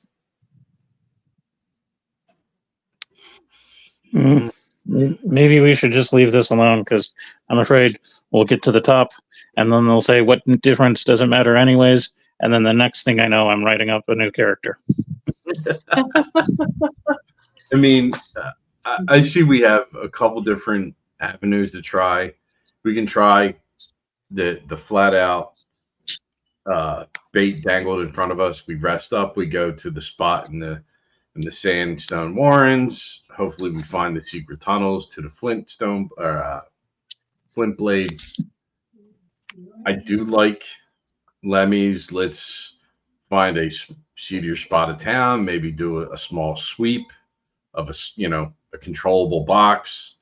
Maybe turn up some stuff there, or at least cause enough drama to force someone to act rashly. Hopefully, it's something we can handle. I mean, either way, death is likely and success. So, But what are we going to get out of going this time? What did we get from last time we went and almost died? I got some goblin gimp suits. Ooh. we discovered the mind flayers. Mm-hmm. I mean, that if people aren't, if the entire town isn't scared of that, either they're in on it or they're just fearless. And I'm assuming it's 50-50 at this point. Maybe swaying to 60-40 from listening to that sage now. I don't know if I'm high enough to want to tangle with even one illithid right now. Nope, not me. Nope. I'm assuming in my repertoire is at least 3 ballads of people who got their brains munched. Yeah, I don't want that to happen to any of us. Oh, is there a way, anyone we can find in this town that we're in, the easiest way for us to kill those type of creatures?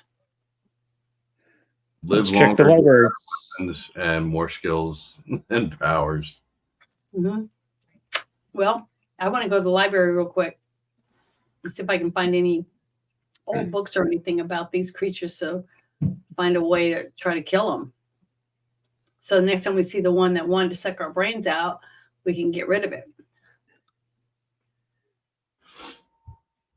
Cool. Is there a Dust off an library? old TSR tome of Monster Manual.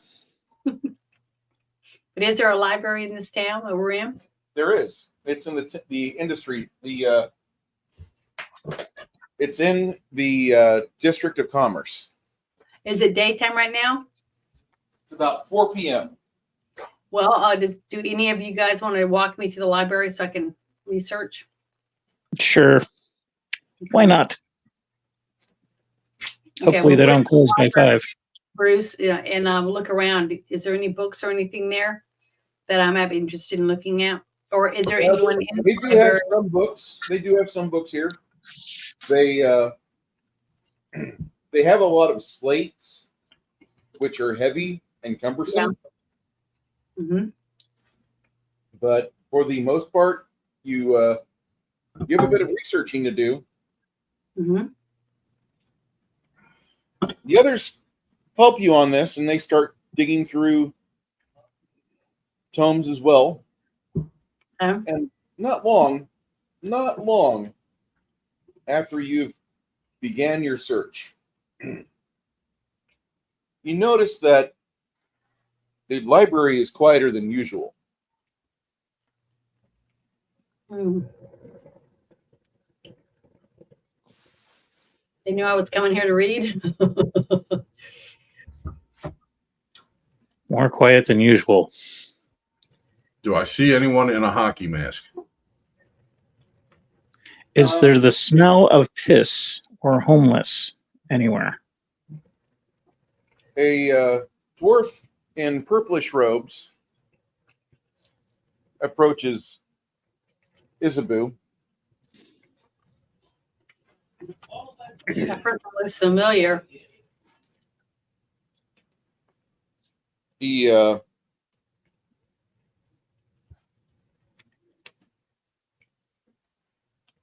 brown-bearded, well-minded dwarf with little bits of silver within the facial hair. His eyes are cold and seem to calculate the 7 of you very well. Listen, I'm only doing this for your betterment. You should not be interfering with these things that you do not understand. He says this, and there's an unnatural timbre to his voice. It's like there's 2 voices speaking in chorus from a single throat. He pulls So a like silvery that. flask. He pulls a silvery flask from a pouch on his hip and weighs it in his hands. Consider this a fair warning that you need to turn back before you're in over your heads.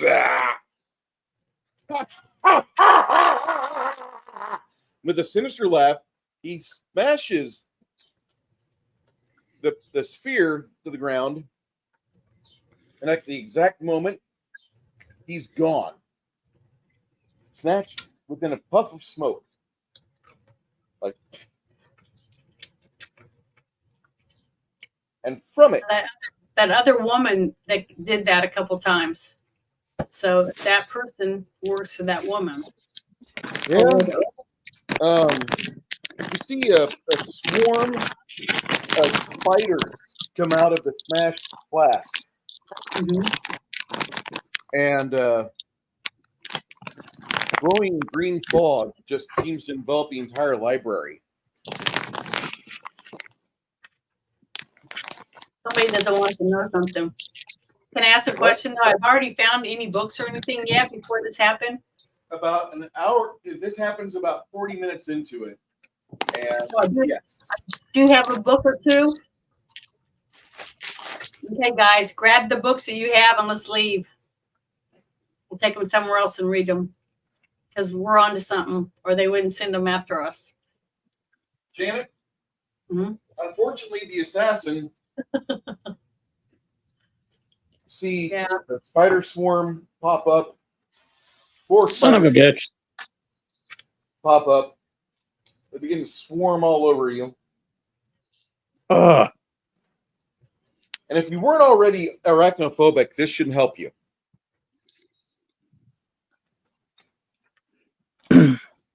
The swarm immediately starts to bite Janet. You'll take some damage, and so will. Damn, I haven't got to do Sorry, a nice rest. I don't know where to put my pencil. Oh, there it is. Okay. How many points?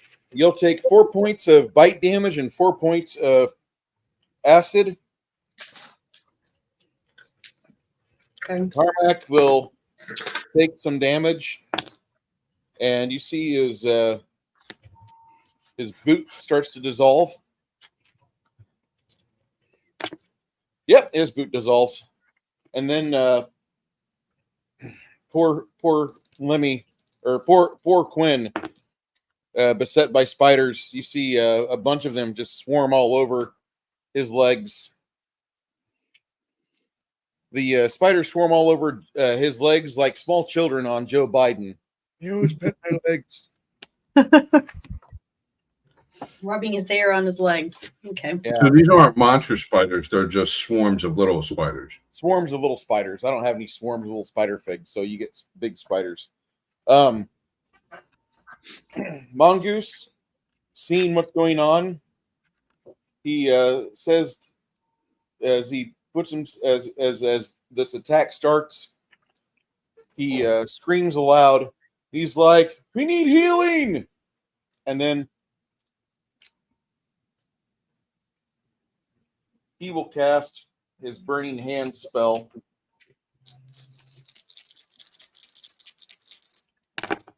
Well, all I know is that when my turn comes, I got to channel positive energy so that we have some. That'll be needed because you're taking damage along with everybody else. Yeah. Go ahead. And I'll just keep doing that, guys, while you guys do whatever you can to damage them, burn them, or smash Swarms them. are best handled with fire. Yeah. Go ahead. And we're in the library, and that kind of sucks. Mhm. Oh, well. Because one, we're going to get burned, and the library is going to go up in flames. Sorry, getting you guys in this trouble. I wanted to get some information, but they don't want us to have. Yep. Join the Teamsters, see exotic places, earn some coin. Yay. Oh. Make it seem like it was voluntary. Go ahead, Janet. Channel positive energy. Okay, and I rolled 2 of the die 6, right? Yes, Or ma'am. not? Let's see what I got. A 6 and a 3. A 9. Again.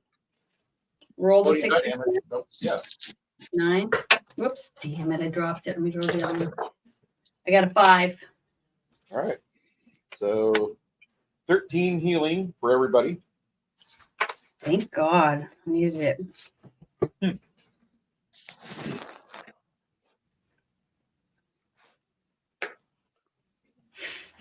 Okay, make sure you guys add that to yourselves. So I'm sure you These guys guys are. get their torches ready. And you guys deal with the spider swarms pretty easily. But it takes a few castings of Burning Hands, and afterwards it'll take some massive healing.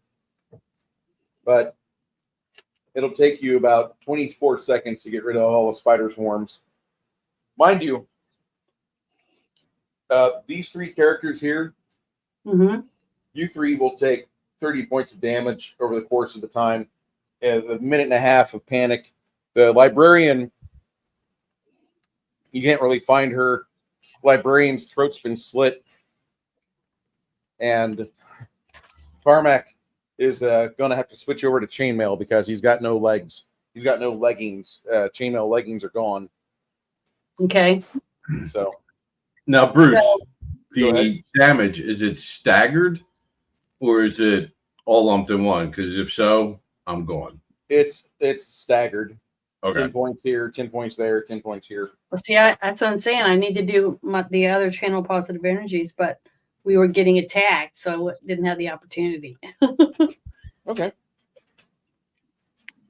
Hey, honey, Hey you're there, on. Wolf Wizard. So You have a shirt that says Chris. Still working on mine. So right now I'm Chris. Let me see your penis. You're not Chris. Hiding in my closet. Maybe.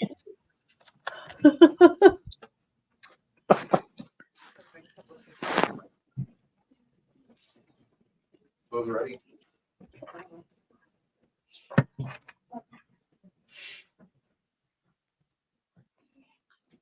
You need to be in better shape, honey. That's 3 flights of stairs, not including the first.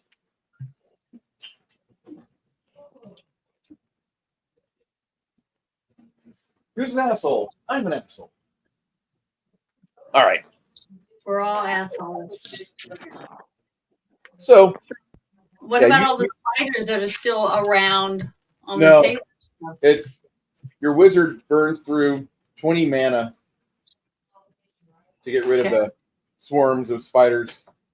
And they only encompass like a 10-foot by 10-foot area. So they're attacking one person. Actually, Carmack gets double teamed, which is why the little acidic bites to the spiders dissolve his legs and his boots. And it also hurts him quite a bit. The good thing is that the party, you overhear Carmack saying something to the 2 wait staff that were burned earlier on their tatas, and Carmack does a pretty good schmooze move, and he's like, you guys could stay with us in the townhouse, and in the mornings we can apply this restorative cream and get spells cast on us, and we can be feeling better. And that way you get all sorts of relief, internal and external. Mm-hmm. And one of the ladies actually agrees, and the other girl's like, I don't want to sleep alone. I'm going to go with you to the townhouse. There's 7 armed individuals there. Fuck it. Yep. So after that, you hear Ronaldo say something of, we're going to hire some dwarven guards because we've had this go on. We're not going to have people we're not going to depend upon the fucking city guard. We're going to hire mercenaries to at least die before we get killed in the night, because we need to have somebody watch over our residents and make sure that we don't get killed. Is that okay? I mean, it's scary. We no matter where we go or what we do, it seems like they know before we get there. That's what's scary. But whenever I get a chance, I want to channel some more positive energy. Yeah, after the threats are relieved, Janet, I'm just going to maximize your die rolls. You give boosts of like 12 per blast. Okay. Plus 12? Yeah, you restore 12 hit points to everybody within 30 feet. Okay. Okay, but so I don't have to roll my dice again? No. During outside of combat, I'm not going to force you to do that. I'm sorry, hon.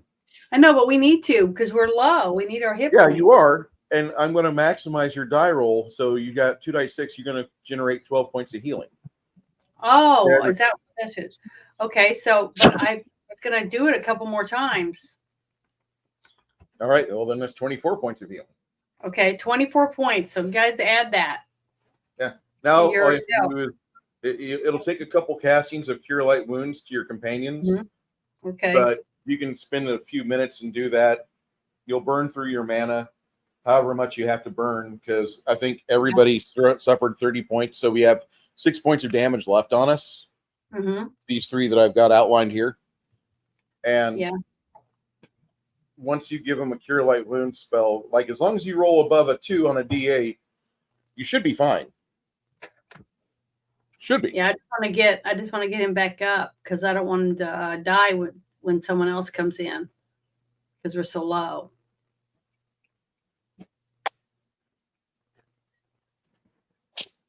I've also got that healing potion. Mm-hmm. Yeah. Actually, three. I have cure light wounds as well. Yeah. The thing is that whoop, did you hear that?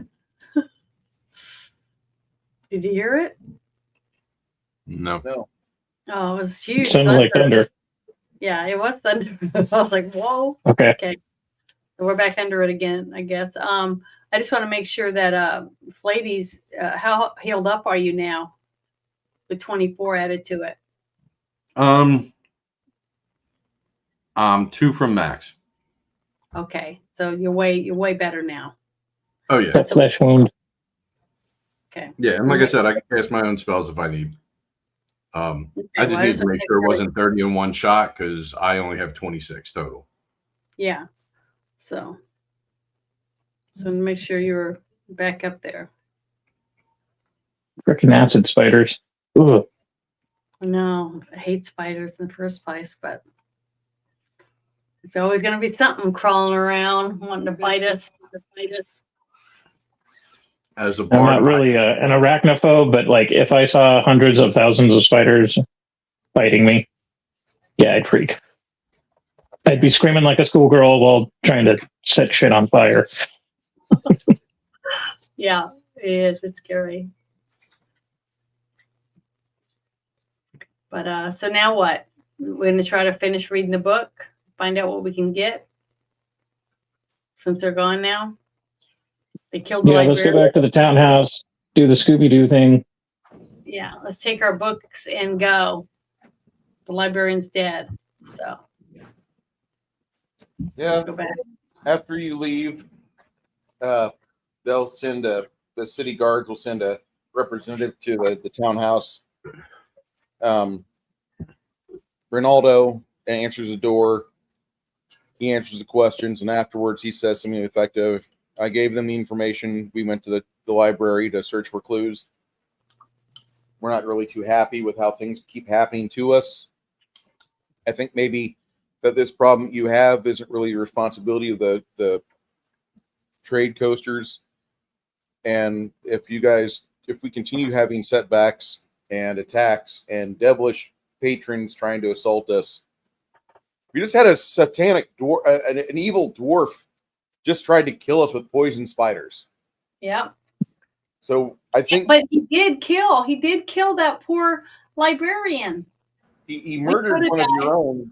Yeah, and he murdered someone. We're experiencing. Ronaldo is very passionate about it. He's like, we're experiencing a lot of setbacks here, and every time we think we're making any footage or steps ahead, something happens, and your city has another bad event befall us, and then we're sent out to the Sandstone Warrens, which I'm thinking is the roof to a giant satanic or a devilish cavern, and there's like a big demon worshiping going on over here.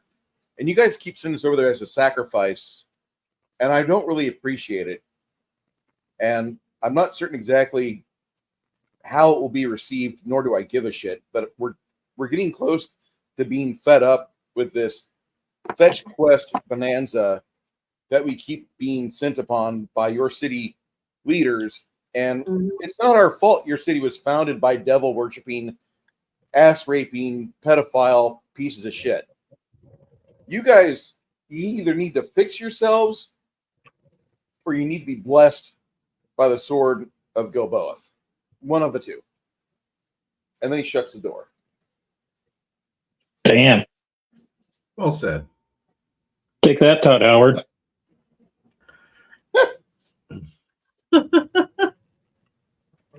Bruce, do any of the books we brought back with us, are any of them bound in dwarven flesh with like a demonic smiley face on the front? Most of them are bound with just like regular leather or pig skin. Some of them are actually axe beak leather, and a few are bound with the Rockholm lizard skin. Okay. So no demonic tomes themselves. None like that, no. No dwarven or people skin. No. God, no. Thank goodness. So was so it's what now? 6, 7-ish? 6 what? What time is it? Like 6 or 7-ish at night? About 6. I mean, if we're gonna get mercs to pull security, we're gonna have to go now to hire some. Unless we're just gonna risk it for the night.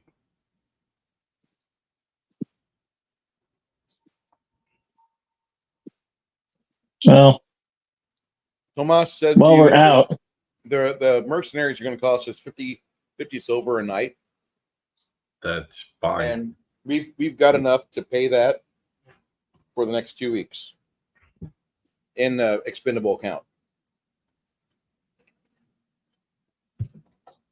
that's a plus.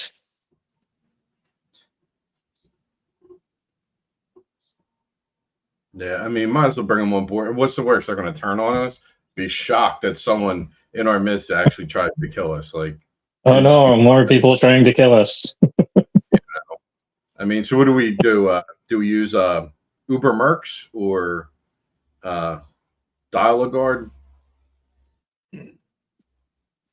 There's some people down at the Coasters Guild station house, which is largely empty. And so the city turned that into an adventurers guild. And when I was walking past there earlier, one, I was looking for good wine and I did not find it. Two, I saw there were some people that looked like they could use some coin, and I looked at their weapons and their armor was in really good shape. I asked them what's going on with their swords, and they said, I'm just waiting on a job so I could get this thing solid, edged up and get it to where it's ready to go. What type of job do you need? I'm pretty steady in a fight. And so I said, how many do you have? I've got 6. 6? 50 silver per day. 50 silver per day? Are you fucking serious? 50 silver per day. And the guy looked at me and he looked like he was calculating in his head. And that should take care of all their food. And after this 2 weeks is over, they should have enough to still have a couple kegs of their own. And they'll be able to afford maintenance on their armor and gear.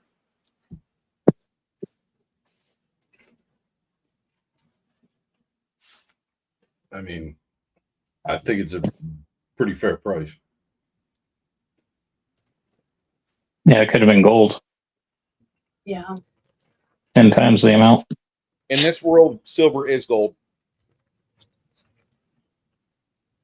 Still, I mean, I'm fine with it. I think it's a fair price. I mean, we could do worse. Yeah. I mean, we're not getting like BlackRock quality when they first came out. And we're definitely not getting whatever conscripts from the Ukraine that are currently being used. We're at a happy medium.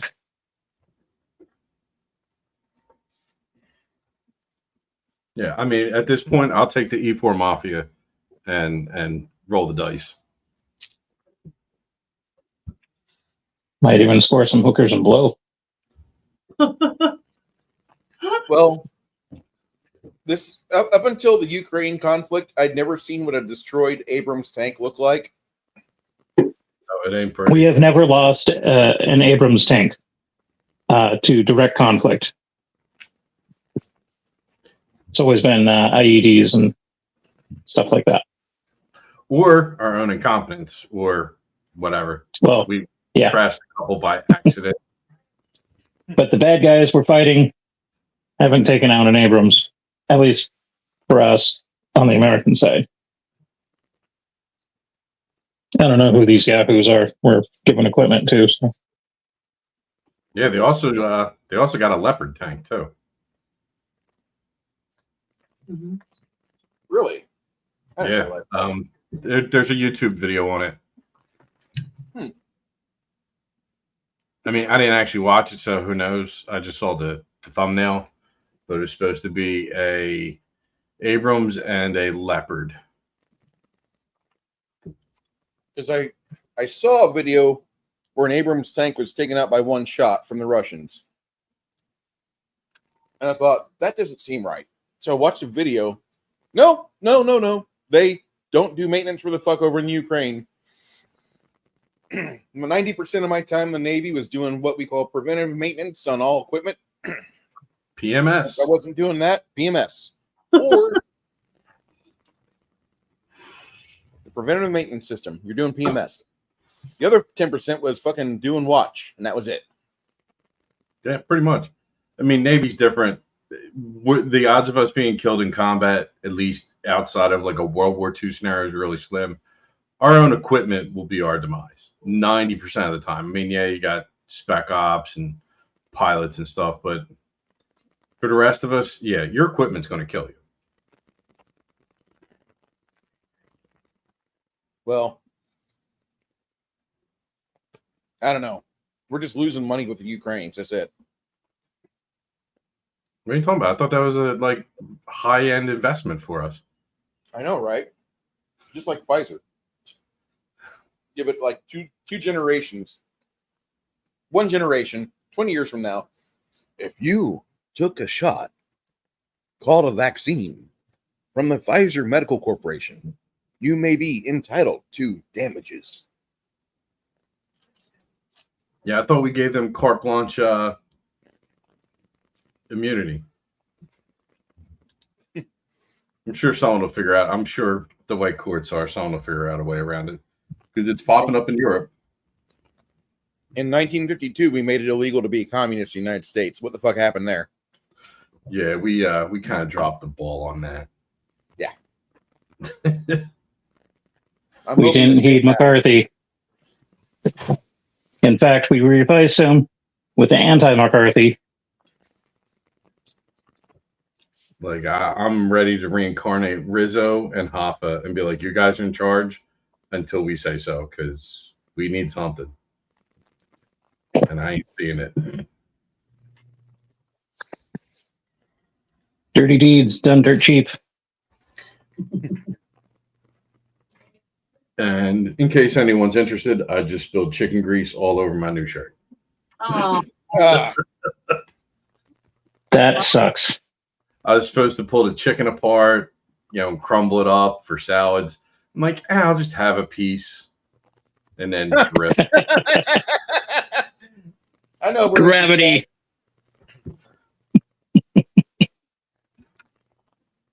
And it's my fault. I'm eating chicken thighs when I shouldn't be. I should have cooked up the breast. But Well, if I could, I'd loan you Sadie and Bobby. They'd clean your shirt up. the farm I go to, they do nothing but poultry.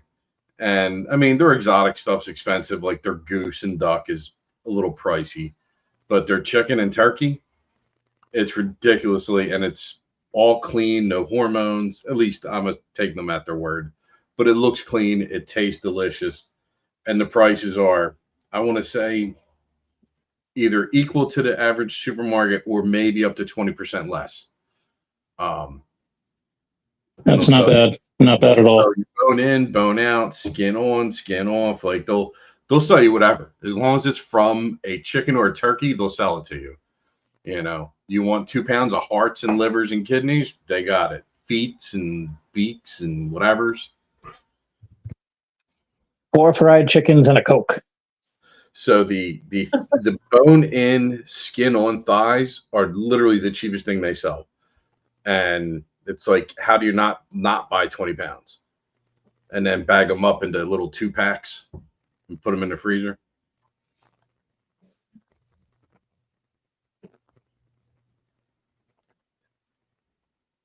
Good stuff. So you have 6 mercenaries that are in the adjacent townhouse. One of them is on guard at the front of your townhouse. One of them is on guard in the alleyway behind you. One is alert inside by an open window. The other 3 are resting.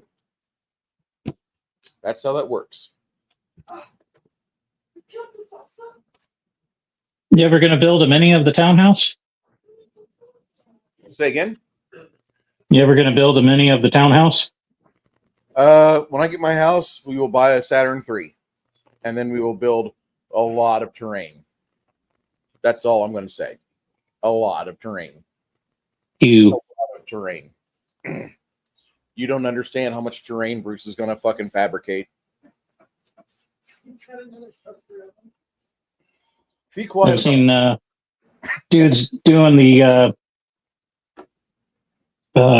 what is that insulation foam shit called? Can't think of it off the top of my head. Anyhow, boards. Yeah, and they just do whole cities out of that stuff. It's like epic. And I'm thinking, yeah, if I had like 2,000 square foot house, I could totally do that.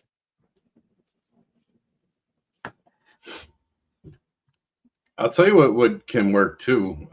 It's not as durable, but you know, if you're crafty and bored, balsa wood. It's usually sold relatively thin, easy to cut through, absorbs paint like a sponge.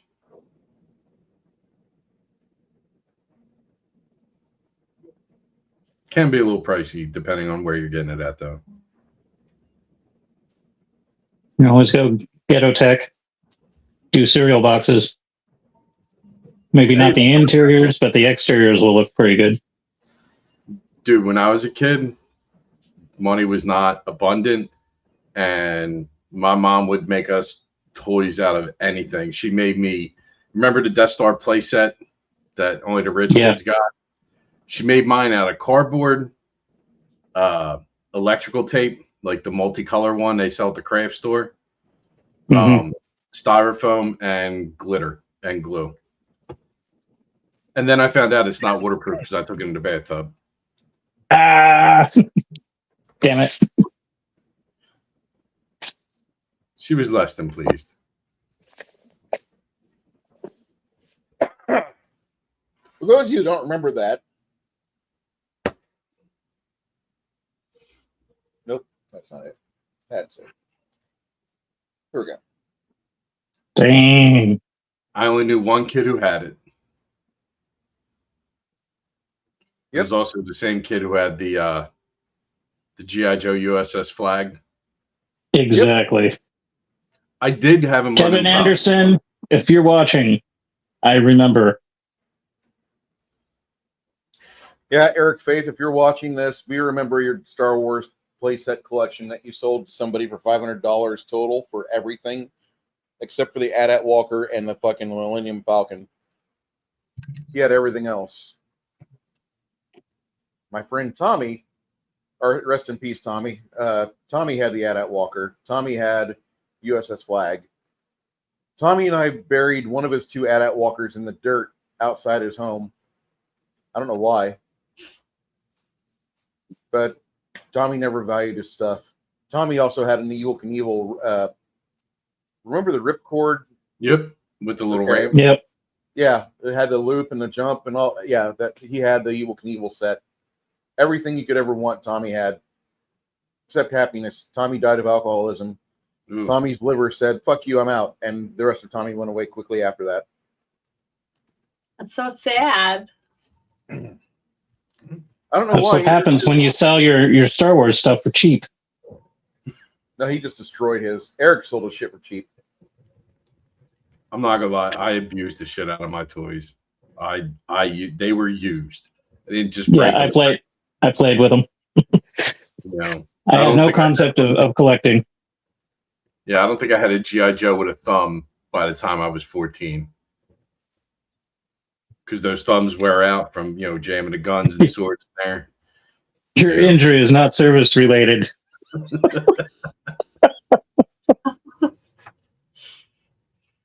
That's really pitiful.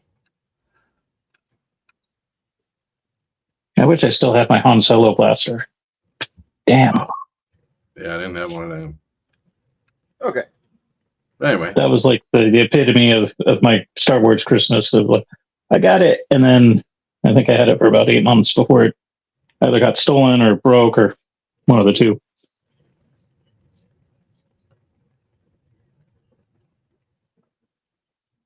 Well, as Kai, is that an Epstein quote?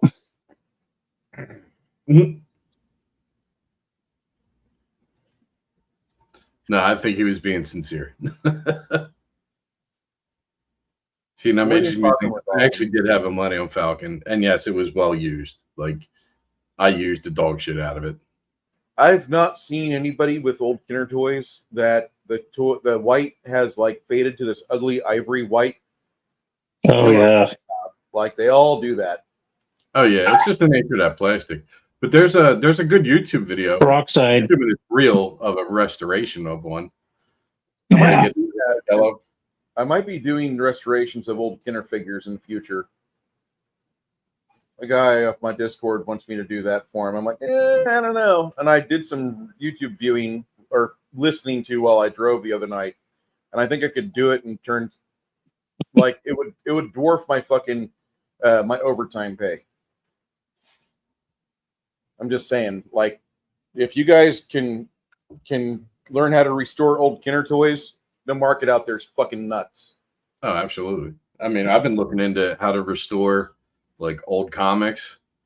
And it's pretty intensive. Like it looks like depending on how beat up it is, it could take you a month to work on a single book.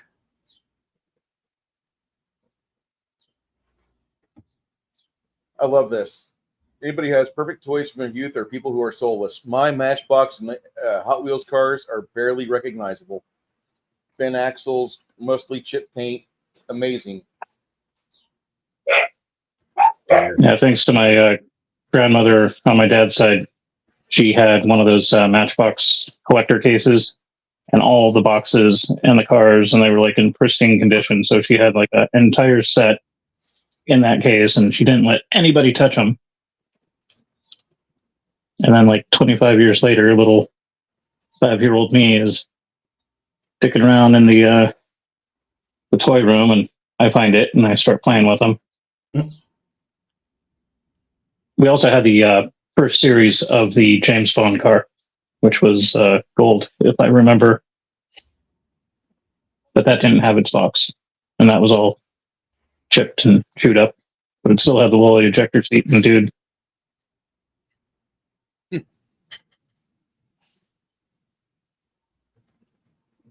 But if we feel it's safe enough to call it a night, before we lay down, shit. Wherever I'm going to be resting my head, if there's a door, I'll be casting an alarm on it before I conk out. Okay.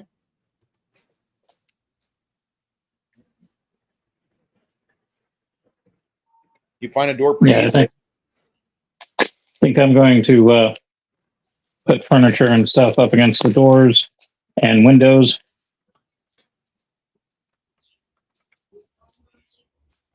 I don't have that witchy woo woo shit.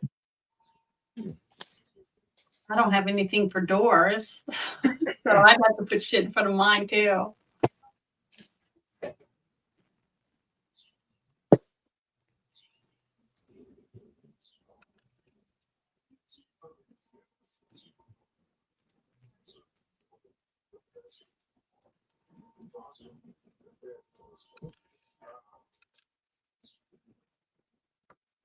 Well, you put alarm on a couple doors, and then after that, the thief walks around the townhouse and he hangs some hooks from the ceiling in strategic locations where doors open. That way, somebody who's of 4'6" to 4'9" in height, a hook would get tangled in their beard. The hooks are on a very thin line, but it's just the fact of the matter that whenever you start walking, like all of a sudden you get your skin gets tugged. It should be about neck height. He does that with about maybe 12 or 15 hooks throughout the entire location. Afterwards, the other items that you do to prepare for your sleep that night, you put together some small canisters of lubricant in strategically located places. You do your best to make sure you make everyone else aware to where this is. The 2 out of 4 bedrooms on the upstairs are where you guys inhabit. The other 2 bedrooms are trapped because of the steel wall or the stone walls. Explosives are in there. Shouldn't be enough to destroy the building. Should be enough to singe somebody's hair and make them realize that they're in serious shit.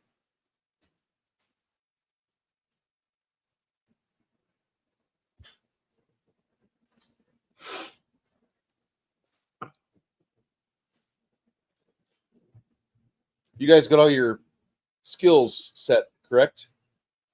Yes. Yeah, I think so. At the end of tonight's game, I'll just go over some feat suggestions for your characters as you're self-training and trying to. When you're self-training, you're kind of learning things from each other. So those of you that have things that are teachable, you're able to kind of show them to other people. It's just something nice about the fact that the way this is supposed to operate.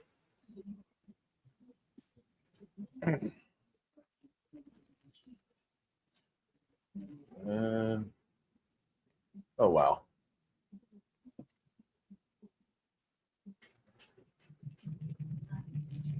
I'm looking at the character sheet for Mongoose right now.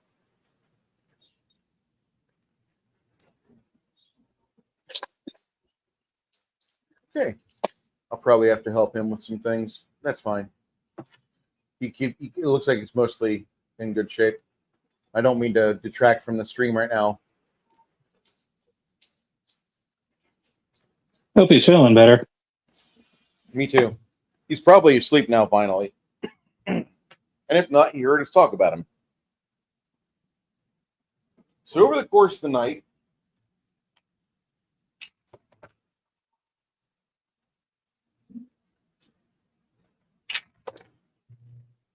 you guys sleep like logs. Rocks don't have as comfortable of a rest as you. The long day, the amount of healing that goes on with your body, the restorative magic that goes on with the various ladies that are in the same room as Miss Isabu. All of that contributes to the amount of happiness you've got. Now, mind you, the archers are downstairs in what could only be described as dwarven make chase loungers. They are very stiff, long chairs. And in their laps, they have their bows ready, and quivers are at their hip. And they're just waiting. Also, Carmack's downstairs because he wants in on that action too. But you guys sleep. At about maybe 6:18 in the morning, Isabu just kind of wakes up. Her mental alarm clock goes off. Her faith in Mirror wakens her and bolsters her for another day. Make sure you guys understand that if you were hurt, you all gain 4 hit points as you rest. If you were hurt, you get 4 points back. You're in good condition. You're around friends. You're in a well-hydrated environment. You have the option to drink water, which from some sources can be good. And then you also have dwarven beer. And there's a puppy if you want to eat it. see, I cater to our Korean audience too. I thought that was Kitty. No, that was Sadie. Apparently No. somebody pissed her off. I thought they liked to eat Kitty, not puppy. Oh, either one. They're not choosy. Okay. Their motto is if it doesn't walk on 2 feet, it was meant to eat. Oh. Well, Kitty makes pretty good broccoli beef. when I was in the Philippines, people ate bat. So, and it only has what? Does it have 4 legs? Or what do you call it? 2 feet and 2 Well, wings? they don't really walk, so I mean they kind of I've seen them walk, and it's kind of cool. scamper. but well, I just popped in my head. So, So we got warm fuzzies and some sleep, a so little bit of healing. did we get all our mana back after a night's rest? Should. Full of it. All of it. Okay, good. I need it. I like what Mage's Musings had happen here. When I was 13, we shipped all of my Star Wars toys off to Greece for my cousins. It was a good cause because they had lost everything in a fire that wiped out their home and businesses. Holy shit, that's terrible. I mean, that's awesome that you guys did that. That was super giving. Yeah, no, Yeah, that was awesome. that's family. That's how it's supposed to be. Not the fire, the response. When I was 13, we incinerated my cousins. No. Wrong story. Wrong story. Look, I'm from Philly. All kinds of shit happens there. So that would not I've shock. walked in Philadelphia since we started becoming better friends, man. You guys are fucked. Oh, my bad. I'm sorry. Yeah, Not in a good way.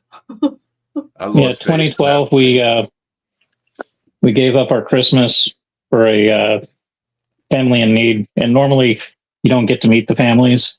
They keep it all secret, but somehow we got to actually meet the family. They had a house fire. It was Christmas time, and they literally had nothing.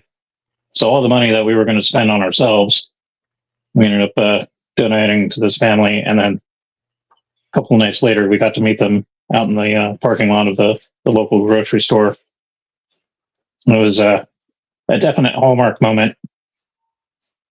Really cool. Yeah, like that. That's how things are supposed to be. Things happen. You can't stop the universe. You pull together. You take care of people. How we actually do it now, I don't agree with how it's done. But the old way's the best way. Tinfoil hats and public access.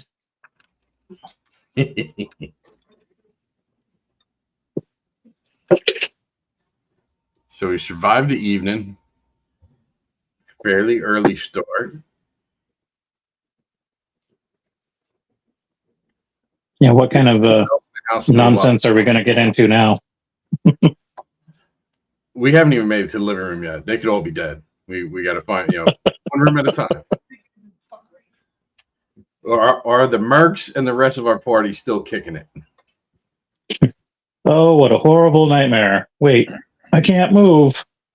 About 7:10 in the morning is when Reynaldo says, "Hey, guy, I'm going to go check on the Mercs next door. The guy across the street is giving me a thumbs up. The guy in the alleyway behind the townhome, he seems to be in good shape. I gave him some crackers about an hour ago. Once I heard Isabu stirring, and then we crept slowly through the house, taking care of all the canisters of lubricant. Because if you guys open the doors real quick, you're going to spit out all over the floors. Then it's going to be bowling for dollars as you come down the stairs."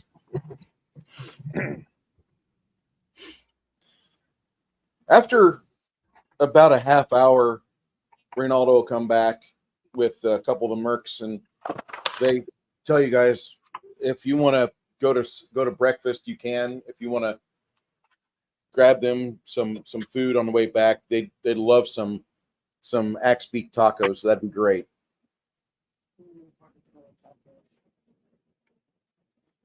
Yeah, we can do that. I mean, axe beaks are relatively cheap here. They are used for a variety of purposes. It is basically what are those? Not the ostrich, the emu. You know that stupid bird that you have to throat strike for it not to attack you? The one that kicked the Australians' ass? Yes. Yeah, apparently they don't know the throat strike too well. Well, they were fighting a conventional war against unconventional birds. Yes.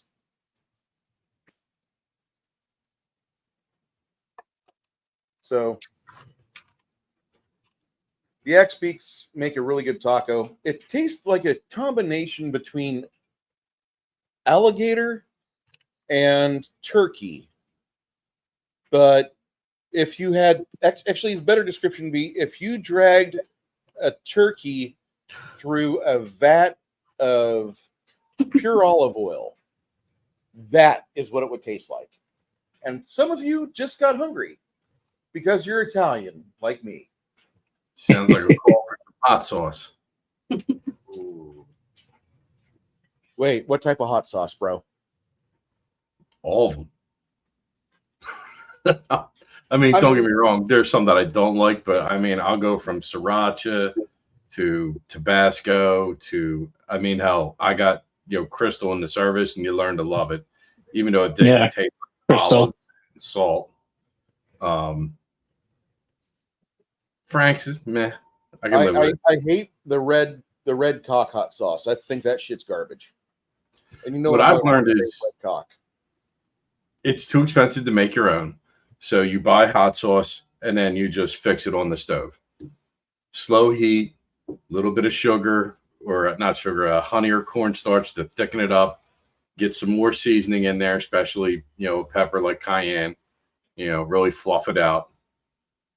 That's just me. That watery, vinegary, runny crap. But it's so cheap, you might as well buy it instead of making your own. Spicy douche. I can get I that. can't stand too much vinegar. Yeah, like that. That's what Crystal reminds me of.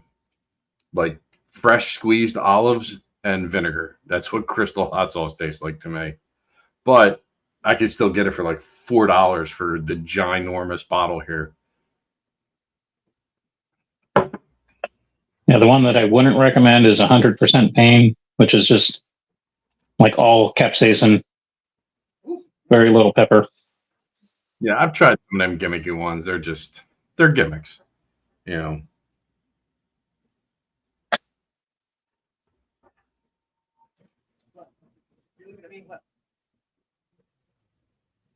It's a cute little pussy. I thought I thought put it there. Sorry, was going through the meme channel. My bad, guys. Hi, Brecca. Why are you here? Please tell me you're not a porn bot. Hi. She one of your friends? Yeah, off X.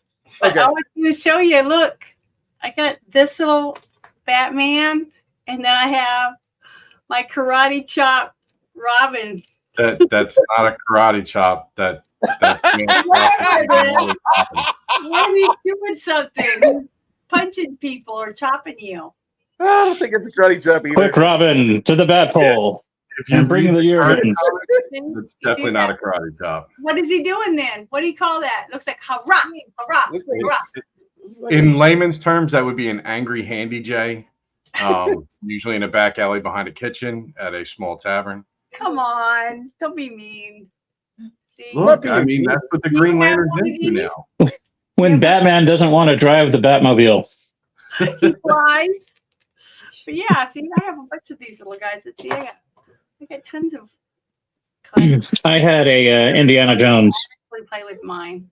He squeezes his legs and he whips the whip, Yeah, or he flings the pistol. but see, his hand's shaped like a karate chop, not a whip. It's not trying to whip me or whip anyone. I was so happy that the G.I. Joe figures were static. You had to pose them. Mm-hmm. But they So have I'm more gonna do this guy compared to the Kenner Star Wars. Body. They were better. That is Yeah, so the cool. elbows and knees. Battle damage He-Man. That was fun. That and the battle damage Hot Wheels. Oh, Yeah. I remember those. I never was into Hot Wheels, but I did have a few GI Joes. Okay. You guys were talking about them, so I went and dug these guys out of the drawer. Yeah, no, I don't think I ever had. I wasn't a big Batman fan. Well, my dad gave me these. He didn't care. He just bought me whatever he thought I would like, and I took anything that my dad would give me. Yeah, no, I mean, that's how that's how it should be. That's how most houses are. I mean, yeah, you might know what the kid's favorite thing is, but you're in the store, you're like, oh, this looks cool. And you at least when it comes to children, you got a 50-50 of either they're gonna like it or they're Yeah, not. see, I have Superman and Batman too. See, they're really big. No, that's Chicken a choke, Robin. People give me great stuff. I mean, I got great friends. My whole house looks like this. So, that's just the way it is. But you like stuff. Well, what do you guys want to do? You get the ladies and yourselves fed, and the mercenaries get some food on your way back in. yeah. Spend I about- mean, On all the food that you're burning, or all the money you're burning, you spend about 4 silvers to feed the 7 of you, Mm-hmm. the 2 girls, and the 6 mercenaries, with an average of 2 X-Peak tacos each, because actually they taste really good. And I know I'm being very, very dramatic here, but I mean it's pure olive oil. Mm. I would like to take a hot bath and get a nice glass of wine, something like that, to relax. But did we ever find out anything from the books that can The help us out? books. Let's talk about the books, Janet. Okay, good. After my bath, of course.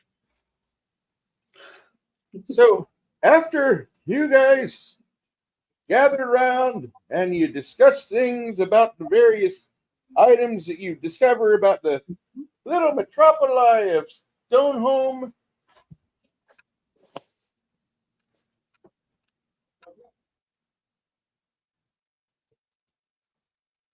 by the way, Janet, do you have any potions of restoration?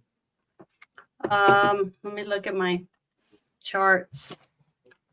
I do have some, let's see, I've got holy water. Hold on. Lesser restoration is a 9 mana cost expenditure. Yes, you gave me that. I think the last time. The 2 girls show you their huge tits, and you see like all this like fire damage, Yeah. like 3rd-degree help them out. burns. Yeah, you want to give them a hand? Yes, and that's 9 mana for each or for one? 9 mana for each, so you'll be out 18 mana. 18. Yeah, I have that. Okay, let me write that down. 9. They're huge. They're like the size of melons. That's They can 18. clog a New York toilet. There's They can there's got to be some sort of song, maybe DVDA and topical cream.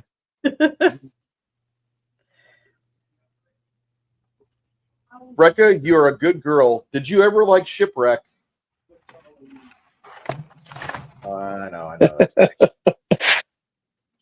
The new shipwreck that they have is actually pretty damn cool. Okay, It's so not like a 12-inch action figure. He's in between. New Shipwreck doll, huh? Yeah, it's God, what is that line? Like they redid G.I. Joe, and they made them fully posable and like shit ton of accessories. They're like high end. so am I going to rub ointment on these girls or Cast Give them the a lesser potion. restoration first, and then go with the ointment. okay? That's what I did. They're looking pretty good. I even put some on myself. No, I was kidding. They Mine were are, like I said, they're about the size of melons. Mhm. Sheila's a size triple E. Are they watermelons or are they cantaloupe melons? Cantaloupe melons. Okay. Now, if they're watermelon size, like we're in a different. That's a different tier of gaming that I'm just not Yeah, ready to that's get what I was into gonna say. yet. I don't know if they can stand up straight. Back then when they worked for you can't beer. stand up straight. There's no way you can stand up straight with Uh-oh. watermelon titties. Holy cow! You realize? I how walked much in that- one time. Honestly, I walked in on one of my friends one time. We were changing after we were in the hot tub, and her boobs looked really big. But apparently, the bathing suit she was wearing held them in place really well. Because when I saw her bathing suit come down, and I saw myself, I went, "Holy shit balls!" That's exactly what I said to her, because they were the biggest boobs I have ever seen in my life, and they were like half watermelons. They were so big. Too much. She had a breast reduction not long after that, but I don't know how she survived. I mean, the weight of them. I mean, mine at least weigh a pound or so. Just the thought of what hers must have weighed. I don't know how she stood straight. So you Part of guys me don't says realize that a lot can't of be people right. are- We have to see. But you, Picture, it didn't happen. you've seen some massive boobs. I've seen your Discord.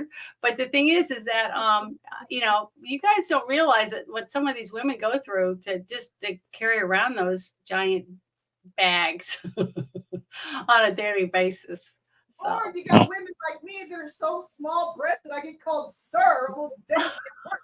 hey, I went through that all through high school. Dolly Niblets. That's what my nickname was. So yeah. We're veering off from Pathfinder and the Fatal. Well, you guys said for me to massage your breasts and Yep. put the ointment on her after I spent 18 mana points to heal them, make them look as beautiful as they were before. Everybody, That was the chat. That was the chat. Oh, okay. Replay the video.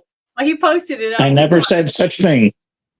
So the thing is, they're healed. They should be very happy, and hopefully, I'll get free meals from them for the rest of my life. the two girls, after you do that, Mhm. they're like really elated. They put on some like damp cloth, damp fleece outfits that's kind of thick and comfy.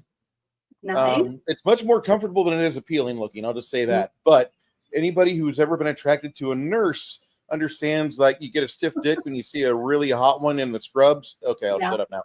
Well, yeah, my wife is like, yes, backing up. I'm your wingman. Okay. I have scrubs in my closet. Yes, I know. You never wear them. I'm so disappointed. She's gonna smack you. So You deserve it. But go ahead. So, like, the ladies So after from they Hello Nurse to Nurse Ratchet.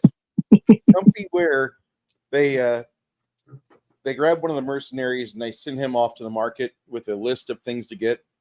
Mm-hmm. And as you guys are reading these books and reading the accounts, the young ladies are doing everything they can to prepare like a good supper, and they get back about 8 pounds of flour, of cheese, some they get a couple small barrels of milk, and one of them gets enough grapes to where she can use a half barrel to stomp some grapes into something better, which would be appealing for after. Mm-hmm. In the process, you find out that this city was indeed founded by disciples of Despater, one of the most vile devils within the cosmology of where you live. And unfortunately, all signs that you have been seeing here point to the fact that whatever has gone on before transpired because of the fact that it was allowed to flourish.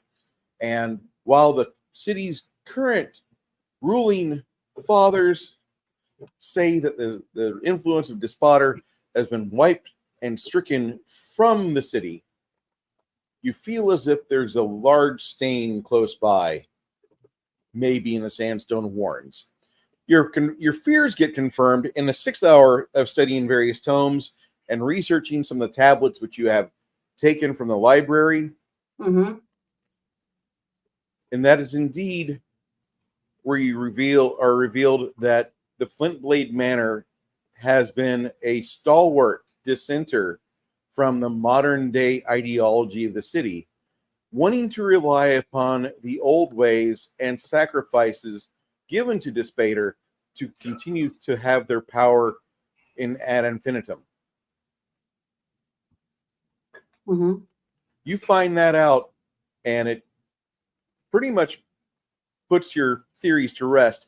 You even look at the book, and between Lemmy and Quinn, they can ascertain the book is no younger than 60 years. This has been going on for quite a while. Yeah. That's cool that we know, but it sucks that we know now. Do I need to finally go to that that place that I went? Well, Crafting Gamer went with me, and it was where the monuments were for people could pray to their deities and stuff. or just sit in reflection. And most of them were damaged. Remember that? Mhm. Somewhere a little square here in town, or is this the town, or is this a different town? This is indeed that place. There Okay. there is a shrine to the others, they call it, and it's where a lot of other people gather, but they have small icons or small statuary of other deities, Mhm. but a lot of it's been defaced. Yeah. And remember, I went there and there was a gentleman there that I talked to that was on one of the benches.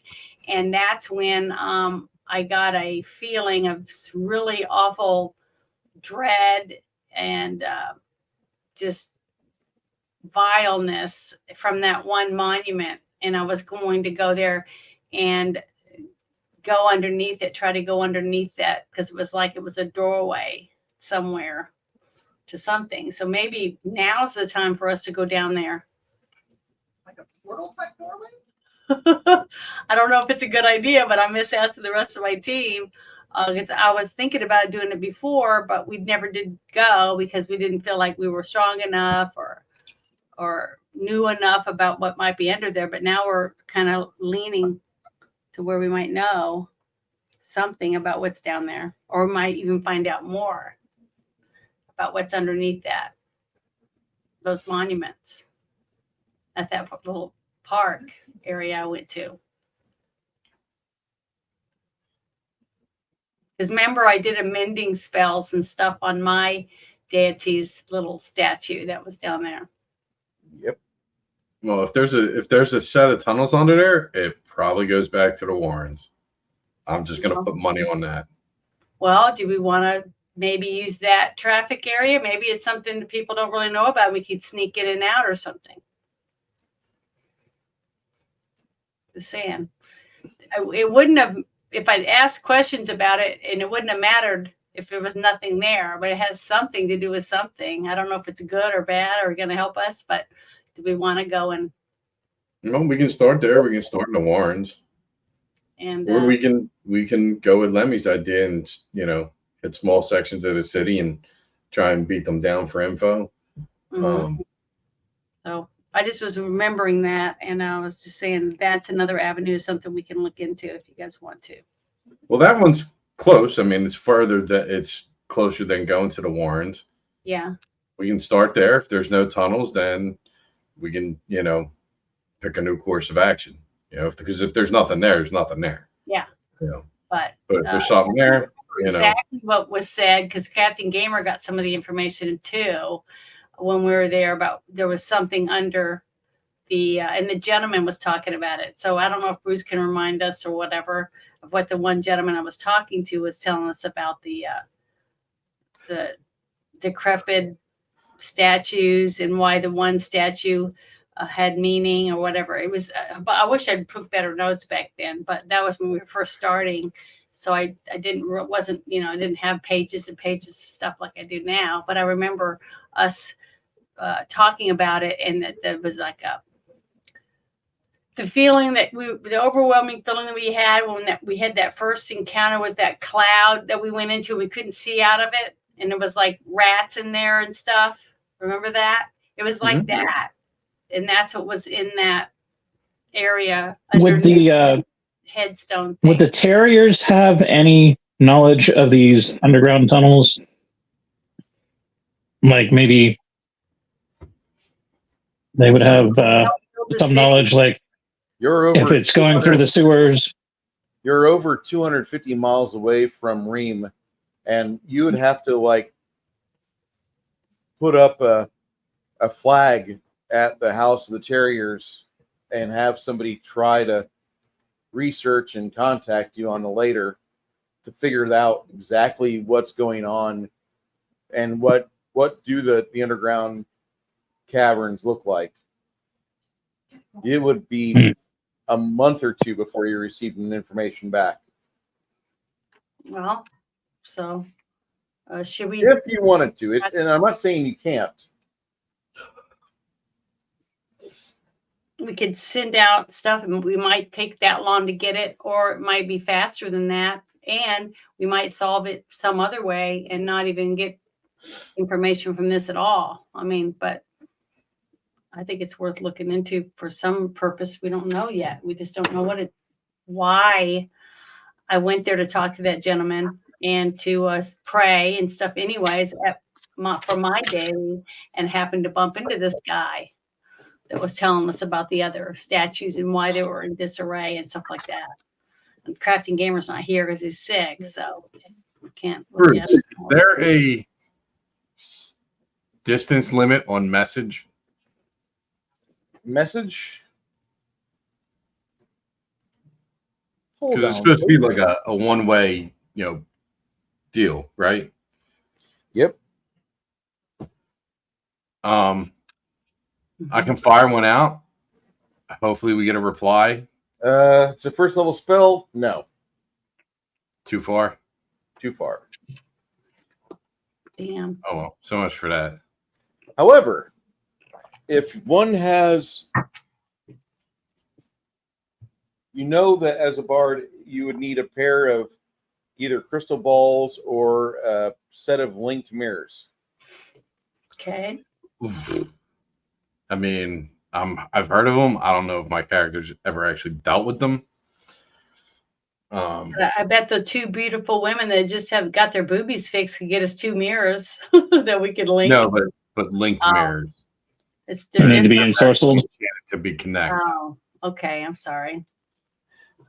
You like where them creepy movies where the guy walks in one and walks out another. Mm-hmm. I don't think they work like that. But I think that's the concept. Oh, we used that somewhere. I thought. I'm trying to remember where that. TCG is in the comments. Just woke up from my nap. Still not filling up to joining, but my character is still helping in our quest. Yep.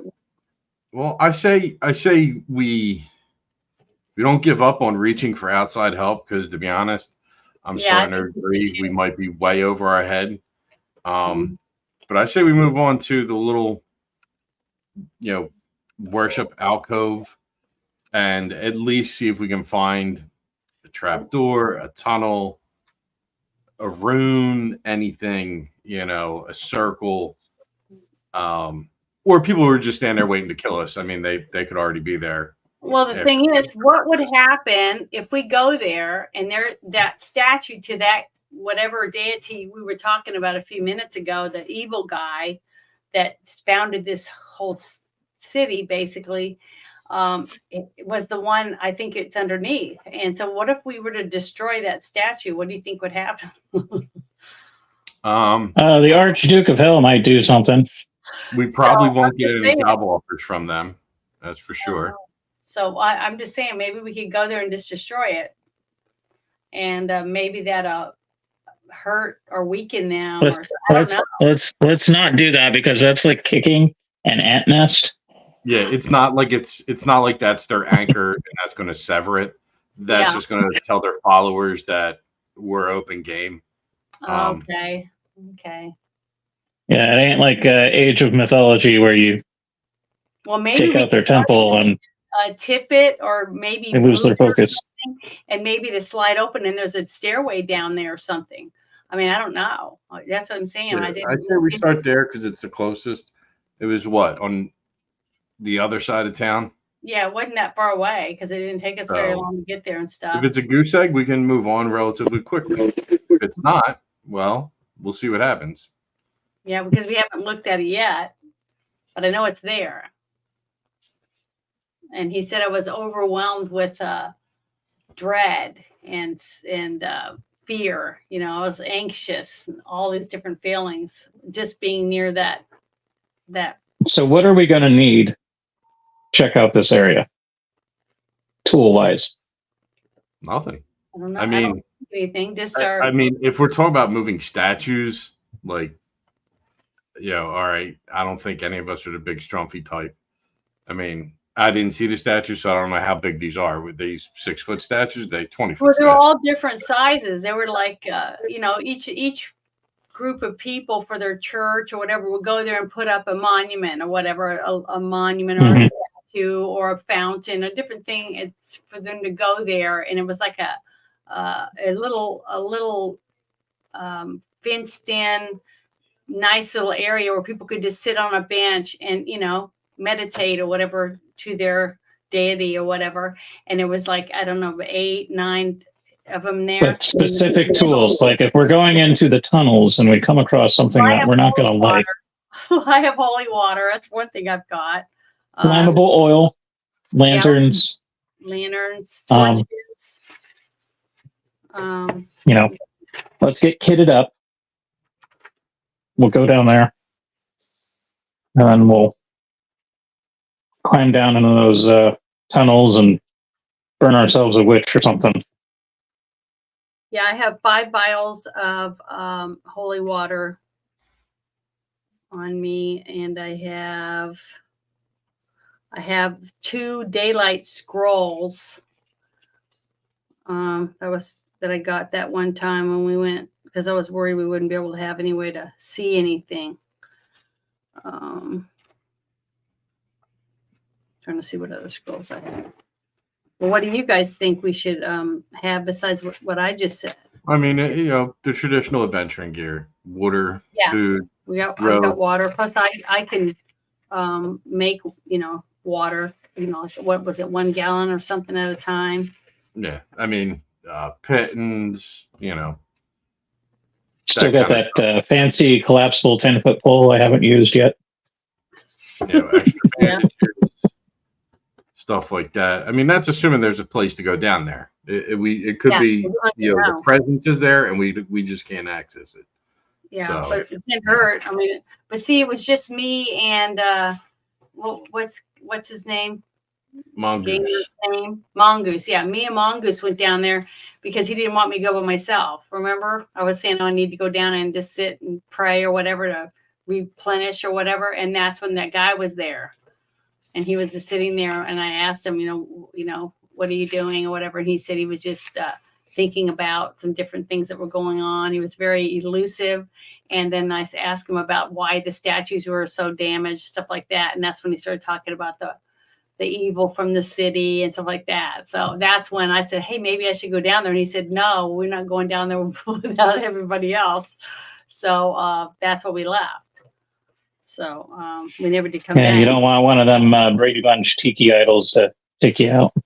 Yeah, or those rat things, the rats. Remember, it was a black cloud that came like enveloped everything, and you couldn't see anything. There was rats all in there biting you and stuff.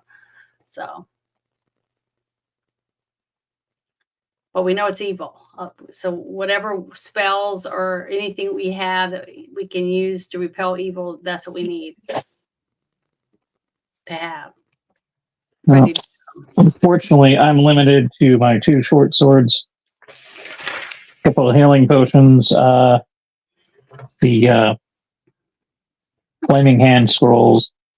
Well, before we go, is there a church I can go by and we can each get like some more little bottles of holy water to have on each of us in case we need it? Remember, I threw holy water on that one creature at that hospital that woman was covered with all those worms, and it repelled them. So I'm just saying the holy water can't hurt.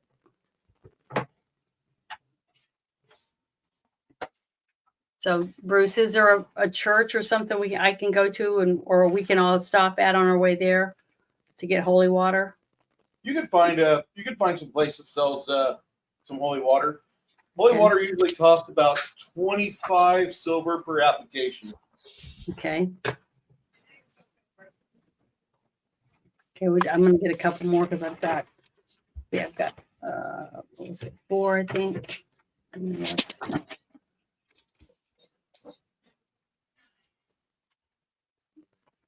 No, I have 5 holy waters myself already. I've only used 1, and that was when that girl was covered with all those worms.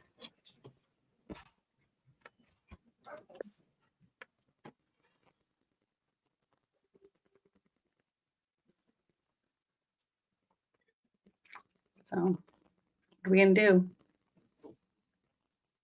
Well, let's head out to the temple area and check it out. Okay. All right. So it'll take shrine, whatever you want to call it. 30 minutes to get ready, geared up, etc. Mm-hmm. one thing the mercenaries do, the mercenaries that you're the leader of them, his name is Hans. And he says to you is like, if you don't mind, the only thing I ask, and it'd be beneficial for both us and you if you're going to be staying here for longer than 2 weeks, but we could really use to have, there's a couple of dwarven armor smiths and blacksmiths, weaponsmiths type. They're good with metal. And if we're going to be doing anything for you, it'd be just easier for us to have access to somebody who can do quality work that's private. They don't have a list of shit from like some merchant or somebody else. It's just immediate access to someone. And they would cost us about 10 silvers a day, not including material cost. I know where there's 3 available, and that would suffice for the total of us being 16. They do have the ability to set up a forge. We have the space here at our townhouse. We actually have the infrastructure at the house to do a forge. We would just want to have this. If we could, please. So within budget?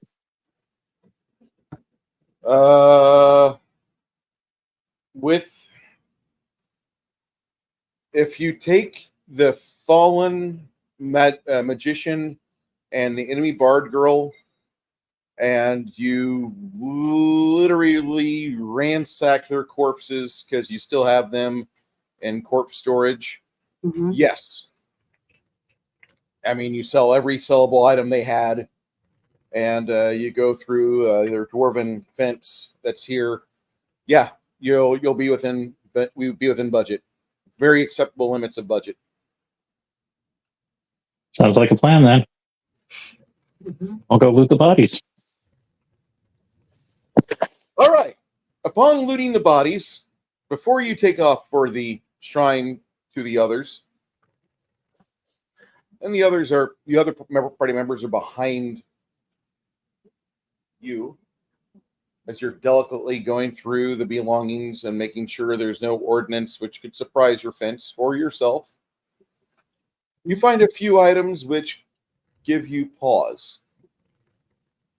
The bard girl had in her purse a small trap, which was poison. I need you to roll a knowledge local check, Lemmy. Alrighty. What is that, by the way? Where am I? You saying one of the girls that I just helped had poison? No. The bard. No. Oh, okay. Okay, scared me for a second. I was like, what? I got duped. No. Sheila and whatever her name is, those two are like saints. And the fact that you did like complete charisma restoration to their tits, they're going to be completely happy with you as much as they see you. Okay, good. Okay, so that was local knowledge. Got a 15% on local knowledge, and I rolled a 72, so that would be 87. Okay, you think that what you have here is a contact poison, and you're thinking it's some sort of health deterioration poison. So you do your best to scrape it into a clean container, along with the other items she had, which totals about 831 gold or 831 silvers. You take all that off her corpse, and the other magician had about 100 silvers worth of spell components and some other items, which before you are able to fence all that, Mongoose gets first pick of the spell components, and he takes those. Thank you. Rose petals and fresh. I need these for sleep. And then he takes some bits of burned items for the evocation spells. Lastly, you get to your fence here in town. It's about 6:30 at night. 7 o'clock. And the dwarf kind of wipes his eyes and he starts looking at everything. And he looks back at you, Lemmy. You guys are in some problems. I want you to know that. Like, there's a point when you have to realize either you're in it for the good of everyone around you at your own cost, or you just cut bait and run. And this is where we're at. I'll have your money ready for you tomorrow morning. Should be receiving about 150 gold for everything. All right. Listen to what I said, Lemmy. Ooh. You're at that point. Yeah. I'll let you tell the party that. So head back home. Let them know we are in a world of shit, but the money will be ready tomorrow morning. This is one of those do not pass go, do not collect $200. But in a world of shit, from who and when is it going to happen? It doesn't matter. We are in over our heads, I figured. and if we proceed, it could cost us our lives. Okay. The fence basically laid it out to us. So that, do you think that we should not do it then? Probably not. We should just go home. Oh, you go big or you go. Like this isn't our fight. If you think about it, like Well, the city really, was founded. Been our fight. The city was founded by devil worshipping dwarves. Uh-huh.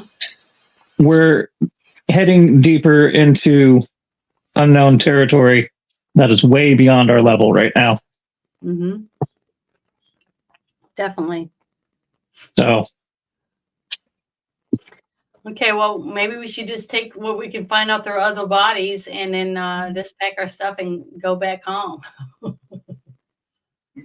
You feel like there's things to do here. Isabu, go to the shrine of the others. Okay. side quest. Might as well, since we're not going to do the other thing, we might as well go do this. At least I can worship and pray. Maybe they'll direct me in the right direction. You notice that when you get there, the statuary for Solanus, statuary for Mitra, the statuary for Thier, and there's another one you don't recognize. It's lost to antiquity, probably. All of that is defaced. But the statue to Mir, like somebody's been taking care of that. Like to the point where while you're there, Isabu and the rest of the party's not too far behind you. They're kind of in the room while you're there, kind of like with trepidation, like, oh my God, I think we're fucked. The fuck.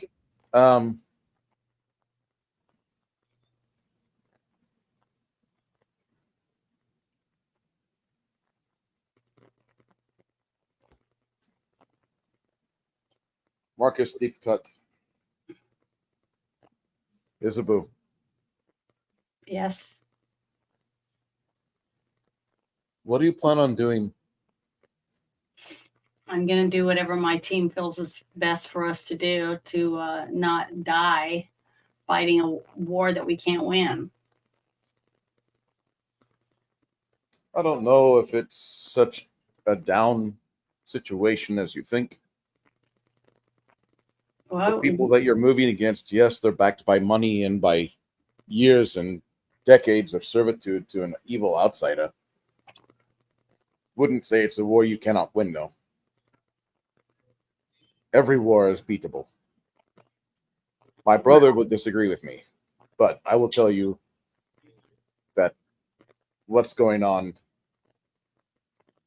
one of the few groups that's brought light to this town and done everything within their power to make sure that those that deserve to be healed, that deserve to be protected, that deserve to be given the opportunity to persevere.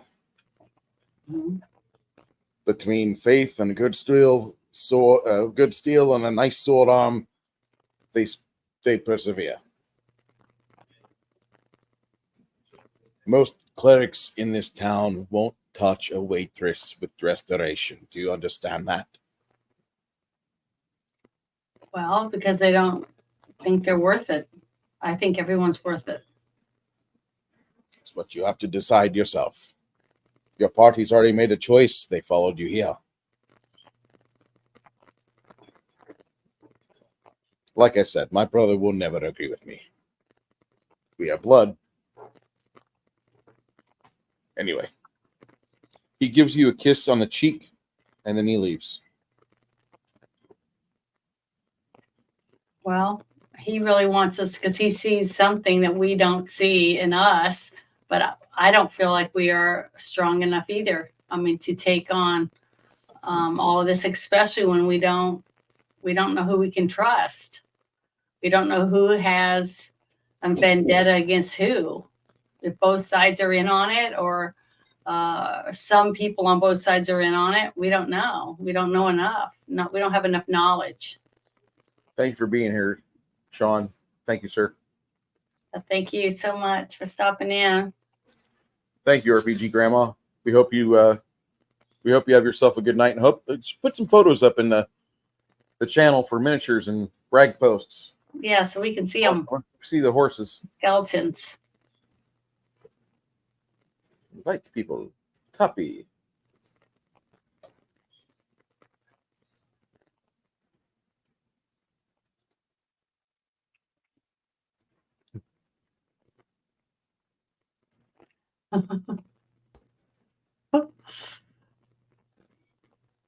Okay.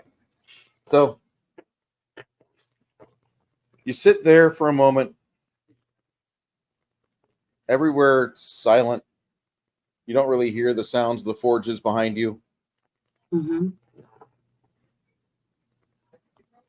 Then you hear a soft chorus in your mind. Sounds like the celestial choir is humming a hymn to glory.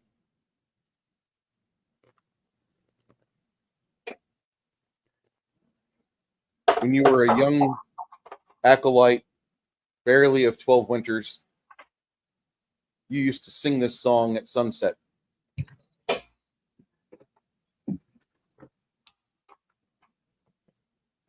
And in your head, you see the womb of the earth opening, and you and your companions fording a stream deep within the bowels of the earth, and then coming across a passage.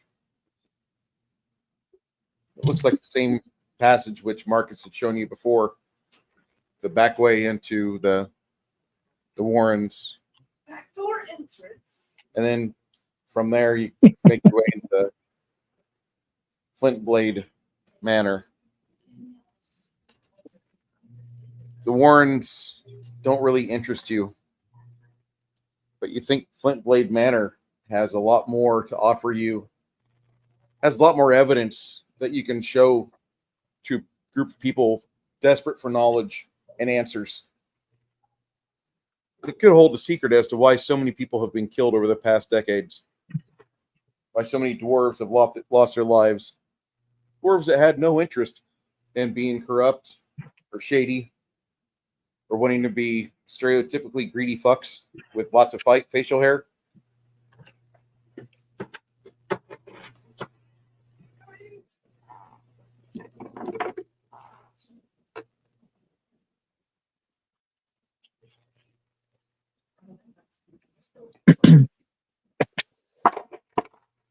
That's just the feeling you get, Janet. That's the feeling that Isabu gets in her head. Well, that's a good feeling because at least I know my party's still alive sometime in the future. But I just don't know what direction we should go. Because we're young. We think we're invincible, but I know we aren't. In my heart. What are you talking about? I'm on the edge of 17. I I got know. until 25 before I start falling apart. Well, the thing is that it's up to all of us to decide if they think that we should hang around and try to find out more information or what. But each day I feel that we're here, whoever the bad people are, whoever they are, one is gone. And it seems that they're going to stop at nothing to make sure that happens. I mean, we went to the library just to find out some information and read, and a librarian died because of it, you know? So I kind of feel like, we're in over our head. Somebody, they want us dead. That's all they want, whoever it is. And whoever's, maybe it's his brother behind all of it. Yeah, I think this is one of those moments. Let me try to put it in basic terms. Dragon Warrior. Yeah, NES game. I'm about to get slaughtered. We're about to cross a bridge into a more difficult area, Mm-hmm. and we don't have the HP Mm-mm. or the weapons to handle it.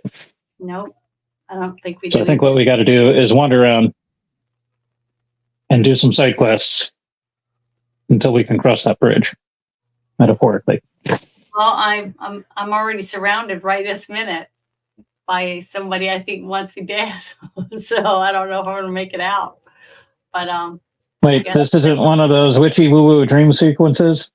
no, I don't think so. I think that me thinking about what he said to me, just standing here, and these guys came into the place. So that's what I think. So I think we're about to get our asses handed to us on a platter. I may be wrong. I hope I am, but I don't think I am. Is this one of them subtle memes, Bruce? Which ones? Oh, after Janet, you guys couch. have a Wait a big minute. discussion. I gotta go look and see what you guys are looking at. No, on camera, Janet. Oh. Okay. Yeah, I'm about to get burnt to the stake, it looks like. Hey, wait. Perfect segue. Hungar t-shirts. Oh, you're right. Oh, because he's the leader of the death. I don't know. You guys missed out on it. They had the shirts for $16 the other day. Yep, they sure did. They were. That's exactly Now they're what back up to 22. Still worth it. Yeah. Yeah, there's some of them are really funny. I really love his graduation shirt shirt the best.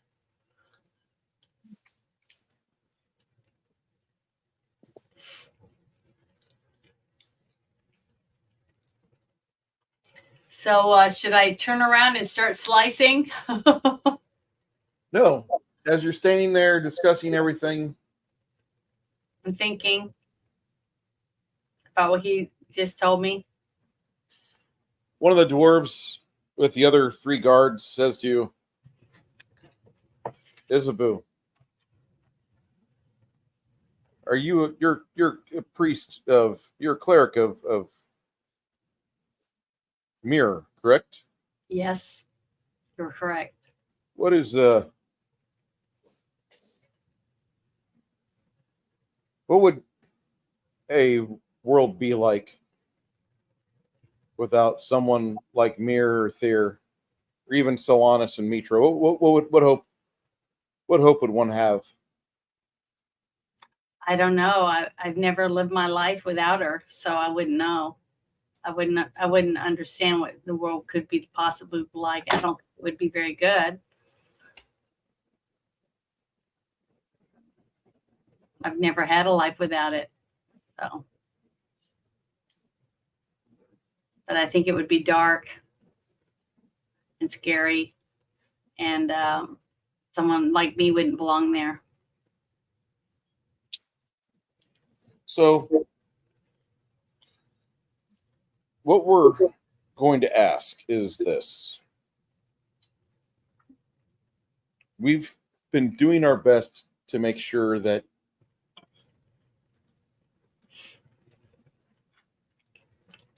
everything here as of late has been more thoroughly checked. Our shift leader, we got a new shift captain about maybe 2 weeks ago. It was right after you guys had started really showing an increase in interest in the problems that the town was having. Mm-hmm. Because of what you're doing, it's lucky that we found you. We've ran off probably 40 different individuals from here that used to take great joy into facing everything that was good or represented a fair society.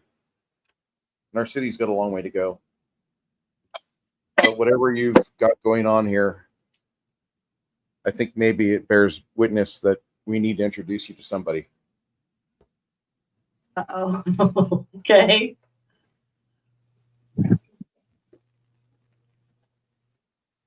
Who do you want me to meet? Tyrene, come in. A young dwarven woman with no beard makes her way in. She says, "Are you truly? Is this Isabu? Oh my gosh, her entire group's here." She just kind of looks at you guys slack jawed. Now, mind you, your mercenaries and the two ladies are back at your townhouse. It's just the seven of you. The 7 of you is still a fucking impressive sight. Yeah. Good. She says, "I wanted to tell you, I've heard the call. When it's time for you to go back to where you're from, give my family. Listen, we all know what Tyrene's trying to say. I'll need you to come by her father's house. That's my brother. And you're going to have a discussion as to why possibly going in above ground and going to priesthood training would be good for her. She's already shown it. My brother's already had a change of heart. His daughter's helping. You're helping. And it doesn't sound right that you think that maybe all you're doing is being in our city and never being given good words that so many of us feel from your deeds, even though it may seem like just wanton slaughter after wanton slaughter. You're not exactly letting the people that are evil at heart to survive if you have the chance. And you're chasing them off like rodents and treating them like vermin, squashing them under the heels, or letting a terrier rip apart a rabbit or squirrel that's transgressed too close to its territory.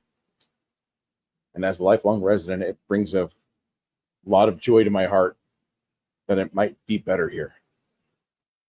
Dwarves are too stubborn to leave, even if the city completely succumbs to evil, because many of us feel that it can still get better.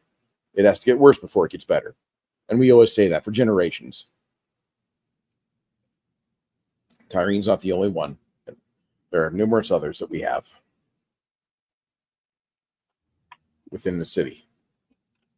And I'm just hoping Tyrene will be the one to help lead them to where the city finally is out of the darkness into the light. Well, unless you have everyone that's good and that wants a better future in your city all to come together to fight the darkness that's that you have from, it seems like day one. For some reason, they've even let goodness even still survive here is a mystery to me. But unless all of you decide that you want to get rid of the darkness, I don't see how it's going to ever happen in this city. So do you think you have enough people willing to fight and take back your town and your city? Fight. It's a lot to shoulder. But with my niece and her friends and her peers, with their livelihoods hanging in the balance to where they could stay in corruption the way we have for many years, or the chance for them to fight their way out of it, fight sounds like it's an honorable way to go.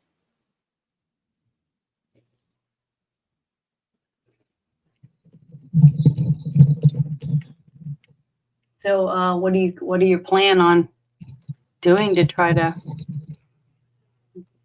get rid of the evil that envelops, it seems like, every inch of this city? Once we get our niece back and she has the solution, the others that were here will have a place ready for her. We'll have a bastion. We'll have a place to retreat back to repair, Mm-hmm. to rest. And hopefully we'll be able to push it back. For that to happen, whatever you are getting ready to do, we need you to do it. Because apparently the noble clan of the Flint Blades has got it out for you. And they're letting a lot of the locals know, stay out of the way. Mm-hmm. Do not interfere. Do not benefit them. The four of us are probably going to get killed later on tonight. But if we don't say anything, if we don't let you know how much this weighs, then maybe you'd just give up and you'd let the rest of the city suffer in darkness. Well, it's not all me. My partners, my team, also have a say in whether or not this is going to be their fight or not. So I'm not going to do it without them.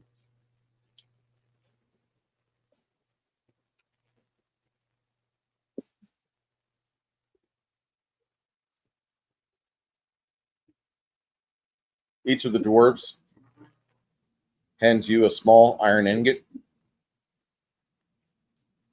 Mm-hmm.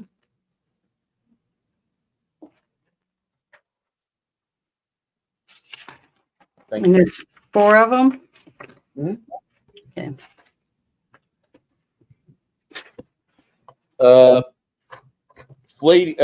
Quinn and Lemmy, both of you roll knowledge local or bardic knowledge.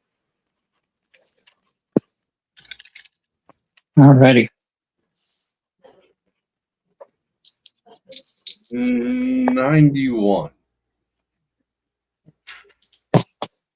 And I've got a 87, 90, 102. If my math is correct. Okay. Well, I'm just going to say that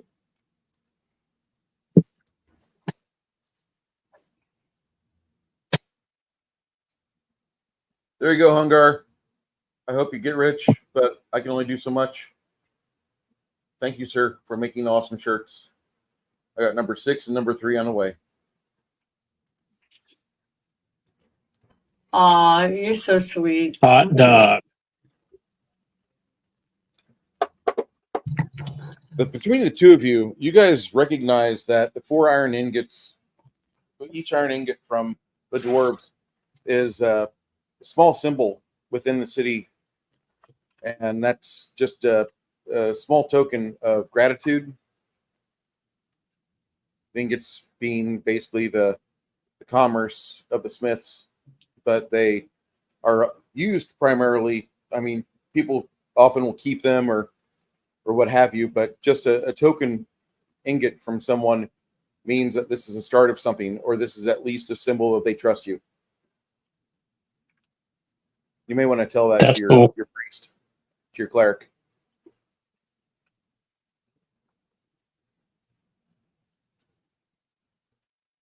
I'm glad they trust me. But I trust my fellow team members more than I trust anybody else. Even though I want to open my heart and I want to give all, I just can't risk that unless I know I have a team behind me willing to do the same thing. Well, why don't we start somewhere smaller? That was a moving speech. I'm trying to choke back the sarcasm and cynicism.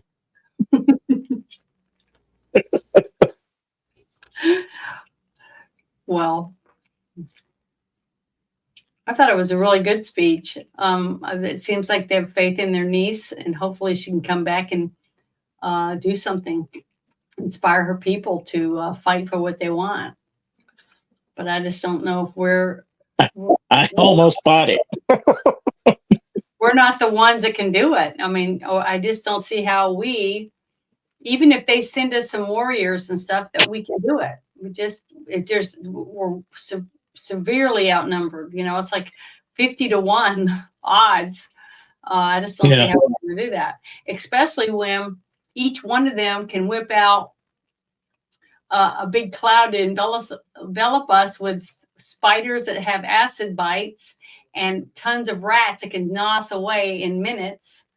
And that's just the weaker ones. That's not the guys with the tentacle faces that can eat our brains, you know. I mean, and then the maggot guy that can just put some maggots on you and envelop you, and then you start spitting out more maggots. I mean, that's just a lot of evil. There's tons of evil here.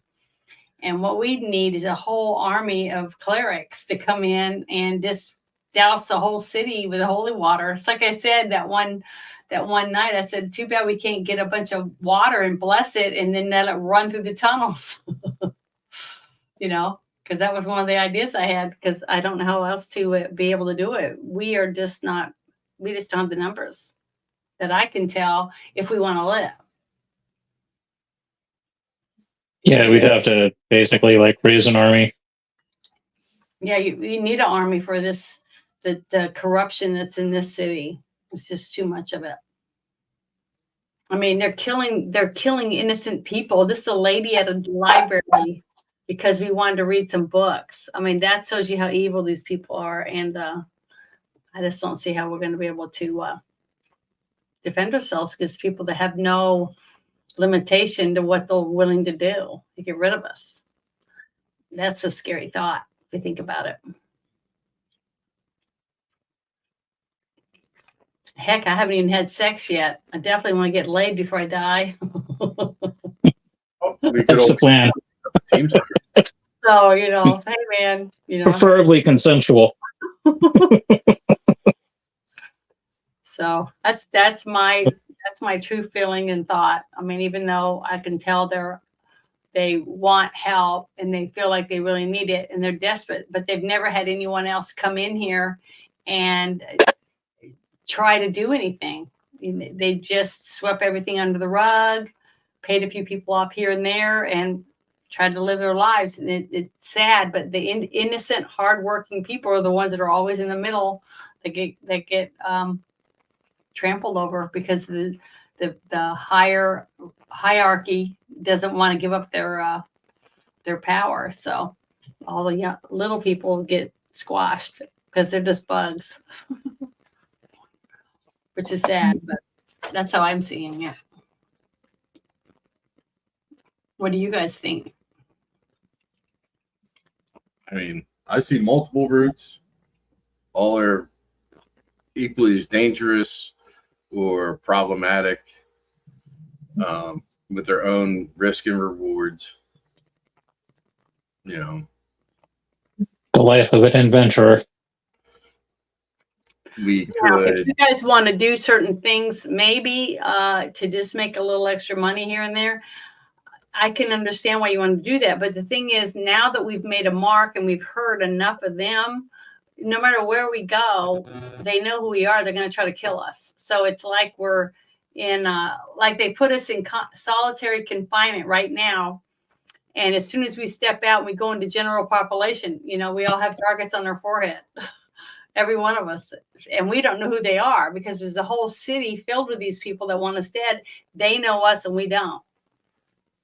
So, they have the upper hand on every situation, no matter where we go in this city. We got a target on us. We don't know who's gonna try to kill us to take us out for a few dollars. They could even send little kids up to us with bombs on them. We don't know. That's what I'm saying. So should we stay in a situation where we have no idea of knowing what could happen at any second? We can't even sit and eat. We have to get guards to guard our door when we're sleeping. I mean, is that how we want to live every day? I mean, I'm asking you guys. Well, I mean, that's adventuring. We're up against evil deities. I mean, that's your wheelhouse. Yeah, but they're way more powerful than I am. And Lim is. I don't think he's strong enough to do all that either. Yeah. And don't forget, you can rely on the Rely on what? You can rely on your own deity too, what you do with your spells. Mm-hmm. Well, yeah, and I do. I try to, but I know that there's limitations to it. Like we can fight and fight and fight all these small little fights, but all it's doing is pissing off the people that are stronger, and they're just going to say, "Oh, we're tired of these maggots. We're just going to sweep them out of the way now. We're just going to send in their troops, and you guys are gone." You know what I mean? Because then we put them in the fleets for a certain amount of time before they end up bringing out the raid. Well, I mean, that's always probably been their goal, is to undermine through subterfuge until they feel they can walk in. Yep. So, I look at it this way. I'm fine with leaving.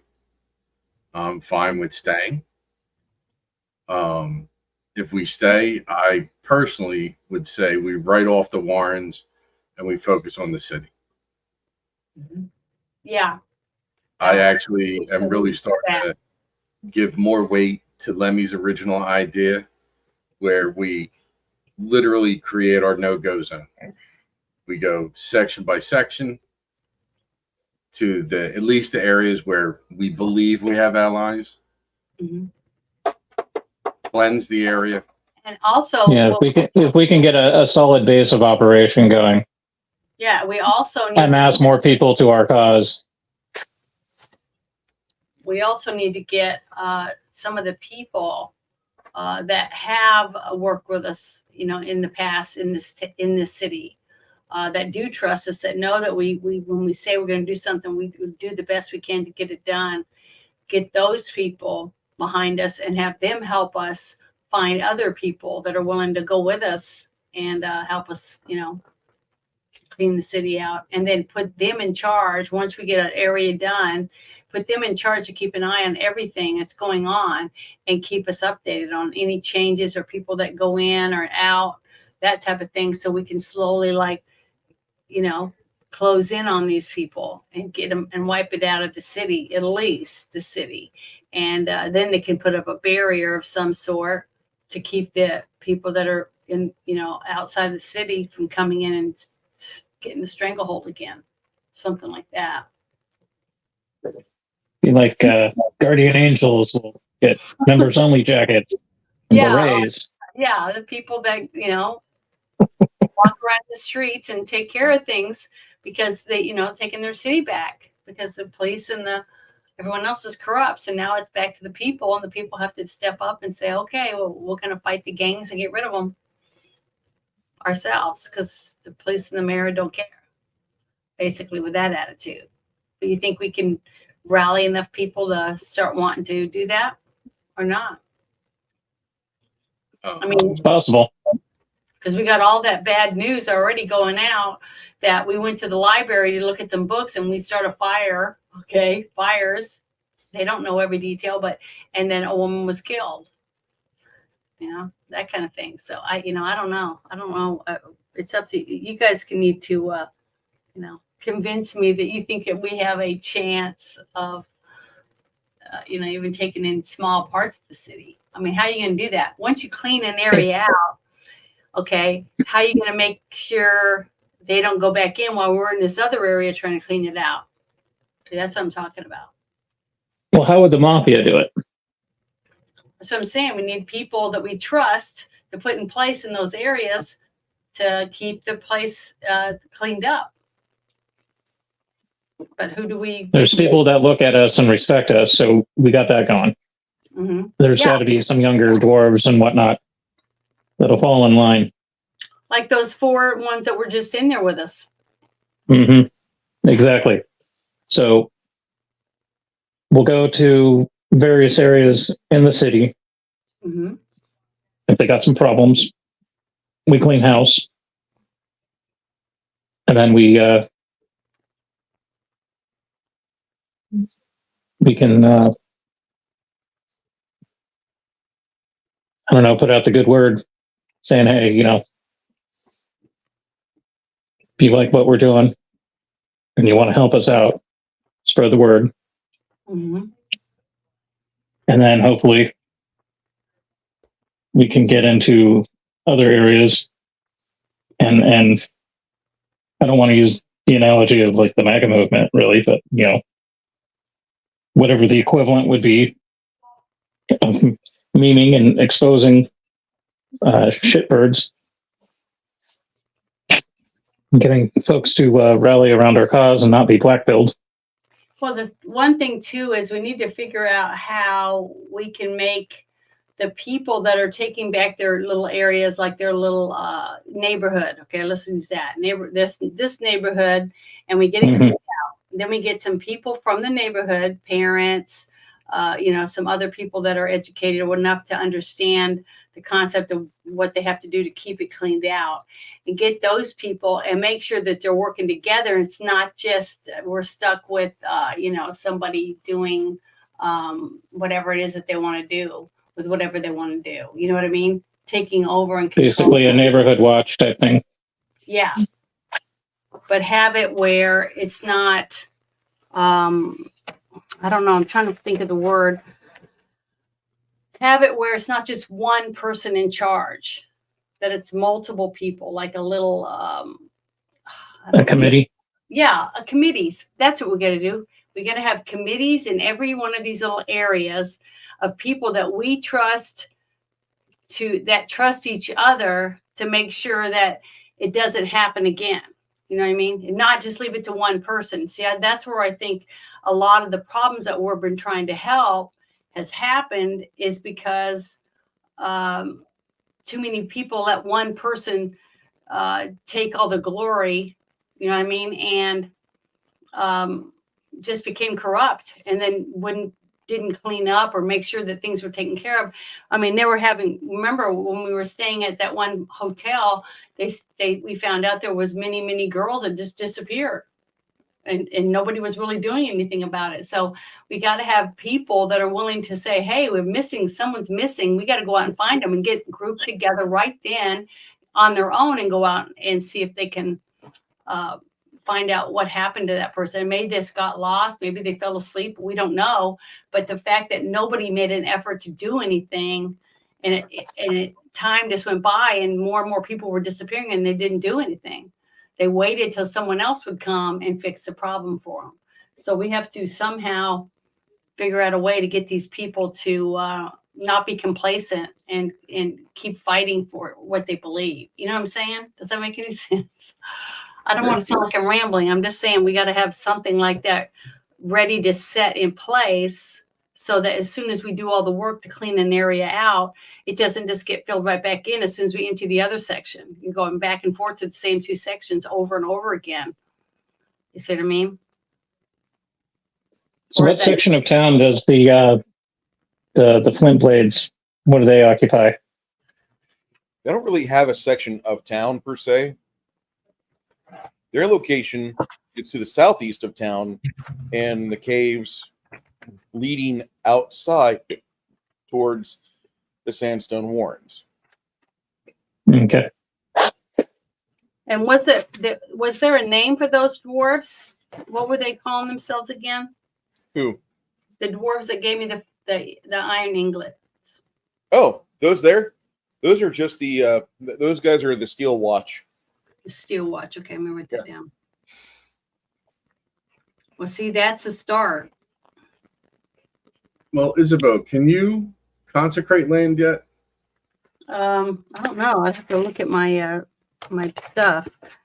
I know I can do small, like myself and another person, but I don't know if I can do a whole area or anything like that. Did you say consecrate? You mean like bless an area? Is that what Yep. you're talking about? No, Yep. like remove an evil stain from an area. I don't know. I don't know if I'm strong enough to do that. I can bless it and make it irritating for them to stay there, but I don't think I can keep them from ever going there. That's the thing. Can I, Bruce? All right. For 9 mana, Mm-hmm. you can make a 20-foot radius consecrate. Okay, we write that down. Blesses it with positive energy. The DC to resist a positive challenge energy within the area is a plus 15% sacred bonus.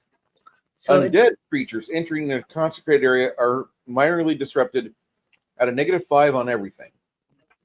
Undead can't be created or within that or summoned into a consecrated area. So if you have like an altar, a shrine, or other permanent fixture dedicated to the deity, modifiers are doubled. Now you can't consecrate an area with a similar fixture of a deity other than your own patron. Mm-hmm. All right, so that becomes a problem. And it only Make lasts me for 2 great hours. again. It only lasts for 2 hours, but I'm sure there's ways for you to permanently bless or consecrate an area. It just depends on what you're trying to achieve. My goal with it was, or my concept was, we haven't really, at least from what I've seen, really dealt with undead. We've dealt more with what I would call the infernal. Yeah, evil. So is there a way to sanctify the land, hollow the land, so that it becomes, either an irritant or a wall for them? They can't be ported in, stuff like that. But let's get one question answered. Bruce, I'll cast Detect Secret Door. Is there a door or a tunnel entrance or a trap door or something in this little grotto of the others? No, there is not. Okay. So anything that's under here doesn't have a normal mechanical, physical entrance.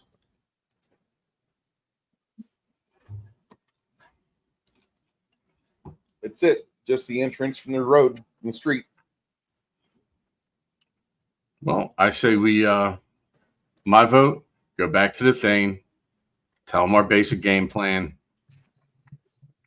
and we literally set up a screening process. Let's not even, Mongoose counters with that. He's like, listen, I'm all in favor of what you're planning, but I'm not in favor of telling anybody what we're going to do, because the moment we open our mouth, things go south.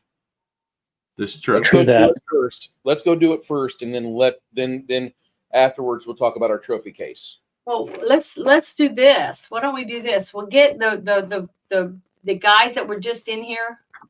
What were they called? Steel Watch. Steel Watch. Yeah, here the dwarves. Okay, we get them in here and we tell them that we will help them. We're not going to tell them we're going to do it. Okay, that's where I don't want to do that. But we're going to help them help themselves. So if they will fight side by side with us to help us clear out the areas, and they can see how we do things, okay, how we handle ourselves. And then once it's cleared out, we're going to tell them, the guys that are the dwarves that are helping us, now we want you to tell us how you are going to keep this cleared out, and so it doesn't become enveloped again, so we can go to the next area and do the same thing. So we like make them make all the decisions on what they're going to do. And if we don't like how they say they're going to do things, then we're telling them that if we feel that you are not all into this or all wholeheartedly wanting to save your city and set committees up or do all the whatever you need to do to make sure that you keep your city clean after we help you clean out the bad areas, then we won't help. We'll just pack our stuff and we'll leave. So we're basically putting it in their lap. See, what do you think of that idea? You think that would get them to get off their ass and start doing something for themselves? Since we're risking our lives for them too. I'm not saying that we're not going to do it because I still want to do all of it, but I just want to know that the people that say they want what they say they want will do something to prove to us that they mean what they say. Since we've already proven ourselves, we don't have to prove anything to them. We've already done it. Am I being a bitch? No, they got to stick up for themselves. I'm also starting to really believe this was a well underpriced job. Definitely. But the thing is, we're already here, and we can give them a chance to show us that they mean what they're wanting. That they're selling, they're giving us a sob story, right, of what we can do for them and how we can help these people, blah, blah, blah. Well, let's see if the people even want to help themselves. Because if they're not willing to keep clean what we help them clean out, then that tells me that we're just going to waste our time. We're risking our lives for a few coins, but not to help anyone, not to make their lives better. The children that are being born every day here. I'm just thinking like, someday, and that day may never come, I will call upon you to do a service for me. Yeah, that sounds like that movie with. But until that day, accept this justice as a gift. Yeah. On my daughter's wedding day. Oh my God. Is that what it sounds like to you? A little bit. Well, it depends. I mean, we can go about this the nice and altruistic way, or we could be the mean, nasty, undercutting group and do it that way. Well, I mean, do you think that what me saying, okay, you tell me how you're gonna keep it cleaned up once we help you clean an area out, and what steps are you guys gonna take to make sure it stays cleaned up while we're doing another spot? You all got some problems, and we're more than willing to help. But if we help you, we'll have to call in a favor one day. Yeah, that's where I'm getting. No, I think we should add that to it, because basically they either got to show that they're willing to do it, or then it's not worth our effort. We're a stake in the city. I'm at this point, I'm like, I want real estate and authority. Well, the thing is, I mean, would it hurt them to give us something, for our efforts? Like give us the one restaurant pub thing. Let us have that. I mean, it's either that or they lose their eternal souls eventually. I mean, some people don't value that. I believe most people do. But it's how we're going to go about it when we sit down with some of these people. Are we willing to stick it out? That's the big question on the table. Well, I'm willing to stick it out as long as I see results from the people. You know what I me? If the people cost versus reward. Yeah. That's what it breaks down to. Chuck us under the bus, when someone hands them 5 cents, then, we're risking our lives to be stabbed in the back by the people that we say are supposed to be helping us. You know what I mean? So if we can't trust any of these people, then we shouldn't even stay. So if we can't, I say we start small. If we don't see positive results in 48 hours, we take our check and go home. If the guild has a problem with it, they can send reinforcements. I 100% agree with that. So I think we should get those dwarves in here and tell them that's what we feel, and are they willing to do it or not? And see what happens. Why do you have to announce that? Why do you have to make it a special statement? Because we need somebody to be with us. it's us 4 or 5 of us, and we get those 4 Seven. guys to help us. 7 of you. There's 7 of you. Okay, there's 7 of us, and we get those 4 people that look like warriors to fight alongside us. They see that we mean what we say, and we can see whether or not they are what they say they are. Janet. And if they are. Janet, as your dungeon master, you guys recently received 6 mercenaries. Mm-hmm. Those are trained soldiers. Oh. Okay. You got those guys watching your abode. Mm-hmm. Okay. I thought we were paying them. You Well, yeah, are, they're mercenaries. but they're mercenaries, and they trust your abilities enough to work for you in a dwarven city. This isn't even like your race of people. Do you understand? Like, they gave you a place to stay, yeah, but you guys are kind of located centrally in town, so everybody can keep an eye on you. Yeah, even the The bad guys. fucking racism and bigotry in Stoneholm is huge. And if you think this is bad, go to an elven town. You're not even allowed in the rest of the city. You're given your ward, and that's it. You can't go outside that ward. You're in those walls until it's your day to leave, and that's it. It's a prison. Yeah. The dwarves are fucking, they're like the most racist fucking Northeasterner Jews you've ever met. Okay. Well, the thing is, I'm willing to do it. I was just giving you guys my opinion on what I would do if I was in charge, or what I would expect for all the stuff that we're going to be doing, risking our lives for these people. That I would feel like, if they're not willing to risk their lives for us to help us be successful, then I don't think they really are willing to do what it takes to save the city. What's the typical age of adulthood in this game for humans? What for humans? 15. Yeah, 15. Okay.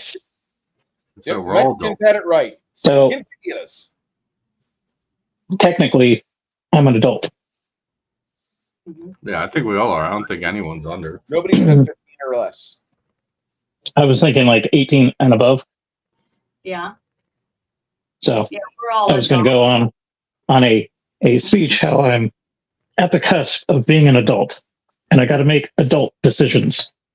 And those adult decisions revolve around sausages and making money, because those are 2 things that I like. Yeah, career. And damn it, if I can get some dwarven real estate or industry, I got this nifty ingot that proves that shit can get done. Mm-hmm.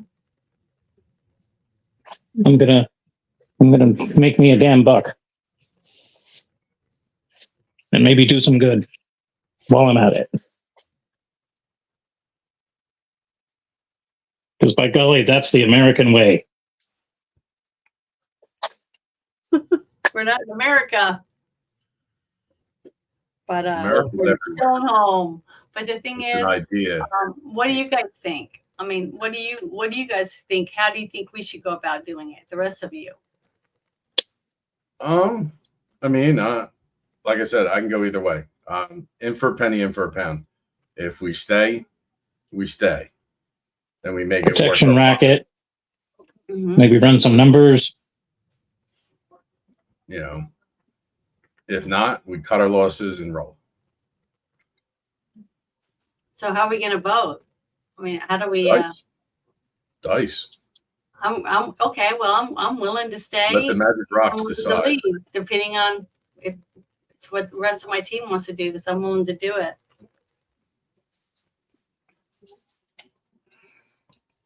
I just want to make sure that I just wish more people in the city and in the town would try to do more to try to, clean their city up.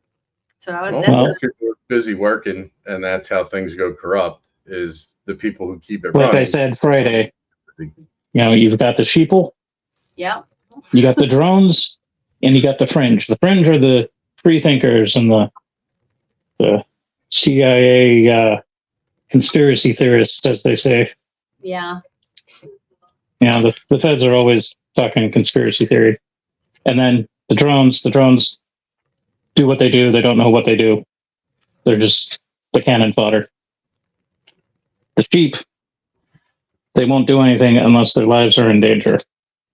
And right now, with the little that we've done in this town, we've made a change. There's people that are influenced, and there's plenty of money to be made off of that. Yeah, and they're definitely in danger. Everyone in this city is in danger, I think. If not today, tomorrow.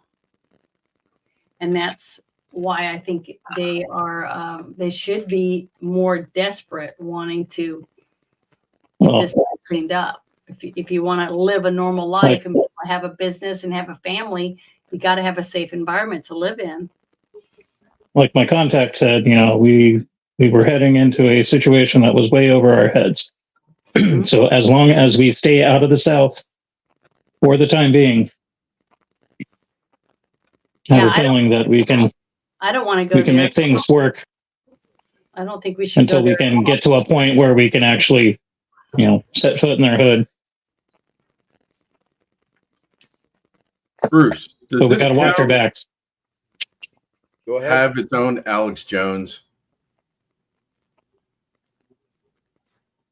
Make it that would be awesome. Ooh, 87,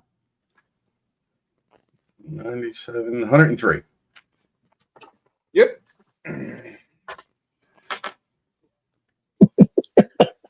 He's out there in the the marketplace. Please tell me he's not in the southeast corner. No. Talking about how the lizards are turning gay from the he's actually got fluoridated water in the center of the. Yeah, he has a town-appointed marketplace location. He has a center kiosk, and he broadcasts every day from 12 to 3. It's Hammer Matthewson, the favorite son of the city of Stoneholm. It's I, Maha Matherson. Everyone knows, everybody sees, everybody understands. Some people just choose to ignore. However, there are some actual problems within the city of Stoneholm. A group of visiting mercenaries or adventurers, as some of the more noble call it, have been sent here by the Masters of Coin, the Guild of Traders and Coasters.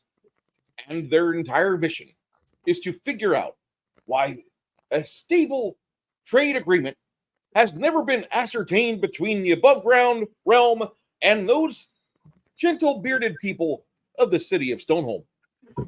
But the answer for the people of the world is actually more complicated than that. And it's very simple. The city of Stoneholm used to be a center of sacrifice. Vile child sacrifice by lizard shape-shifting reptilian Draco dwarven types. Yes, indeed. Now, to take it into current context, we have tried to scrub every last vestige and statue. All of the evil overlords have been taken off the city streets. And yet some remain stalwart in the ruins of various slates at the edges of the city, particularly in the southeastern quadrant of the city. For those of you that understand the sandstone warrants, you may not know that that area itself was the hub of their activity. A series of connecting 4 ley lines caused a nexus to be planted there before time immemorial, before the first beard hair was grown. However, in the time since then, people have noticed, and evil warlocks have flocked to this. Now, for those of you who want a happier life, you may actually want to turn to our outsider friends. These people, the tall folk, those that do not have hair all over their glorious naked bodies, they actually may hold the key to our salvation. They have a couple of people within their group which are actually good people, and they actually do want the best for us. Their unofficial emotional leader a young priestess or war cleric by the name of Isabu has been known to bestow small blessings or healings or to answer calls of distress. She has actually been living up to the tenets within her canonic faith. Spurred by the urgings from the underworld, caught either by their mastermind thief known as Lemmy or their amazing mouthpiece known as Quinn, the Bard. Those two feed a constant flurry of information to the rest of the party. The party is backed up by arcane might, a wizard by the name of Mongoose, and a pair of archers, Reynaldo and Thomas, 2 of 3 surviving brothers that were dispatched earlier with the party, and with a martial individual himself, a weird juxtaposition of bad ideas known as what is that? Cleric. We'll call him Big C. He's a plate-clad monstrosity switching into chainmail because recently an attack from a city nobleman left him almost in his boxers, much like an old video game, Ghouls and Ghosts. However, once he donned some items to cover up his heart and red heart and white boxers, now he's in chainmail. Now he's seeking revenge upon the noble who caused the grief. And the rest of the party, too. He wasn't the only one injured. I've been saying this for years, and you people ostracize me and put me in the center of your damn marketplace to where I have to broadcast to all of you every day. But if I didn't do that, I'd wake up dead. My name is Hammer Mathewson, and if there's any questions you have, address them to me in between moments where I down a gallon of beer and refill my palate. I need to wet my whittle. Back to you. Does he have a jar full of silver coins He has showing how many times he was correct? He has an overflowing volume set of jars. That's all I needed to know. 9 out of 10 times, man. I look at the group and I say we start here. Sounds like a plan. Sounds right to me. I need to take a momentary break and find a picture of what this guy looks like, because I think you would find it to be very appealing that somebody wants to help you.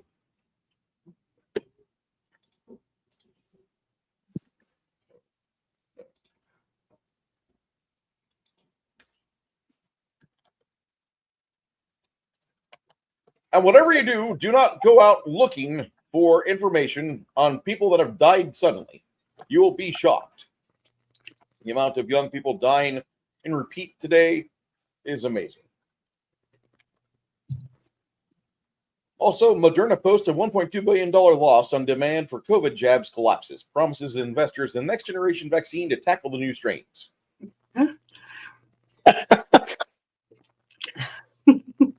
Stoneholm's national treasure. Hammer Mathewson.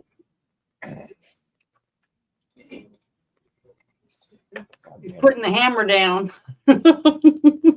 Ooh, yeah. That's what these people do. They put you in the center of the action so everybody can keep eyes on you at once. There is no needed spy network. Everyone's aunt is there in the window watching your abode, seeing who comes in and out. Mm-hmm. Good job.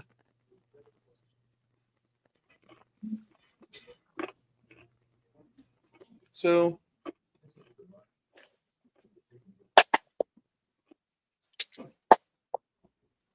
okay, I don't have a picture for Hammer Mathewson, so I'm going to have to go for an ugly picture of Rush Limbaugh. Give me another moment. I'm sure the internet has plenty of ugly photos of Rush Limbaugh. I thought you were going to use Alex Jones. I like both of them, but Rush is the man that I can imitate him a lot better. My mom liked him a lot. She liked that other guy, Paul Harvey. And that's the way it was. I'm Paul Harvey. There we go. And this is the rest of the story. So Just imagine the beard. Mm-hmm. he has a huge beard. Whenever he speaks, you can't even see his lips. It's like Sam Shepard in Big Lebowski. Russ Okay. Limbaugh had a beard? No, but in the story, in this campaign world, he does. All right.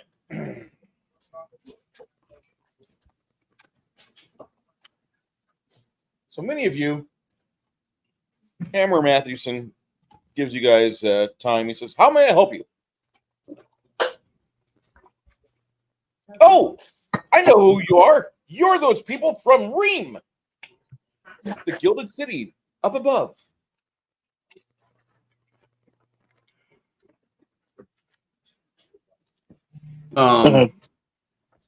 Don't everybody speak at once now. My time is just gonna say I swallowed my food. I'm sorry. I was scarfing down a chicken leg.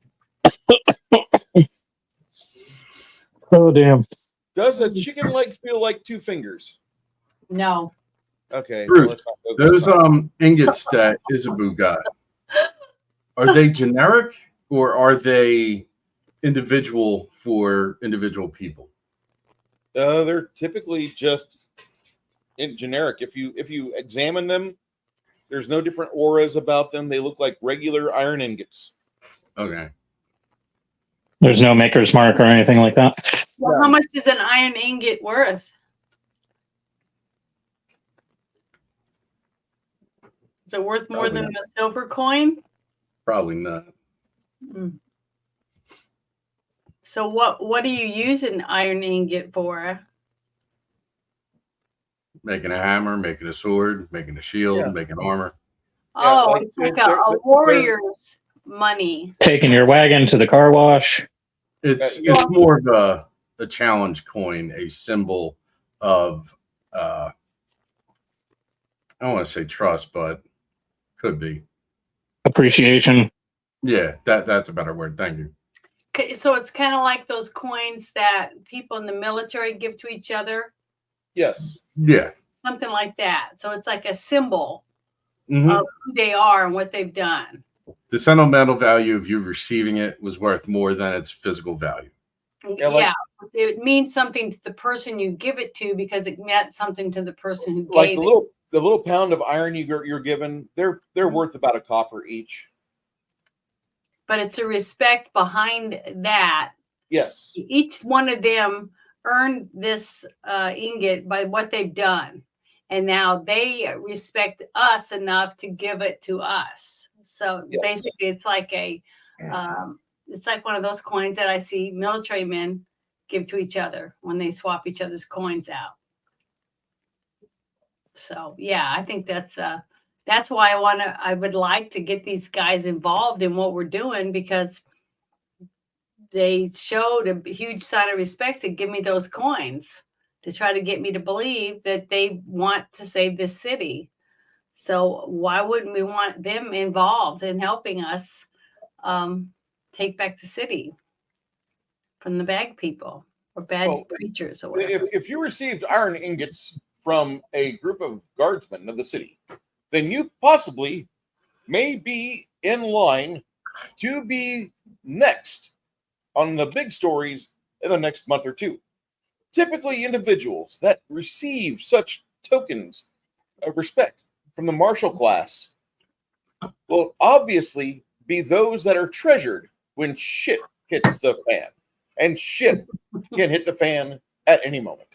Now, the funny thing about your existence is that a call was put out.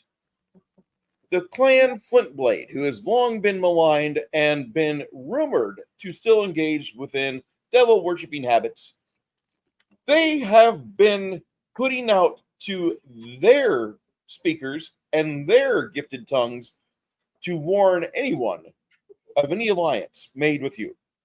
and anybody who defies said warnings will be treated as poorly as you.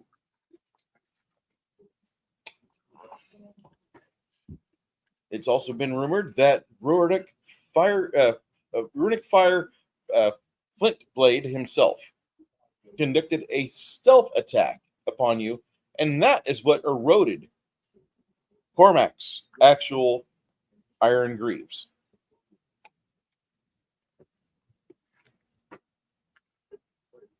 What's Hammer's opinion of the Thane? I don't have an opinion of the Fae. I only have derision.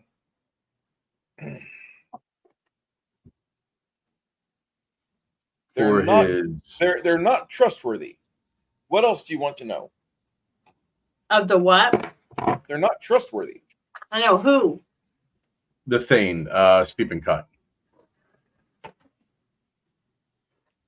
So he's not an honorable person. Okay. Not in the least. Do you think he trucks with the dark, or he's just in it for the coin? Do you really want to know? Absolutely. That's why I came here. Who isn't in it for the coin? Everyone is to a degree, right? That I can make peace with. But if, you know, he gives us our silver and we go to bed and he's going down to his, you know, satanic dungeon. Yeah, scrupulous is one thing. You know, I'm somewhat scrupulous. Yeah. Mm-hmm. Diabolic. That is not. Like, I don't mind being a bad guy, but that's a little too far for me. So that's my sheer question to him. I don't trust the Thane. I don't trust Deep Cut at all. All right. He is the slimiest member of his family.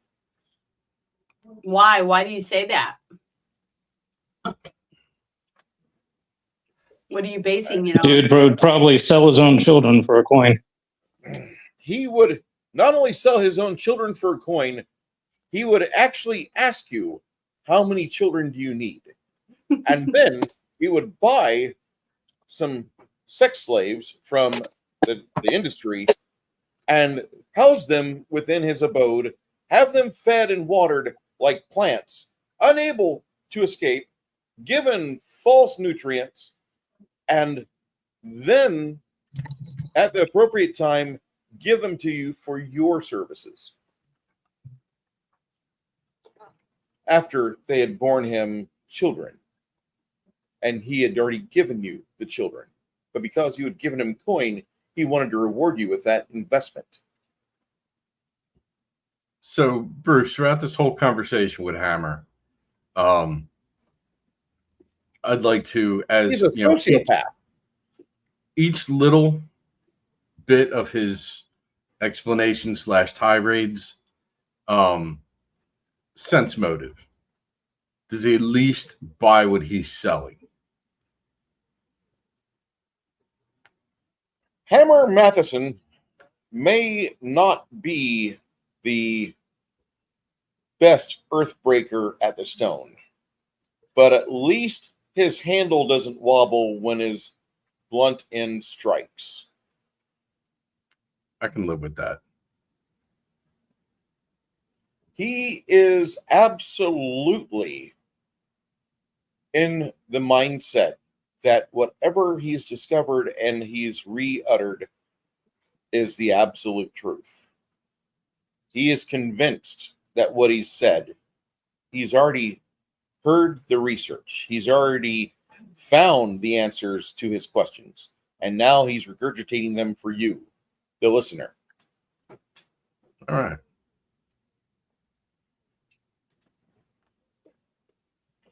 Well, I look at our group and go, I think if we're going to stay, we need to find new digs.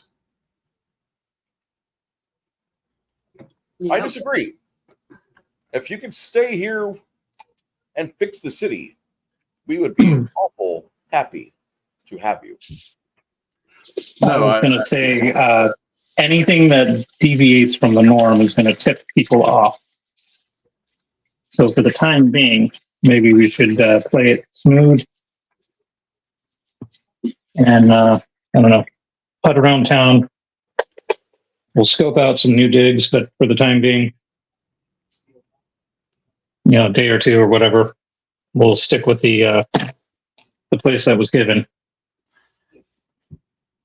All right. Just give it a couple of days for the heat to cool down. Maybe people will get forgetful and lazy, and then we can proceed with better accommodations and deviate from the norm.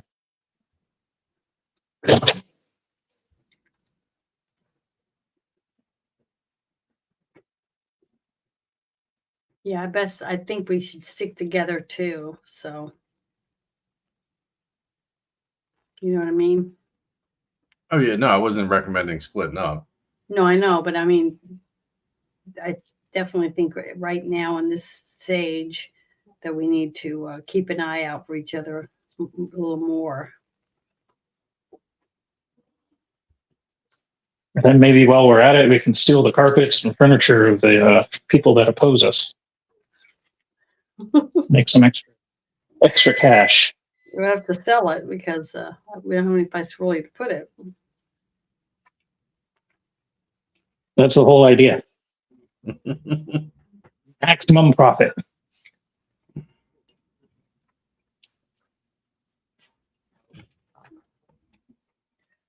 Excuse me.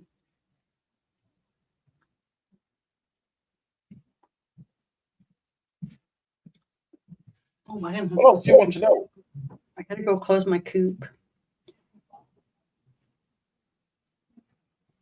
Yeah, I thought the storm was going to hit. It got pretty ugly out for a little bit, but it just kind of It stopped. stayed in that dark, foggy sogginess.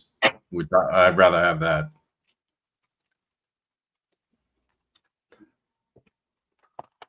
I'll be right back. I'm gonna go close my coop. All right.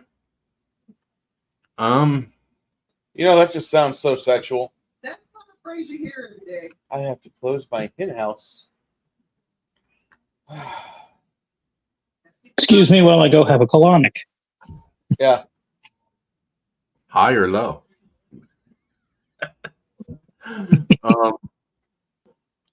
I propose that we track down the 4 guardsmen that approached her, and I've devised, it's not foolproof, but maybe a little screening process.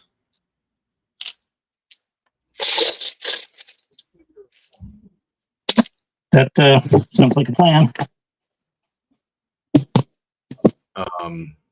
Depending on the other casters in the group, I could probably screen 10 people a day at best.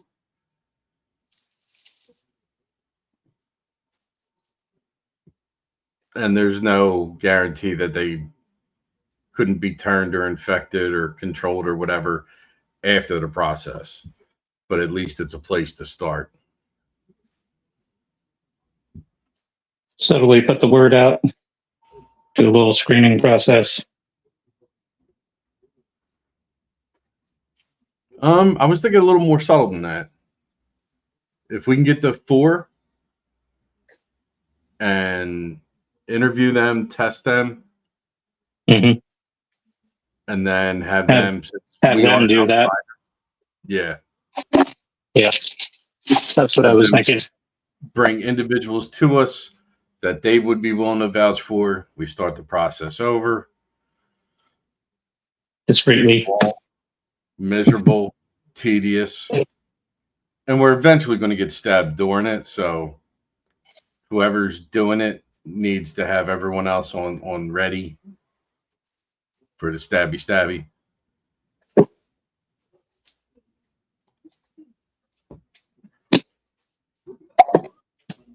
Play our cards right. We'll be walking down Stoneholm with some property and nice white suits. Don Lemmy. Sounds real nice. I still wanted you to get that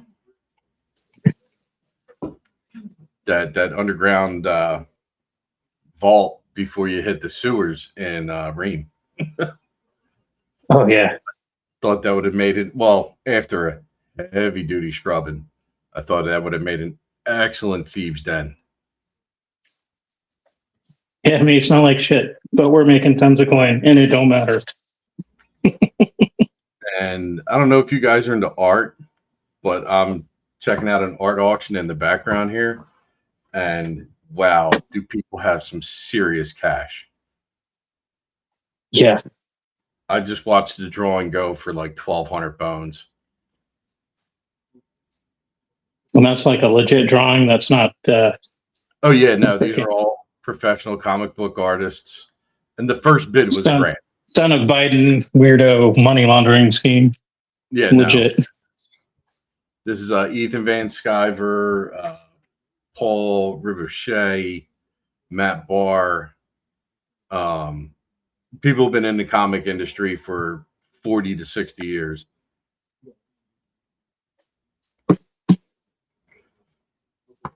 All right. As you guys are getting ready to head off towards the caverns where you can find a rear entrance or a secret entrance into the Flint Blade Manor, at least the entrance that Thane Deepcut told you that you could find a entrance into the Flint Blade Manor. We're going to call it for here for the night. Upon adjuring for business next time we get together, and that shall be the 18th of May. All right. Should that be a thing? It should be, yes. We will get together and we will take care of our situation, which means that we will be, as one party in unison, going to fight a concentrated evil. And this is the at least individual that tried to give you an assassination attempt, but those 4 spiders were not nearly enough to take you down. Good try.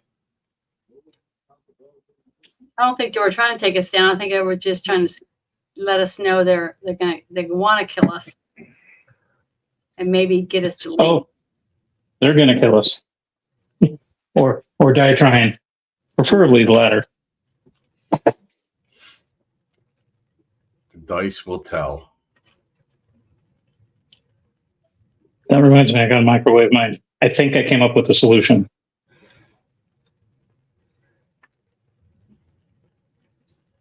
They're just not hot enough. Can't all have it.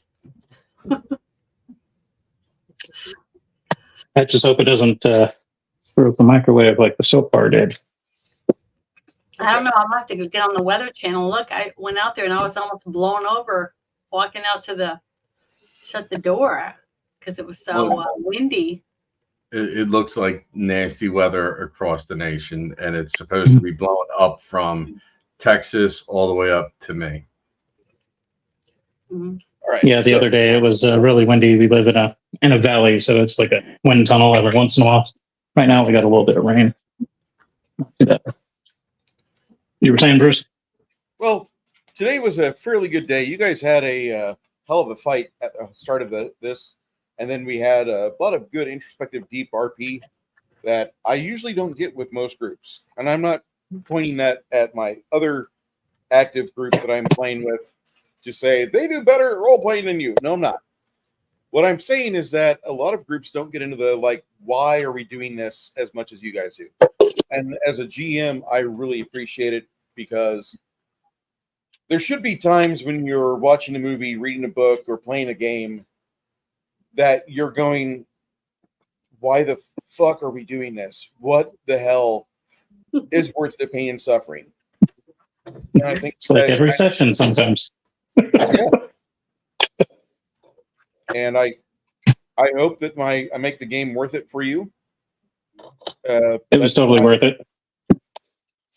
and I hope that I brought some actual full RP experience to my players and to the viewers. Yeah, I know the viewers are jumping in and out, and I understand that's the nature of the game. Mhm. But I do understand that I want to see my players succeed, and I'm running for my players, not for the chat. The video that saves onto YouTube and Rumble, that absolutely the best thing about that is that I get a chance to go back 2 weeks from now and I get to watch what the hell happened in the build up to us playing the game, so I know I can recall what's going on. If I need to go back to a certain point, I can just watch it from start to finish if I need to. Some people actually do that with my channel. I find that amazing. Like, wow, you find us really that good? Thanks. I tried. I can't stand the sound of my own voice. I get about 5 minutes in and like, yeah. I'm retarded that way. I like to go back sometimes and just read the chat because I miss so much stuff in all of our stuff we do, and go back and Some of it is pure gold. Half that stuff. So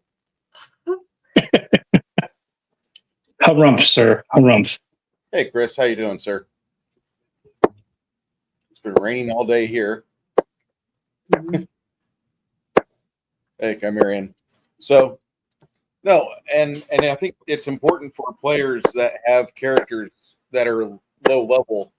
They should ask each other things like, should we really be doing this? I just saw a person get brought back, and they're in pieces like they got hit by 4 Mack trucks in a row. Why are we involved with this? I think that never gets asked at a tabletop. I think a lot of times a GM just says, oh, we're doing a one shot, so off we go. March! And like all common sense. I blame Hollywood too, because we were sold that full hero's journey, rags to riches story, and they don't give you the details. And then when you really start thinking about the details, like, who the hell really wants to be an adventurer unless you got nothing else to lose? Yeah. Like, ugh. I could have been a moisture farmer on Tatooine, but I chose this. Okay. But appreciate everybody being here at the table. Crafting, I hope that you get better. And I know lately, seriously, dude, you've been going through some grief and hell and health issues. Get it. Take care of yourself. we missed you. It was awesome playing when you were here. Looking forward to you coming in next game, definitely. yeah, he'll be all right. He just needs to get some sleep and if Connell's watching this later on, I hope real life hasn't got you down, dude. Nerdy Ogre, we're going to get together here sometime during the afternoons or early evenings this week, and we're going to try to put together a character sheet for you. There's no official character sheet for this, so we're going to need you to get a notebook, and you're just going to learn how to fix things as we go, leveling up. Kicking it old school. We're going old school in this, like back in second ed, back in 1988. When like you had either your Trash 80 to do your computer, do your character generation with, or a Commodore 64. Or a notepad to pen. Or if your parents were faculty at the local college, you might get on the BBS board and talk to a grognard. Man, there's some happy memories there. Not mine, somebody else's. I never had a fucking friend that worked at a college that I could go do that with. Although I did think I was cool when I got into 7th grade. I just bought a Commodore 64, and the entire lab was Commodore 64s.